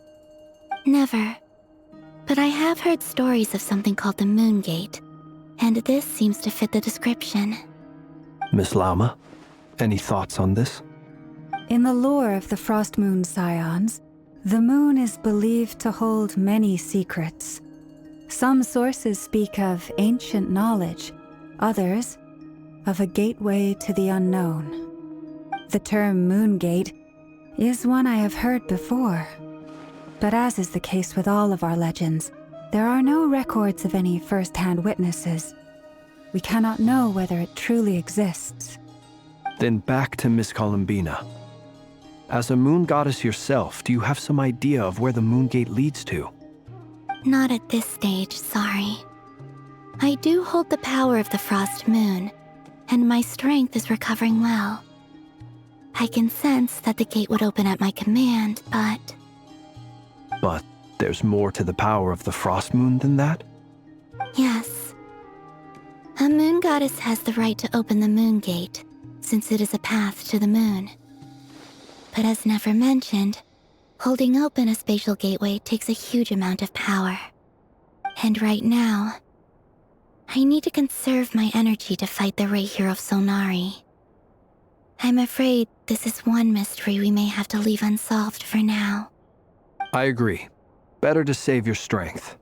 But if you'll humor me for a moment, I have a bold conjecture of my own regarding the world beyond the gateway. I highly suspect that neither Tholindis nor Rarir made it through unscathed. The evidence pointing to this is the fact that the Rahier of Solnari exists in the form of countless fragments. With the abyssal power he wields, no ordinary foe can touch him, let alone tear him to shreds. And yet, the wild hunt proliferates wherever his scattered fragments lie, drawing hordes of monsters to many different locations across the land. So your theory is that Rarir was physically torn to shreds by some powerful force? Hence, why the Wild Hunt is a distributed phenomenon, rather than a unified one? Makes sense to me. Explains why the Wild Hunt is so pervasive, and why he's been trying to piece himself back together. He was whole to begin with, and he wants to be whole again. Without the power of the Abyss on his side, he almost certainly would have perished the moment he was torn apart. But the Abyss, much like a curse, has kept him alive. I could not agree more. The power of the Abyss is most surely a curse. It is a compelling explanation, and one that accords with my present understanding of Abyss creatures. Whether the life form in question is primitive or advanced, if a curse has extended its lifespan unnaturally, it will continue to survive in spite of everything. This raises some interesting questions. I will run some experiments and see if there is any validity to my suspicions. That being said, regardless of whether my research bears fruit, I would like to thank Miss Nefer for conducting such a thorough investigation. Already, it has greatly enriched my understanding of the entity we face. My pleasure, Mr. Albedo. I too hope that the information I have shared today proves useful as we look to formulate the next stage of our plan. Hey! What is it, Dainsleif? You look really upset! It's just... when I think of the man I once knew as Rarir, I struggle to understand why things had to turn out like this. The two of you used to be friends, didn't you? I don't know if these words will bring any comfort, but my heart goes out to you. Mine too.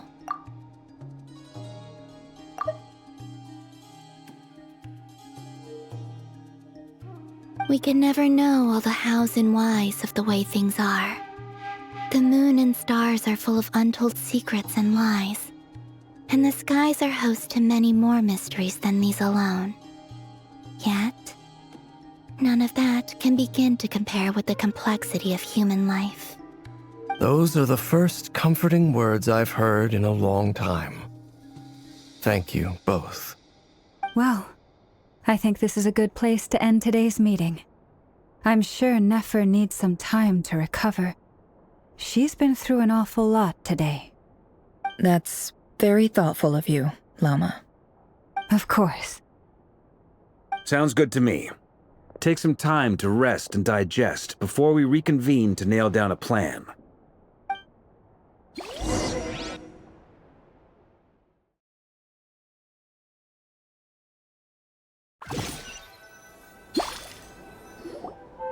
Hey, is this a bad time? Hope I didn't kill the conversation. No need. Come on, let's talk outside.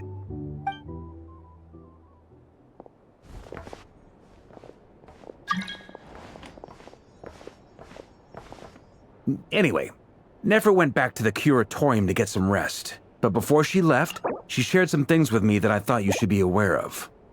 Firstly, although she managed to trap the Raker of Solnari inside her chess set, there's no guarantee that the power of the Ibis King is any match for one of the 5 sinners.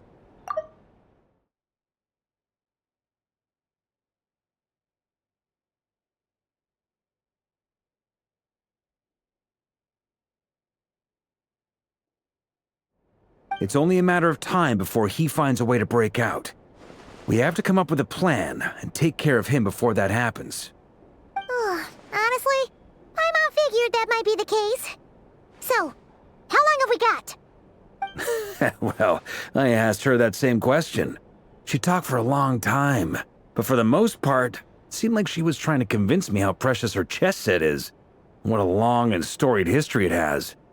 It felt like some kind of sales pitch, you know? The kind where you end up handing over Mora against your will? Anyway, after all that, she finally answered the question. 2 days, at most. 2 days? Holy moly! Can we even recruit enough help in that time? That remains to be seen. Which brings me to the second issue. Dainsleif is obviously conflicted about this whole thing. But given how little time we have, there's no way we can pull this off without his help. You have some history with him, right? Do you think maybe you could talk to him for us? Great, I appreciate it. All right, on to item 3. So, Albedo, Durin, and I put our heads together and came up with a plan. Can't promise it's gonna work yet, but at least it's a start. We figured we'd bounce the idea off you first. We'll explore it further once everyone's recovered. Oh, Paimon's dying to hear this. All right, so here's what we're thinking.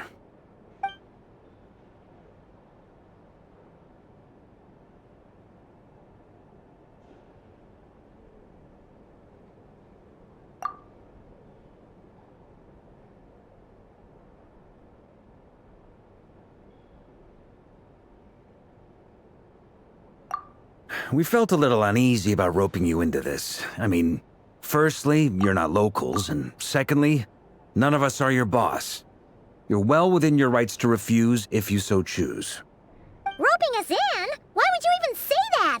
We know the stakes here. It's all of us against the Rayher of Solnari, or none of us stand a chance.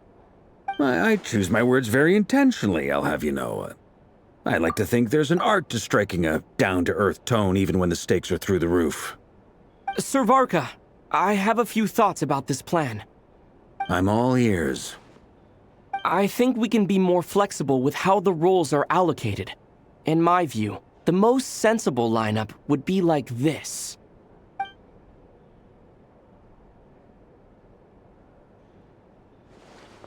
I see your point, yeah. But if that's how we're going to approach this, you'd better make sure you're ready. To be clear, I don't doubt your abilities. Far from it. I just want to make sure.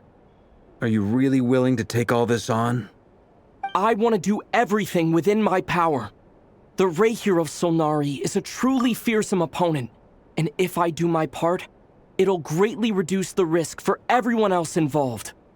Well, that tracks with what I've heard. Jean's mentioned in her letters that you're so diligent it's almost abnormal. As in, most people weigh up the risks and rewards in situations like this. But you seem to just march towards danger without a moment's hesitation.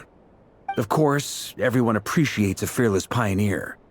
But all that aside, I'm the Grand Master of the Knights of Favonius, and you're our honorary knight. I want to make sure your courage doesn't come at the expense of your safety. Thank you, Sir Varka. I should be the one thanking you. It means a lot to have you on board. I'll give some serious thought to your suggestions.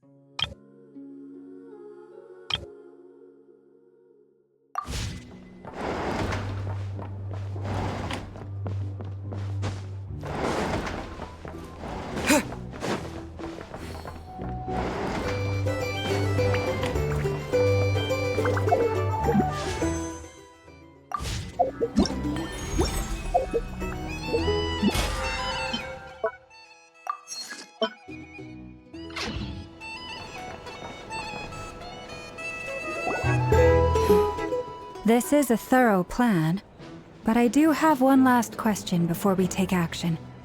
How can we be sure that our enemy won't leave the designated area? Great question. Albedo's been hard at work analyzing Rerir and the Wild Hunt's behavioral patterns. His conclusions are as follows.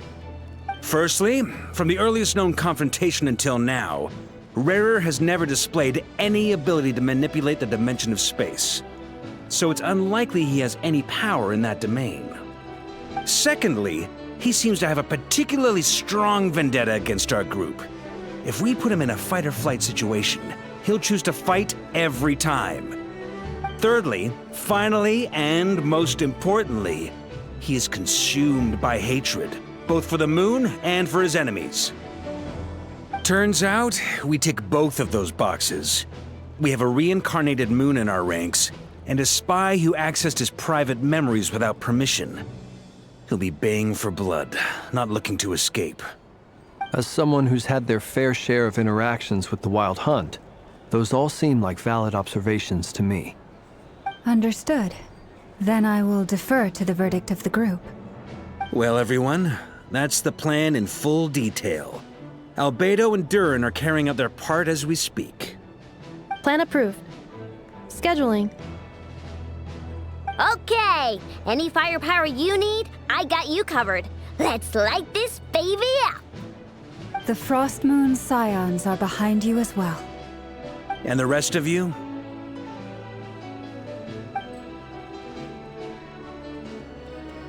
No objections? All right, then it's settled. This is the plan we're going with. Next up, an old tradition of mine. Anyone who wants to back out, now's your chance. Wait, we can still back out of this? Everyone says things they regret, right? I don't want anyone feeling trapped because their mouth said yes before their brain had time to think things through. A very people-first approach. I hear that's common practice in the Knights of Favonius. Heh. Who'd you hear it from? D-Luke? Shh. We don't use people's real names at work. This contact will be known only as Owl, please and thank you.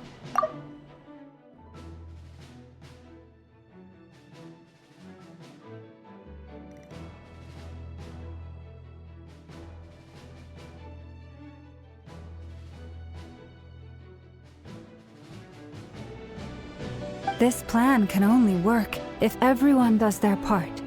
Flint's and I will absolutely support it. We shall indeed. You'll be glad you accepted our help. Also, you are the last person I expected to see here, Miss Dory. It's not often I get called Dory in a work context. My peers usually call me Lord Sangamabe. So, the longer your name, the higher your net worth. Is that the idea here? In that case, Mr. Flint's here must be worth a fortune. That's right, I know your full name. It's... The walls are thin here. I'd appreciate you keeping that a secret. Okay, fine. I'm actually only here as a favor for someone else. Do you have any idea how much it would cost to hire me otherwise?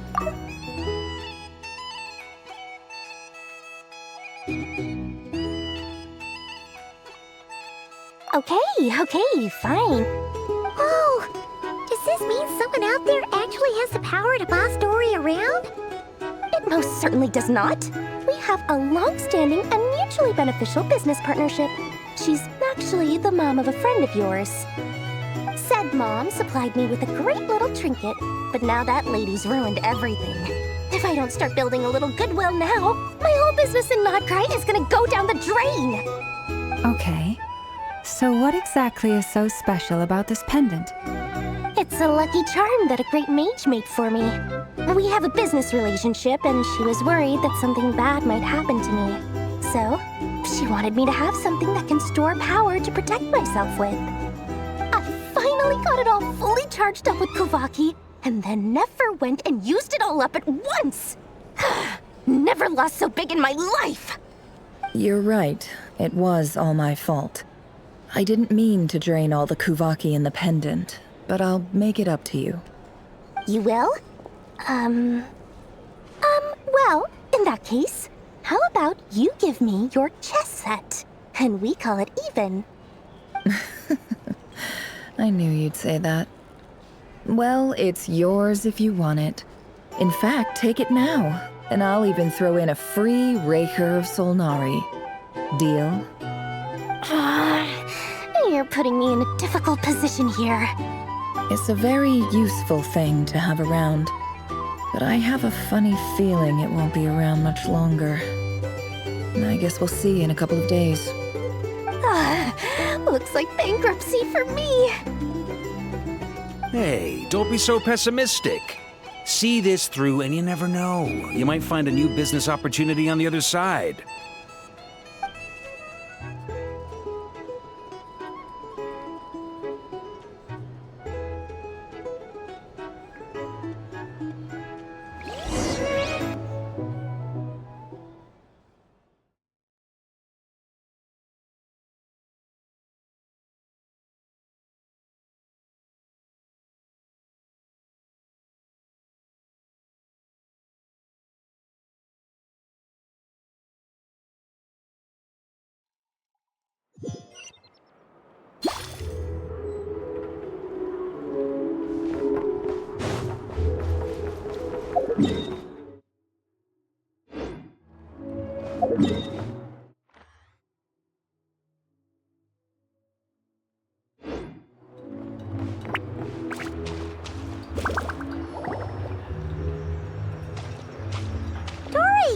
How are things going?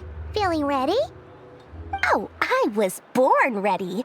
We only have 2 days. You think Lord Sangamabe would let an opportunity like this slip by? Don't forget, when something's in high demand, the people with the goods on hand get to charge the highest price of all, even higher than the sellers taking advance orders.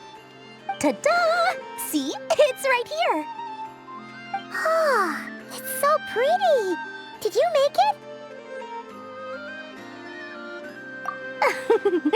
No, I have a supplier. We go way back, so he made me a very attractive offer. Aha! No wonder you were talking about Lucky Charms at the meeting. You've been getting Kave to make them for you. That's not the full story.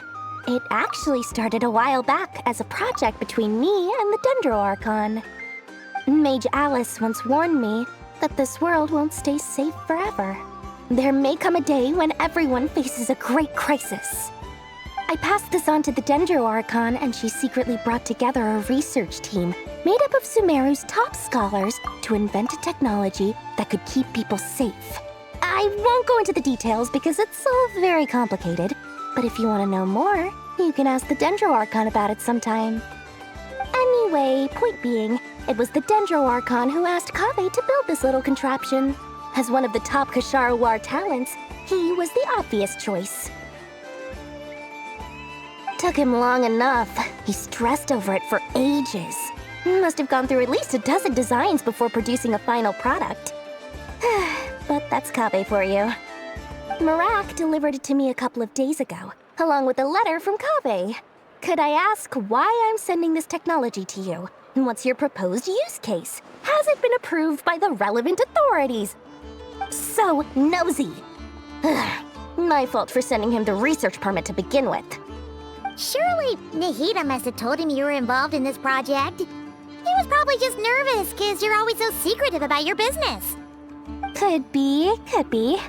Anyway, I just replied, let's hope there never has to be a use case, because it would involve grave danger. Fair enough. But it sounds like he was just being cautious. He probably felt responsible as the one who made it. Or maybe he was asking as a favor for his housemate. He's done that before. Not sure why, though. His housemate doesn't seem to really care that much about this kind of stuff.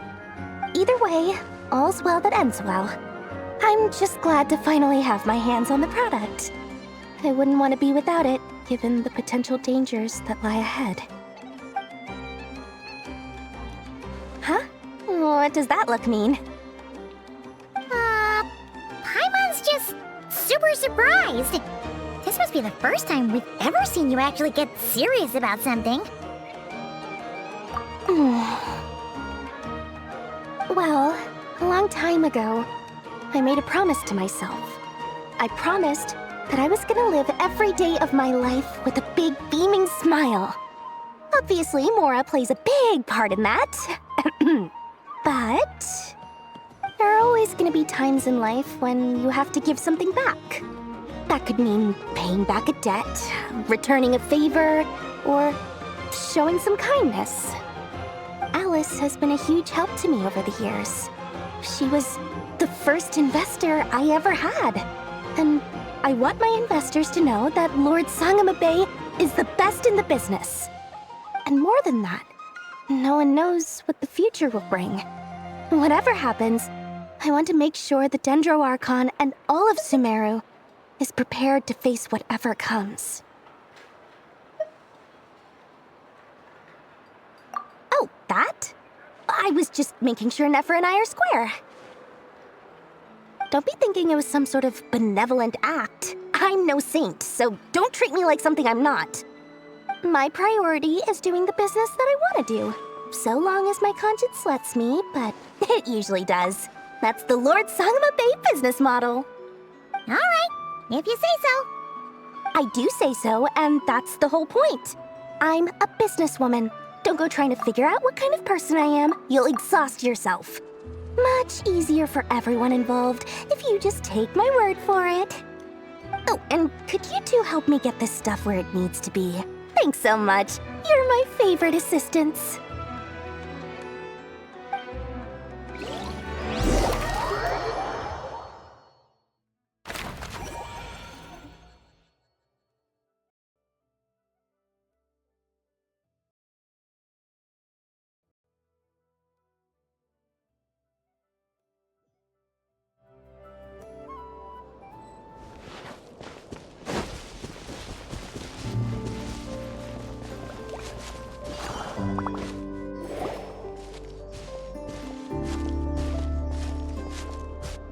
Traveler, Paimon, it's good to see you.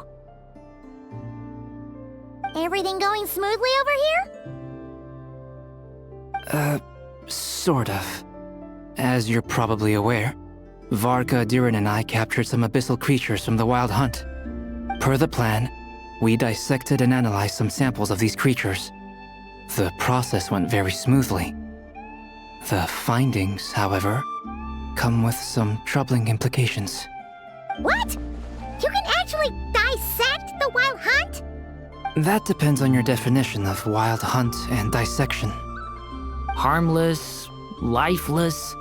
These words are accurate descriptions. The Wild Hunt is an interesting phenomenon. In and of itself, it doesn't seem to possess anything akin to a human personality. But taken as a collective, the medium through which the Wild Hunt is summoned does appear to have a soul. Master griped a lot about the wise Horoptatyr, and seemed somewhat fascinated with the foul Certology. But she barely mentioned Rerir at all. I don't think that was because of his lower social standing, though. Anyway, it's a pity. I should like to hear her thoughts on the nature of the lifeform he has become today. It's a strange mix. The furious energy of an abyssal being channeled through a fractured physical existence. A consequence of being torn apart by an unknown power. Perhaps the only explanation for his survival in this state is that he sacrificed a degree of individuality in exchange for a continued existence. Oh, sorry.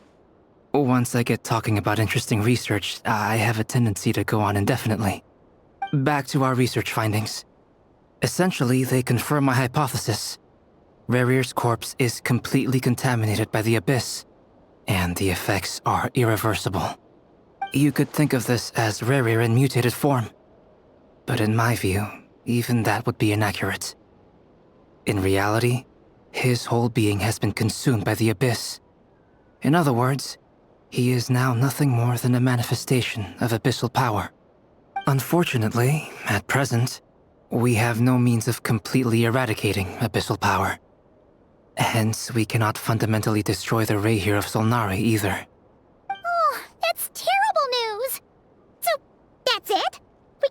defeat him? Not even if we get the power of the 3 moons? Miss Columbina's situation is a difficult one. She can never achieve wholeness when the world does not accept her presence.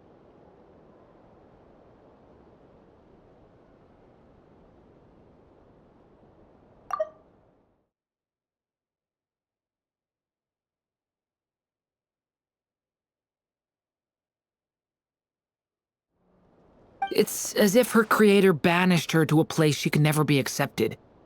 It means she spends most of her energy just on her own survival. Given the circumstances, it's only natural to despair. But we must see this plan through to the end. Time to kick off the backup plan.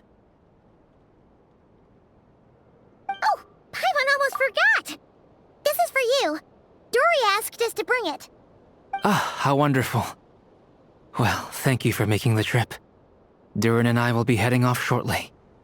I'm sorry I won't be there to protect you in person this time. Please be careful. All right then. Stay safe.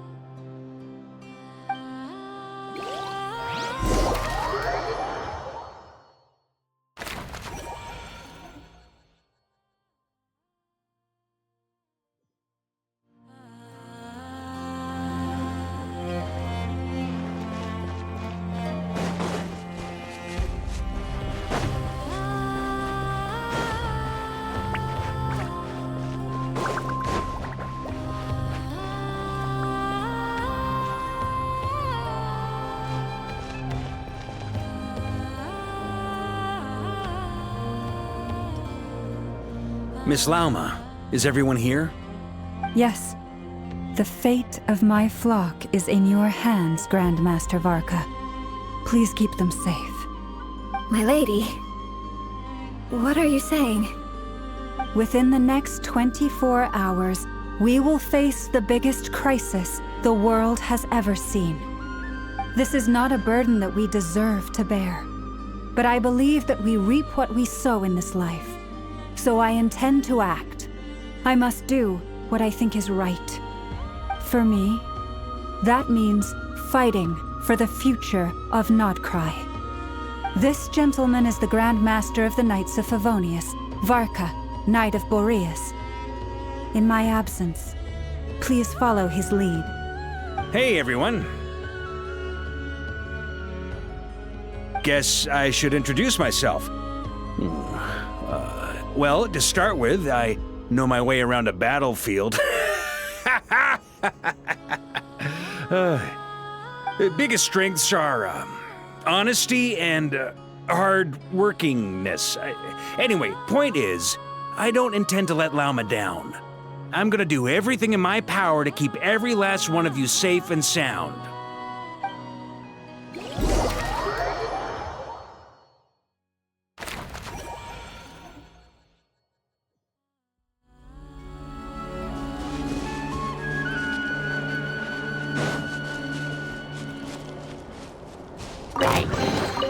I'll keep this close. Wrath from the skies! Rev the engine!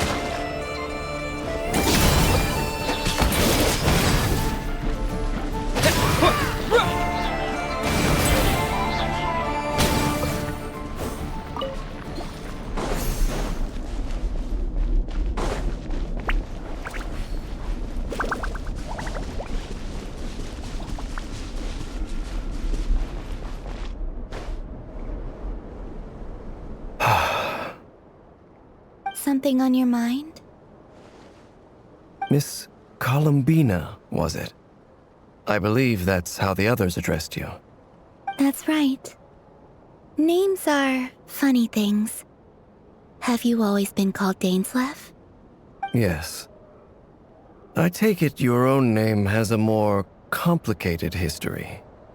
I have a different relationship with names than other people. To be honest, I'm not even sure that Columbina is my name. At least, not in the same way that Dainslev is yours.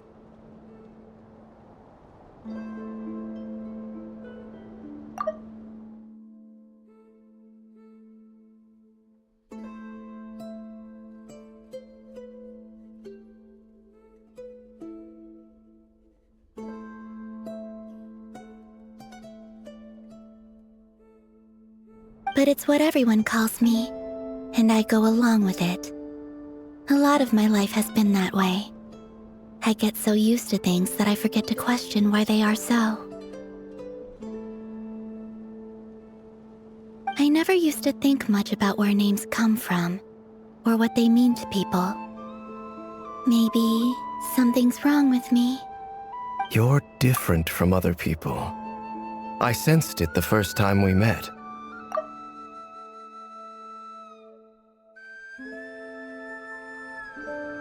You're more perceptive than most. I'm sure your long life and rich range of experience explains that. Do you ever find yourself missing Conria, Mr. Dainsleif? Difficult to answer. I have dreamed of the past many, many times. Sometimes I'm fighting tooth and nail. Other times I'm lying on the ground, defeated.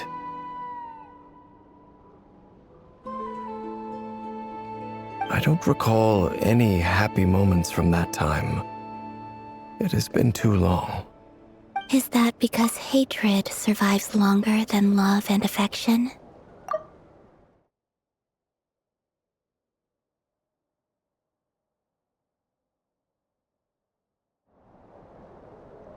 That would not be for me to say.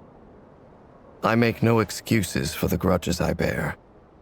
But whatever the reason, I remember little that was beautiful or sentimental. Thank you for your help with the Rerir situation. Without your efforts, I never could have learned the hidden truth of his story. You're welcome. I know he's your friend. Friend? He betrayed me. And I never really understood what he was going through in life. Some friendship, that is. Okay. So, do you plan to fight him with us? You see, you're torn. Now you know what really happened. You see the things he's done in a new light. I need some time. Of course. I completely understand. Anyone else in your position would feel conflicted too. Actually, I went through something similar myself recently. Something happened that changed my perspective on a situation. A situation I took for granted at the time, but now I feel very grateful for it.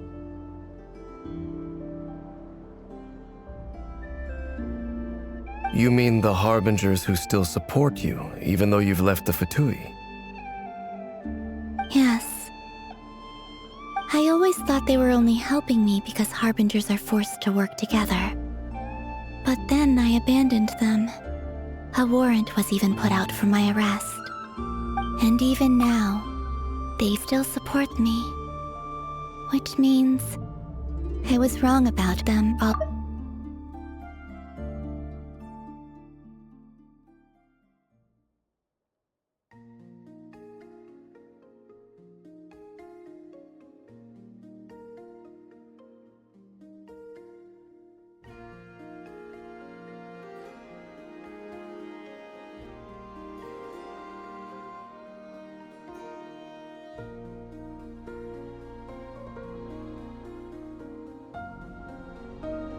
Clearly, they view you as a friend.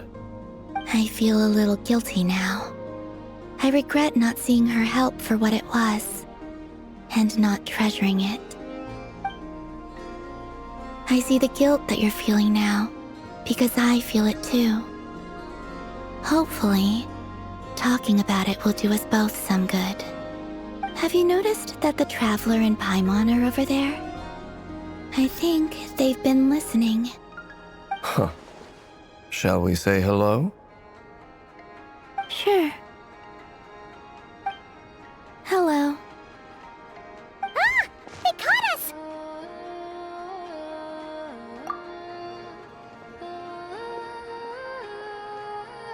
I apologize for making you worry. No doubt you wish to know where I stand on the plan to take down the Reir of Solnari. I'm afraid I need a little time. but I will seriously consider joining you. You will? Oh, thank you so much! Everyone will be so grateful to hear that! They needn't be. This was something that I was going to have to face up to eventually. That doesn't matter to them. They're grateful to you regardless. You can't control their gratitude, so just accept it. And then, have a think about whether you're willing to join us.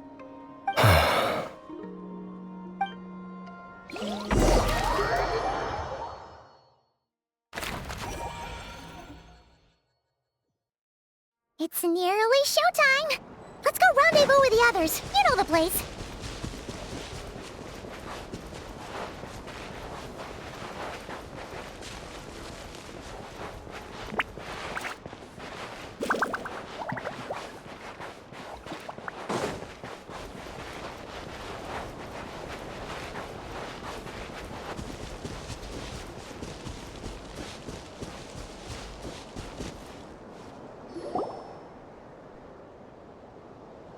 Ah, you're earlier than I expected.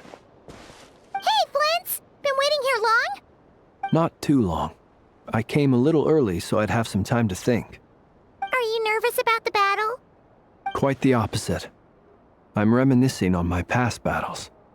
When I was awakened by the Ratniki, I had not touched a weapon in many years. I felt like the battlefield was not where I belonged.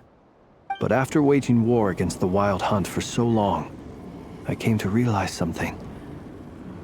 A life of absolute peace is simply not a possibility for me. My restless flame indicates that somewhere inside of me, there is a deep yearning to root out the evil in this world. Ooh, that doesn't sound like such a bad thing. Well, in the past, when I was a Fae whose primary concern was hibernation, it was hardly ideal. But it certainly serves me well here in the present. And I am delighted to be able to join forces with you in this endeavor. Looks like I'm not the first to arrive. Ah, Miss Lauma. Did you sleep okay last night? I struggled to settle down at first, because of the nerves. But don't worry, I got enough sleep in the end. I'll be just... Please, I'm just doing my part. Never! Over here!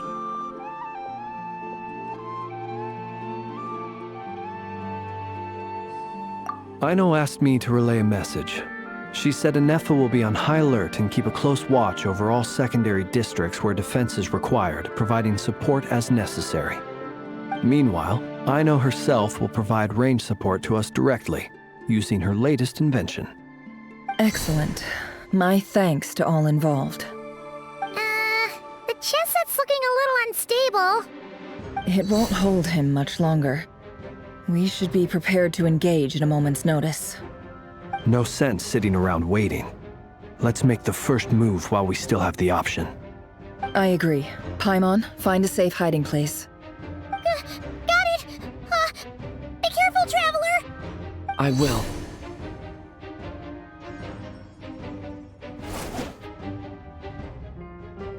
Everyone, take your positions as soon as the battle starts. Every ounce of strength we have in our bones, let us bring to this fight. Ready? Let's go. I've seen all your futile ploys before. You have become the authors of your own demise. I wouldn't be so sure about that. You are merely a moment of sport before I tear down the moon.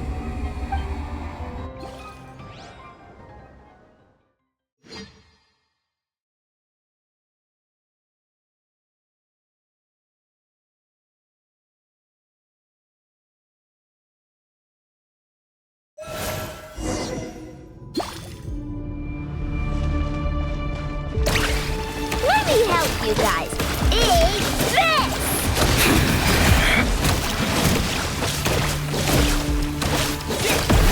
It's off.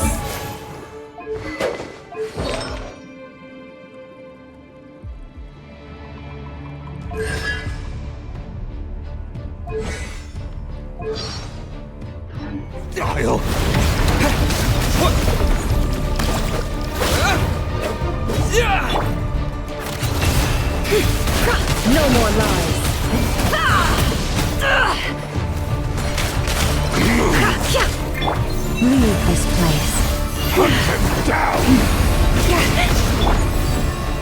Moonlight! Pathetic! Hunt them down! Close your eyes. Observe. Go!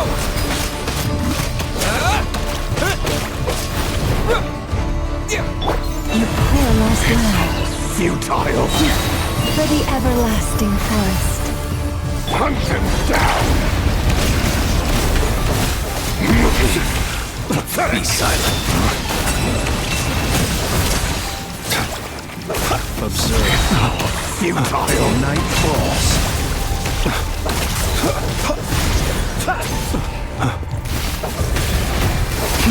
Close your eyes.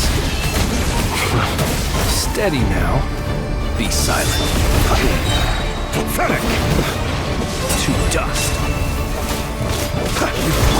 Water jet! It began with the moon, and so shall it end. The moon will protect you.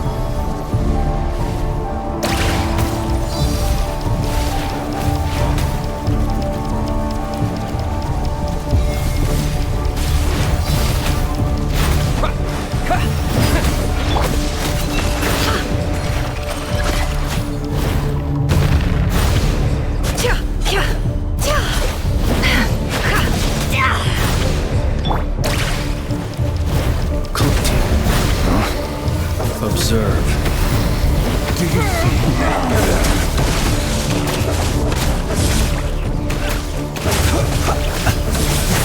Near. When will it be as you foretold?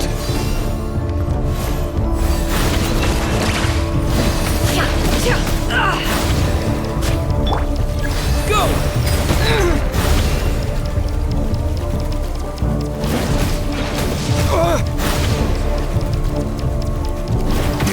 Spirit is not welcome here. Beware the creatures of the night. Observe. Can't hide the truth. How unfortunate. With one heart and pray. Stay your hand. Leave this place.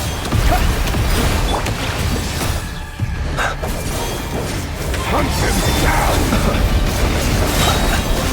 Fear the dark.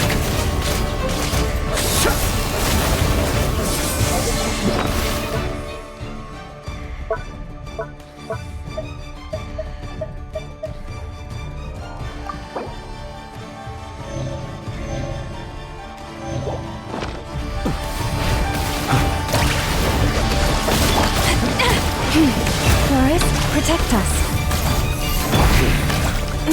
Shameless. No more lies. Be silent. Water jet! Hunt them down! The moonlight betrays you!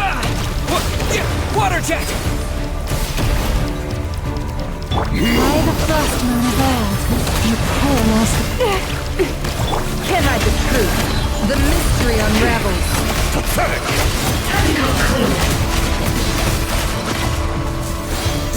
Hunt them down! The moonlight betrays you! Observe. It's all futile! The night cometh. Wipe out! Move! Your little game of heroics is over. Who wants to go first? Move! Now, get out of my sight! No! We've been Death is within separated! my grasp! You okay? Never! Where are the others? Stuck outside the barrier. I guess he really doesn't like this. I told you before, knowing too much is always a death sentence. Be careful what you wish for.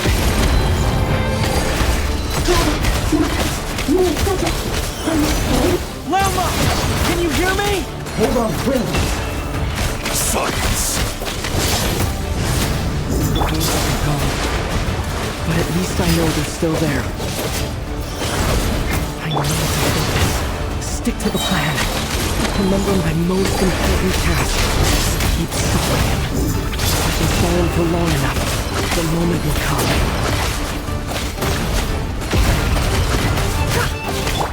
Yeah!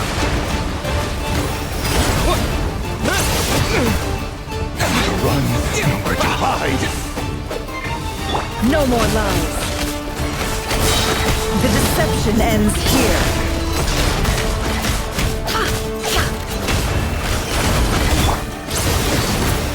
Bombs away!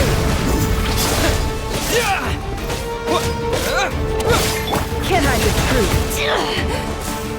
It all adds up. It all falls into place.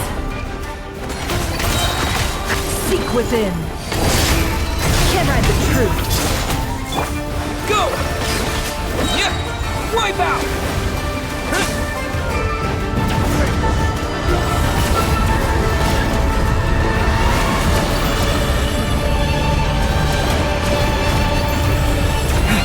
I got this!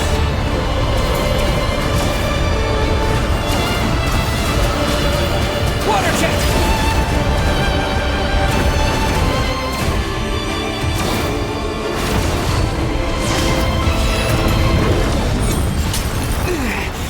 The shield's broken.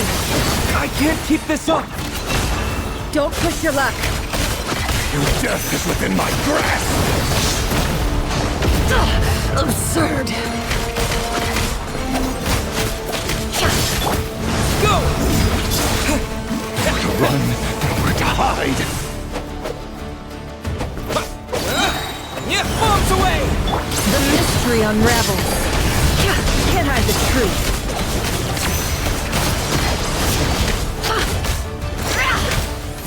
Let's see what you're made of. It all adds up. No more lies. It all adds up. The deception ends here. Time to go clean.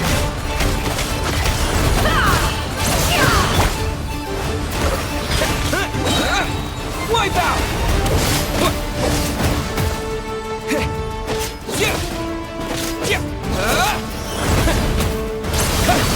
Can't hide the truth. Seek within. Let's see what you're made of.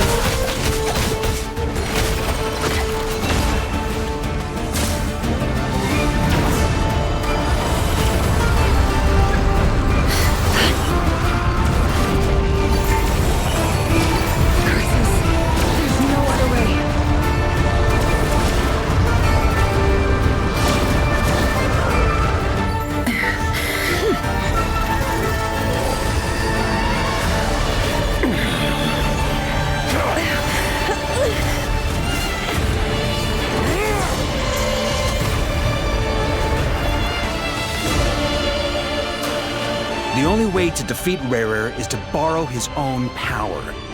That means Columbina will have to disappear while you two bear the brunt of his attacks. You have to hold on. Find a way to keep him focused on killing the two of you.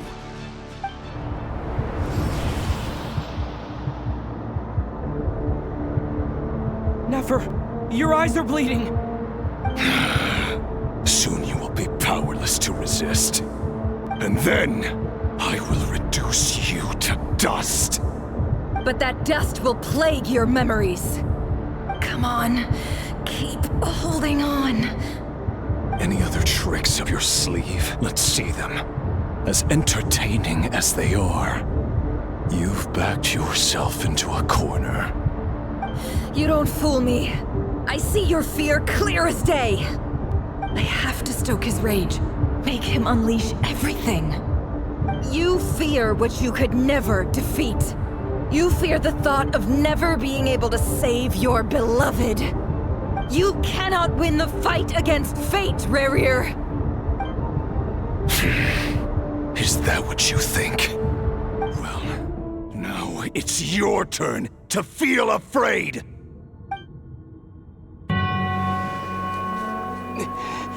You fear the sound of your own name? Is it us you hate? Or is it what you've become? Let's see what becomes of you!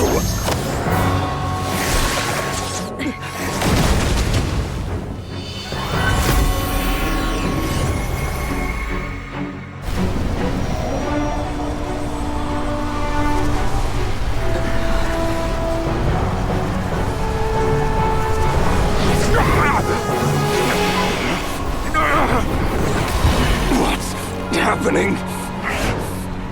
That power. I've seen it before.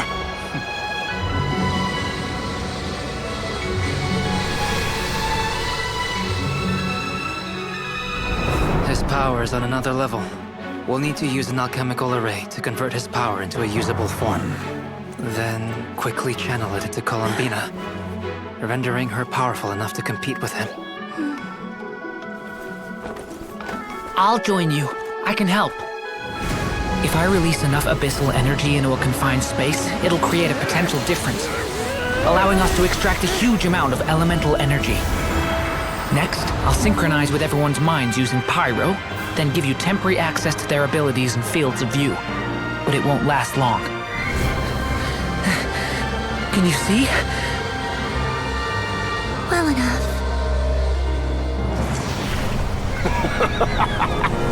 So, we have a student of Gold Rhine-Daughter in our midst. How about that?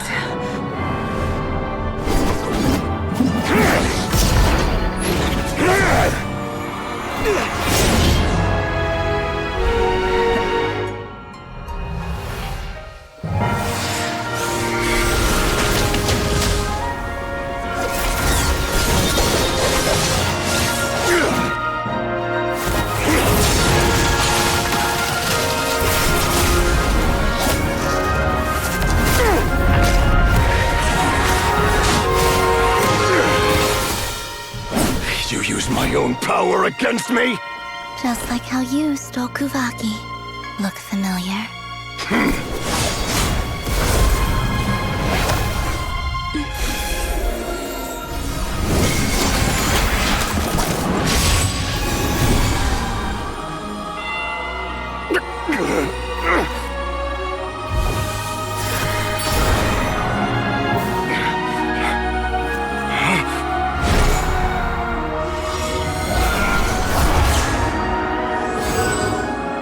Don't you realize? You don't have the power to hold that gate open! I don't, but someone else does.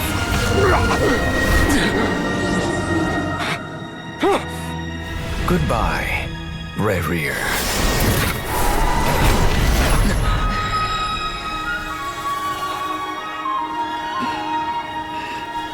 We won.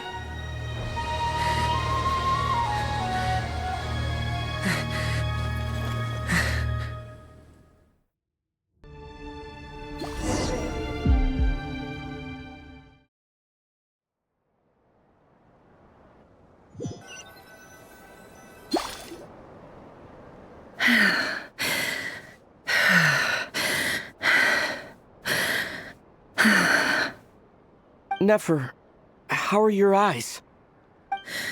They're fine. Apart from the blindness, of course. It's not too late. Let me handle it.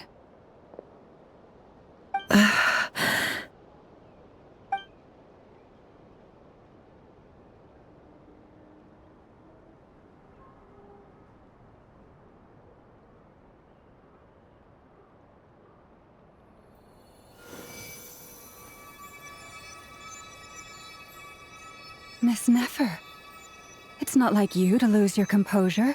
That was the most reckless thing I've ever seen you do. Reckless how? The situation was critical. Our lives were at stake. We had to do something. Even so. Okay. I guess you're right. Under the circumstances, it was a wise decision. You traded your eyes for an incredible victory. In business terms, I suppose that's a huge return on investment. I'd be hard-pressed to argue otherwise. Still, I don't like this outcome, and I don't want you to lose your sight for good. People suffer when they make sacrifices they shouldn't have to make, whether that means faith, strength, or in this case, your ability to even see. I had hoped you could win without sacrificing so much as a single hair on your head. Thank you. Really. All done. Don't try and open your eyes just yet. We'll see how you're doing in a couple of days. Until then, please follow your recovery plan to the letter. I'll send full details through Yehoda. For now, just get yourself home, relax, and rest. My dear friends, we have fought bravely and achieved a spectacular victory. A dark cloud has been lifted from the skies of Nodcry. All in this land will be grateful for what you have done. The moon will remember this day. Thank you both.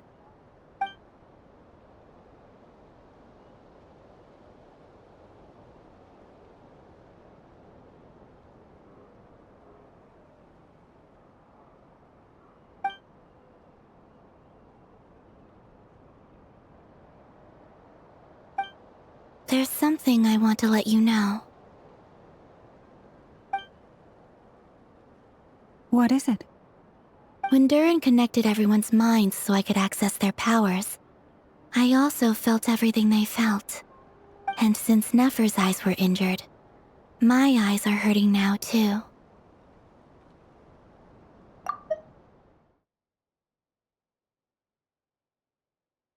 And since Nefer's eyes were in— Hold on. Let me try. I only feel the pain. There's no actual damage. I just thought I should tell you. You're right. There's no damage.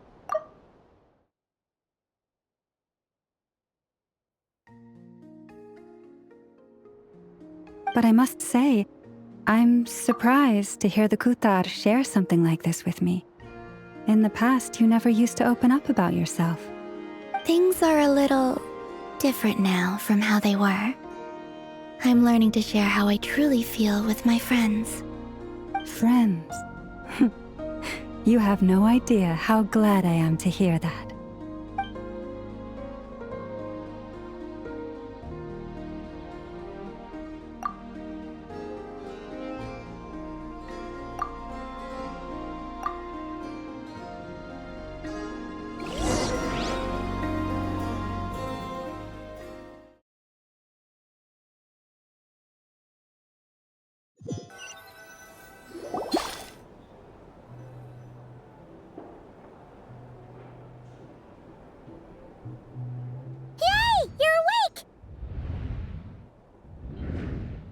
How are you feeling?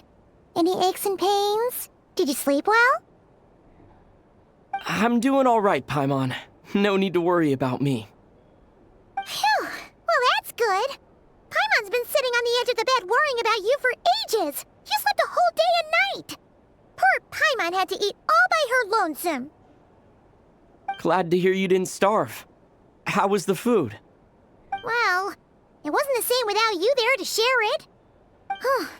Honestly, Paimon just can't relax when you're not your usual self. She couldn't enjoy the food and settle down to sleep. Well, I'm back to normal now. Oh yeah, and Albedo swung by earlier. He said to tell you to head to the tavern when you woke up. Varker and the others are organizing a victory feast and they want to celebrate with you. He also dropped off some medical supplies, but you seem fit as a fiddle, so guess you won't be needing those. If you're feeling up to it, let's head over now. Wouldn't want to keep them waiting.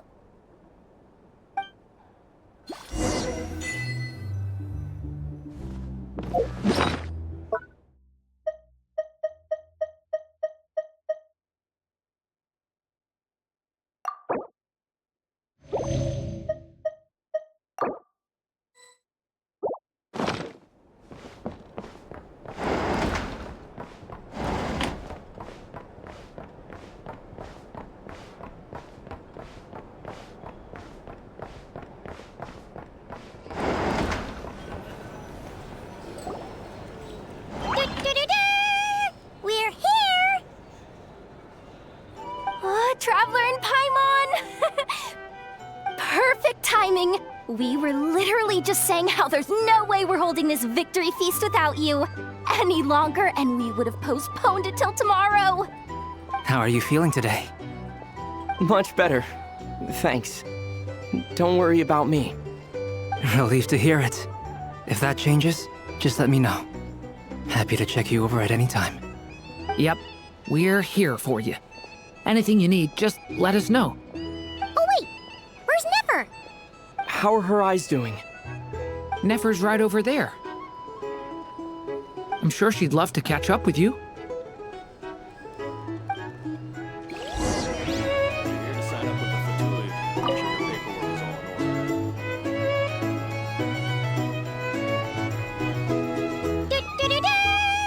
We're here! Traveler and Paimon! Perfect timing! How are you feeling today? Much better. Relieved to hear it. Yep. Oh wait, where's Nefer? How are her eyes doing? Nefer's right over there. I'm sure she'd...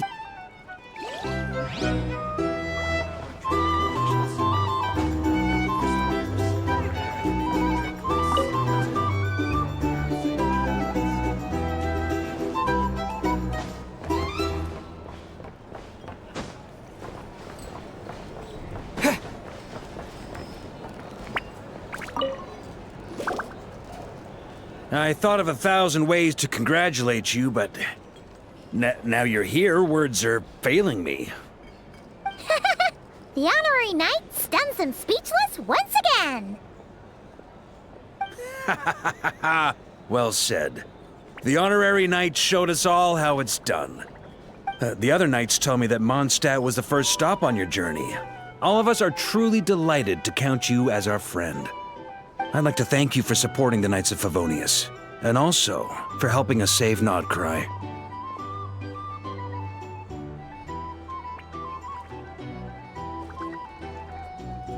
Nonsense! Of course I'm gonna mention it. This is more than just business. It's a relationship. And there can be no relationship without showing gratitude where it's due.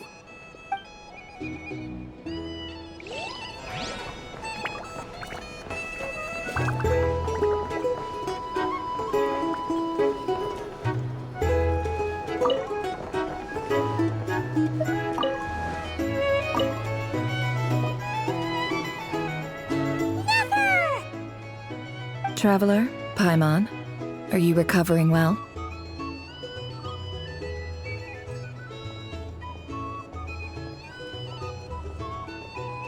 Turns out that moon chanter has some real talent after all. My eyes were mostly recovered after just a couple days' rest. I can actually open them again now. Yeah, but you gotta be careful. Lauma says not to strain your eyes while they're still healing. Yes, thank you. I'm well aware. Yehoda, could I borrow you for a moment? I could do with an extra pair of hands. Oh, sure. Coming. Did you hear that? I gotta go help Lauma for a second. You guys chat among yourselves. I'll grab us some drinks on the way back. Paimon, you still like 'em sweet? You bet! Make it extra sweet, because Paimon's earned it! Sure thing!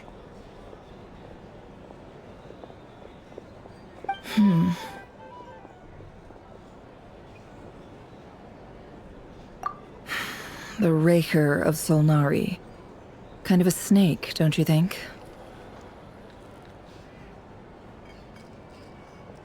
No, definitely a snake. A poisonous one who spewed his venomous hatred everywhere. Anyone who seeks revenge out of hatred for other people has become a snake. That's something my dad used to say.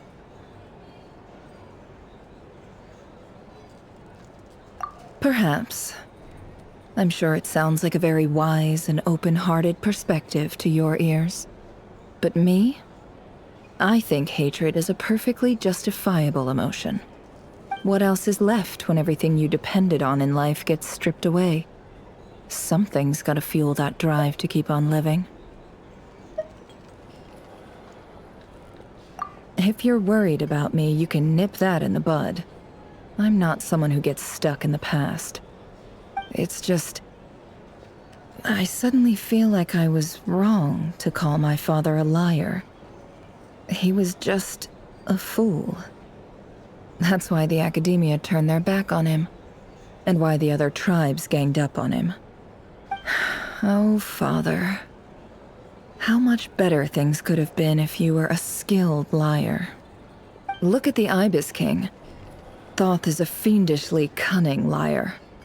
And yet, strangely, he feels more like a father to me than my real dad ever was. He's never brought it up, but I'd bet he feels the same way. Why else would he give me the power to perceive the truth, while at the same time training me in the art of deception?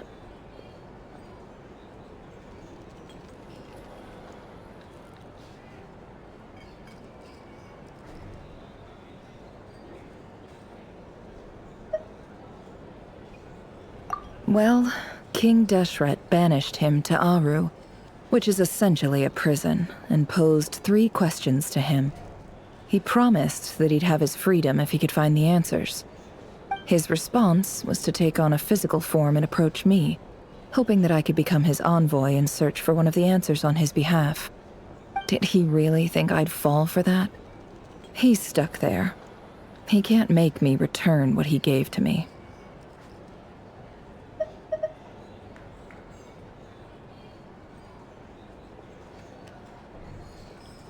So that's enough for you to decide he's nice, is it? He's a prisoner, and he was scared. So he decided to perform some good deeds to win people's approval. He lives in fear because he's a deceiver. How is Rerir any different? You can't work as a spy your whole life and expect a happy ending. It's preposterous. Yet I can't say I don't understand it. Liars live in the darkness of their own making, but it's still human nature to want to go on living. They say that a liar's soul is the most worthless thing in the world. What do you think?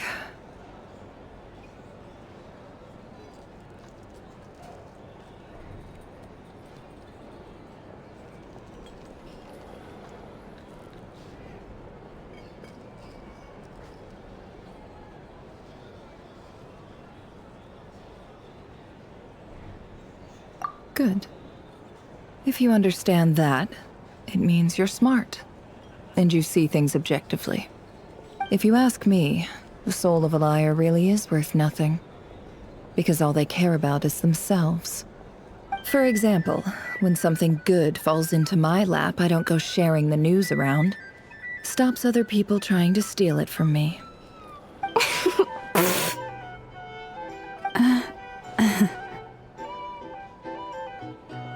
So be it. They have sharp ears. I can't keep anything from them. Oh, is that what it looks like? Well, you all know my past now, and I can't simply eliminate everyone who knows too much. So I guess I just have to put up with you, for the foreseeable future at least. When you find yourself in a situation you can't control, the safest play is to keep calm and start monitoring everyone involved like a hawk. In the intelligence world, you need to have a sense of perspective and play your hand accordingly. If you understand what's at stake, please ensure my secret is safe with you. I trust you'll respect my wishes as a friend. But don't forget, I will also be watching you like a hawk. Very good. Oh, wait! Now that the panic's over and we've all calmed down, Paimon suddenly remembered something. After all that build-up, our mystery ally never showed up even once!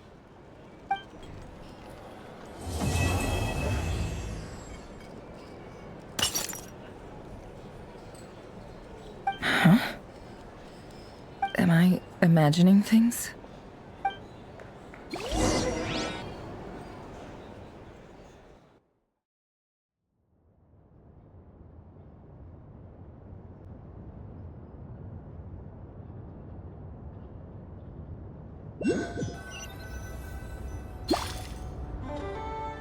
So, that close colleague who stayed behind with you? What's he been up to recently? Don't know, don't care. I get more normal human interaction from hanging out with Bosco too than him. Although, now you mention it, he hasn't bothered me in a while. I wonder if... If he's disappeared without a trace, it's the biggest gift he ever gave to the world. But I somehow doubt that's what's going on. He won't lie low forever. So we'd better stay on guard.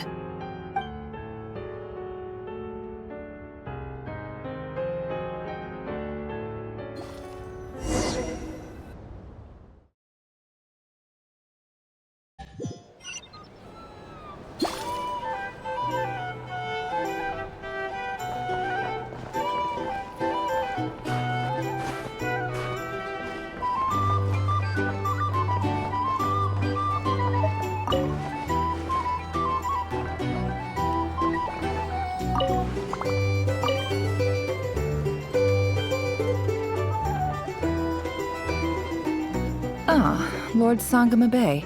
How lovely to see you. I must thank you for the device you provided. It was an enormous help. Would I be right in thinking that it was developed by the Academia? Why come and ask me when you clearly know already? I mostly came to thank you. That's more like it. A little gratitude goes a long way with Lord Sangama Bay. Play your cards right, and you might even stand a chance of becoming my long-term supplier. The chance to work with such a kind and charitable investor as yourself would be a great honor for the Curatorium. Huh? Charitable? Who said anything about charity? First time hearing about it. Let's see. The first plot of land you purchased in Nodcry, your desert interests, and... Stop! What do you think you're doing? Exposing my investment history! It's nothing to hide from. They're all perfectly legitimate investments. And some of the land you purchased was with the intent of building a sanctuary? Yes, I heard about that too.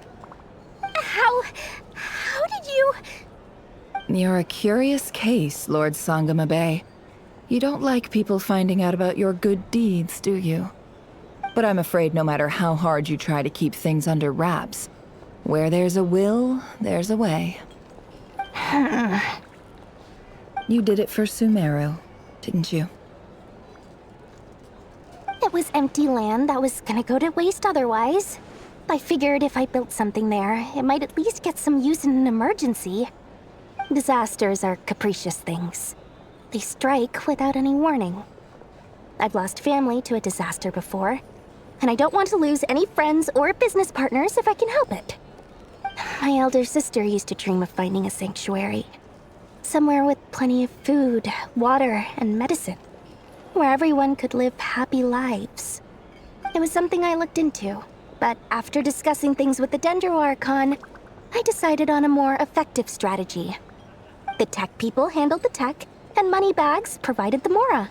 It just made the most sense. It's a pity that so few people know the truth about you. Everyone says that you view everything in terms of Mora, and all you care about is growing your own wealth. So, what's the problem with that? Everyone wants to be rich. It's human nature. So yes, I love Mora, and it's nothing to be ashamed of. But surely you have dreams of your own beyond just making Mora. You don't get it, do you? My dream is to invest in other people's dreams. And, you know, make a nice little slice for myself along the way. Just thinking about it makes me happy. That sweet, sweet sound of Mora. Thank you. For the device? And the pendant. Oh, that. I was just returning a favor. Don't worry about it. Seems like we've both been away from home for a very long time. Yeah. So long that I barely remember what my family even looked like. That would be your mother, father, and sister? Yeah, though it's been years since my sister passed away. It's not like I want to forget them, obviously, but Memory can be even more ruthless than the most calculating business person. Beyond a certain point, if something isn't helping you, it just gets rid of it. My sister can't help me now. Slowly but surely, her face is fading from my mind's eye. It's become a vague impression. Not everything will fade.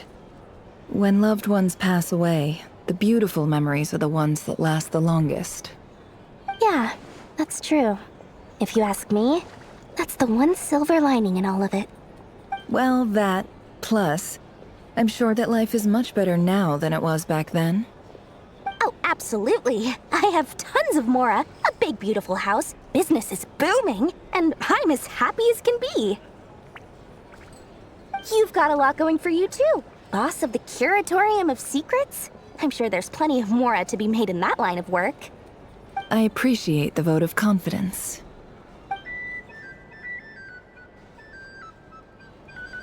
Hey there. Looking for a drink or two? Or perhaps a refreshment?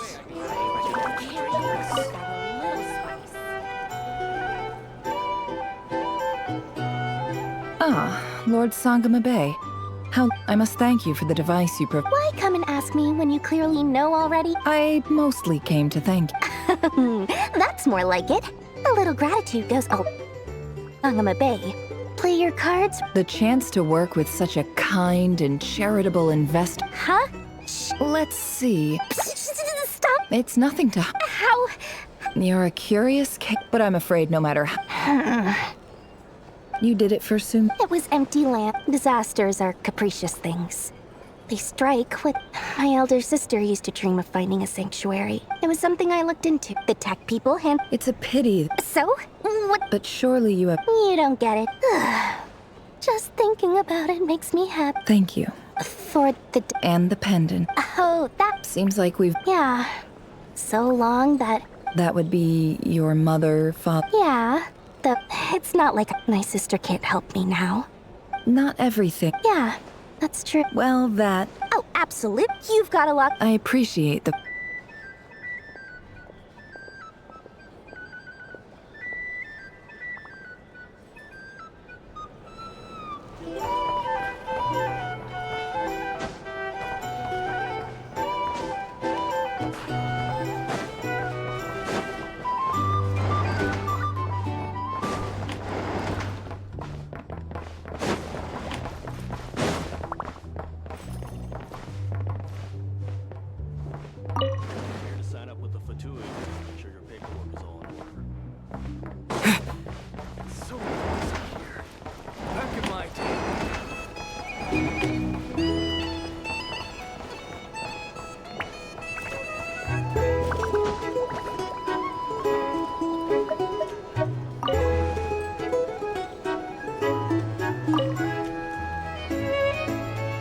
How have you been holding up? Any adverse reactions? If you start to take a turn for the worse, make sure you tell me right away. You don't need to worry about me, Grandmaster. I'm fine. I mean, I barely did anything, so... What? You're too humble, young man. You played an indispensable role in the battle for Nodcry. We can't thank you enough for your support. Sometimes, when people praise you, it's because you deserve it. The best thing is to accept it calmly and with grace. It's important to learn how to respond to words of admiration. Let's do a quick demonstration. Albedo, that was an incredible feat of alchemy. The pressure was on, but you worked flawlessly at lightning speed to get the job done. Thank you. I can't take all the credit, though. Durin played a big part in forming the alchemical array. See? Did you catch that? A masterclass in how to take a compliment. Okay, yeah. I did work pretty hard to help prepare for the battle. No point denying that. Hey, you guys! Hey, look who's bounced back. Looking good, Traveler. Seems like you've recovered. You won't need to take any more medication. Can I get you a drink? Huh? You know how to order at a bar now? You've sure learned a lot recently. Handling a drinks order is ridiculously simple compared to alchemy. Don't worry, I'll blend into society yet. Paimon believes it! You're clearly a fast learner, just like your brother. To be totally honest though, Paimon didn't quite follow all the details when you first explained the plan to us. Don't worry, that's completely understandable. Unless you're a student of alchemy, it's hard to grasp the principle and how the process works. To put it in the simplest terms, we saw how our enemy stole the power of Kuvaki. And that gave us the idea of stealing his power to turn it against him. When facing an enemy you have no hope of defeating, it's best not to engage them in battle. So, instead of looking for a way to overpower him, we decided to help Columbina get strong enough to at least stand up to him in a fight. For this to work, we had to analyze his modes of attack, confirm who his main target was, and make sure that he wouldn't go beyond the range of the alchemical array. For added security, we prepared a total of 4 arrays. But to mitigate the impact of the battle, we identified one location in particular as the ideal spot, which is where the confrontation took place. The alchemical array absorbed his abyssal power. Then Durin processed it to render it usable by Columbina. That power enabled her to do what would otherwise have been nigh on impossible. What surprised me was that Dainsleif actually agreed to join us. Given his history with Rerir, he had every right to sit this one out. But we're extremely grateful for the decision he made.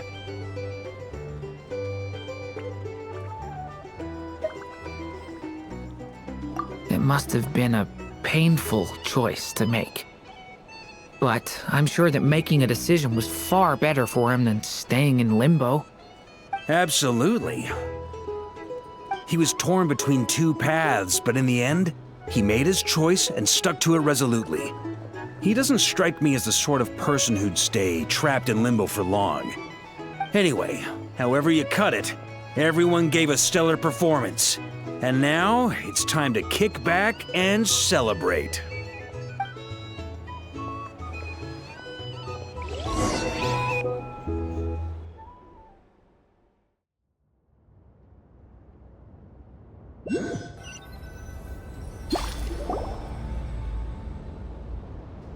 That's the only reason you're here. Yes. I've thought a lot about it. And I've realized that you, me, and Arlecchino should be friends. I think this is very important. So I felt I had to come and tell you. Well, this is a new one. I'm so moved. I can't even hold my teacup. If that's all, you can leave now. Do you not want to be friends with me? Or is it that you prefer being co-workers? What is this, Columbina? Are you deliberately testing my patience threshold? Right now, my politeness module is active. But if you say another word, I swear I'll shut it down. If your politeness module was active, wouldn't you say the word please at some point? Polonia, please see Lady Columbina to the door. Will you still invite me to your next tea party? What? Yes, I think you will. Bye-bye, dear Sandrone.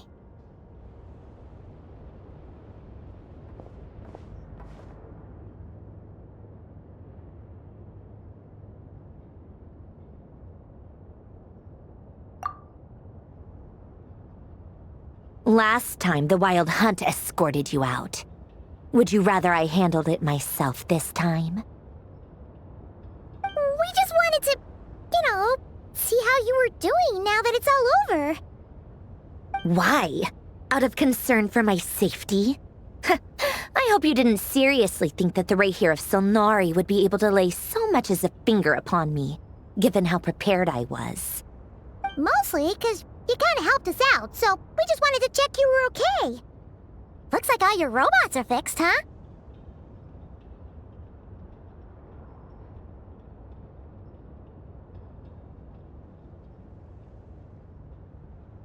Oh, don't you worry about that. Tea time is already a write-off.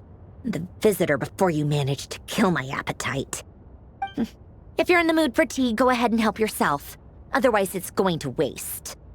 My coasters are still missing in action, though. Use this notebook instead. Whoa! Pretty hefty notebook. Look at all those calculations. You can ignore those. They're just dumb scribblings. I doodle and write in my free time. Sometimes I remember the distant dreamlike past. Sometimes I imagine the far-flung future. And other times, I grit my teeth and note down all the crazy nonsense going on in the present. Some people do the crosswords in the newspaper. This is my equivalent of that. Trying to predict the future is like daydreaming, and writing about the present just makes me furious. The past is my favorite. If nothing else, it's already set in stone, so I don't have to rack my brains trying to figure it all out. Huh. Although, having said that, the only vaguely interesting memory in my past is probably that guy they call Lord Artificer. Who else? Pretty much all the mecha in Fontaine are his personal handiwork. Wait, are you saying you know him? Like, personally? As a friend? I mean, I guess we were friendly enough.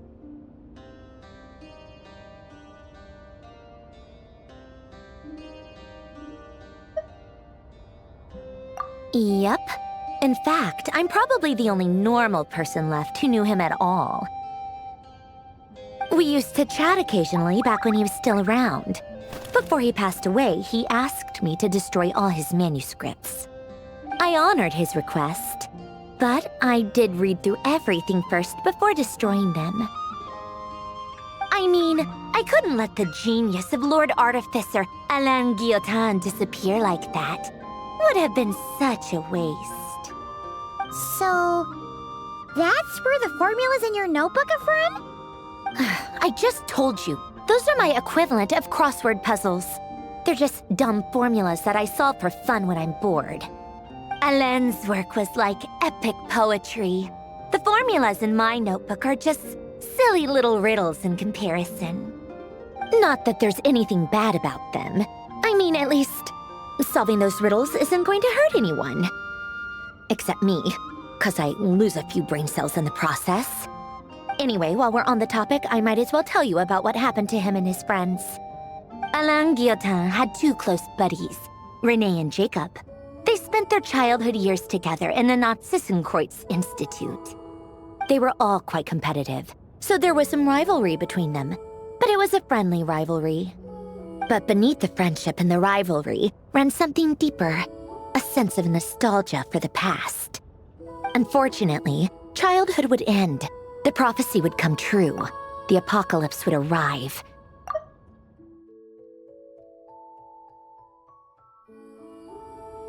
A mad dream that would normally only capture the minds of lunatics began to take root in their hearts. A dream of saving the world. And if Renee and Alain had been people of lesser wits, that dream would probably have ended up as something for them to joke about in their older years.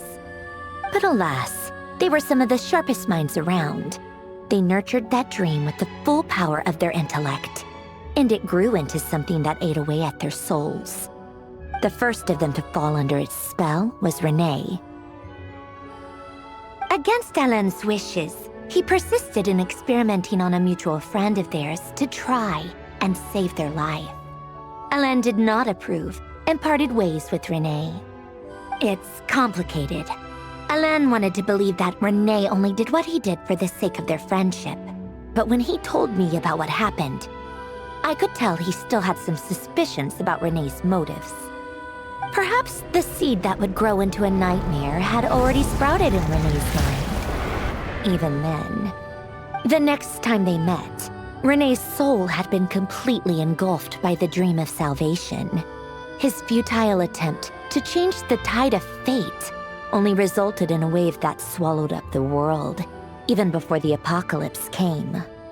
And although that wave died down eventually, I hear that it just recently came back with a vengeance. As I understand, Renee wanted to live out his dream of salvation once more. But I'm told that the attempted resurgence finally died out for good. At long last, Renee awoke from his deluded dream. Though of course by then it was far too late. What do you think of Renee? Do you admire his transcendent genius? His view that any price was worth paying to achieve the lofty goal of saving the world? Or do you despise him? Dismiss him as an evil madman who wrought havoc on the lives of everyone around him as he pursued his delusional dream? Same difference, really. Just a matter of perspective.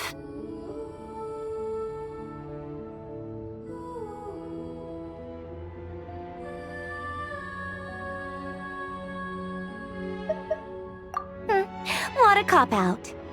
But I suspect you'd have a more incisive and insightful answer if we dug into it further. I don't like fanatics who give up their whole lives for their ideology. Nor do I like fools who let their delusions take control. Maybe I could understand if Renee had just been an ordinary person. But he had a sage-like intellect. And still managed to get himself lost in a labyrinth of his own desires. Anyway, that's enough about Renee. Now, moving on to Alain Guillotin, the Lord Artificer. He managed to put a stop to the first storm whipped up by Renee. But after that, Alain lost his friends and family. To his credit, I suppose, the loss of his family and friends was purely a tragic accident. It's not like Alain sacrificed them for his cause or anything. After that, the only thing supporting his work was the same dream that had dragged his closest friend down to the abyss. But although the desire to save Fontaine drove him to found the Fontaine Research Institute, Alain continued to reject any form of transcendental knowledge or power. He was suspicious and fearful of it, having seen the way it had affected his closest friend. I think that formulas and machines derived solely from human intellect were the only thing that gave him a sense of spiritual comfort. Yet Alain's intellect was simply too great. It barely left him space to breathe in his lifetime. Once he realized that the end of his life was approaching, he finally accepted the truth. The Nazissenkreuz Institute needed someone, and a human being, to see its story through to the end. He quit working on his formulas, trading them in for the fairy tales that had played such a formative role in his childhood, but which he barely touched in his adult life. He told me that the director of the Nazissenkreuz Institute used to read those fairy tales to the children as bedtime stories. Apparently, they worked wonders at sending kids off to sleep. I think that all he wanted at that time in his life was to be able to sleep deeply without being plagued by depression. By that point, nothing else really mattered.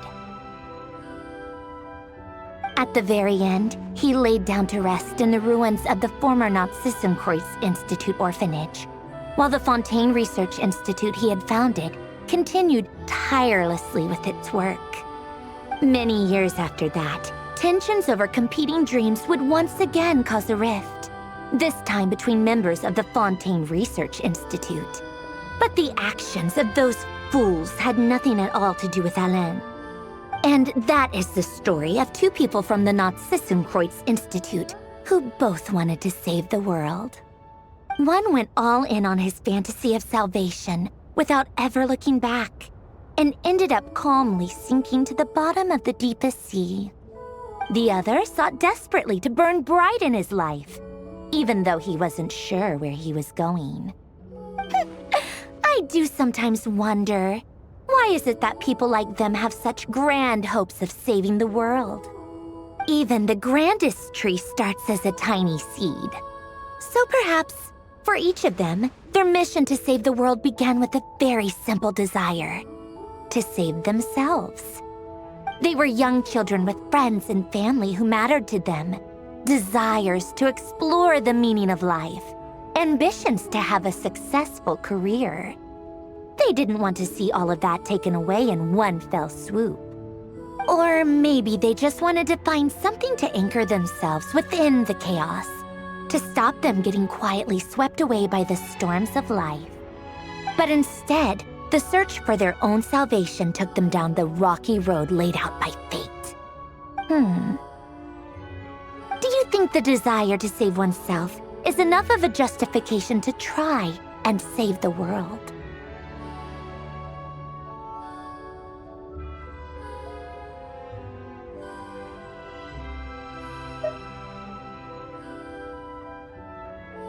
You don't know? I guess that's a fair answer. At least you're not trying to hide your confusion. Alain was much more straightforward about it. I asked him the same question back when he was in his prime, putting all of his energy into his work. Yes, it's enough. That was all he said before getting right back to his work. He was always that way. All right, tea time's over. I owe Arlecchino a favor for telling me these stories.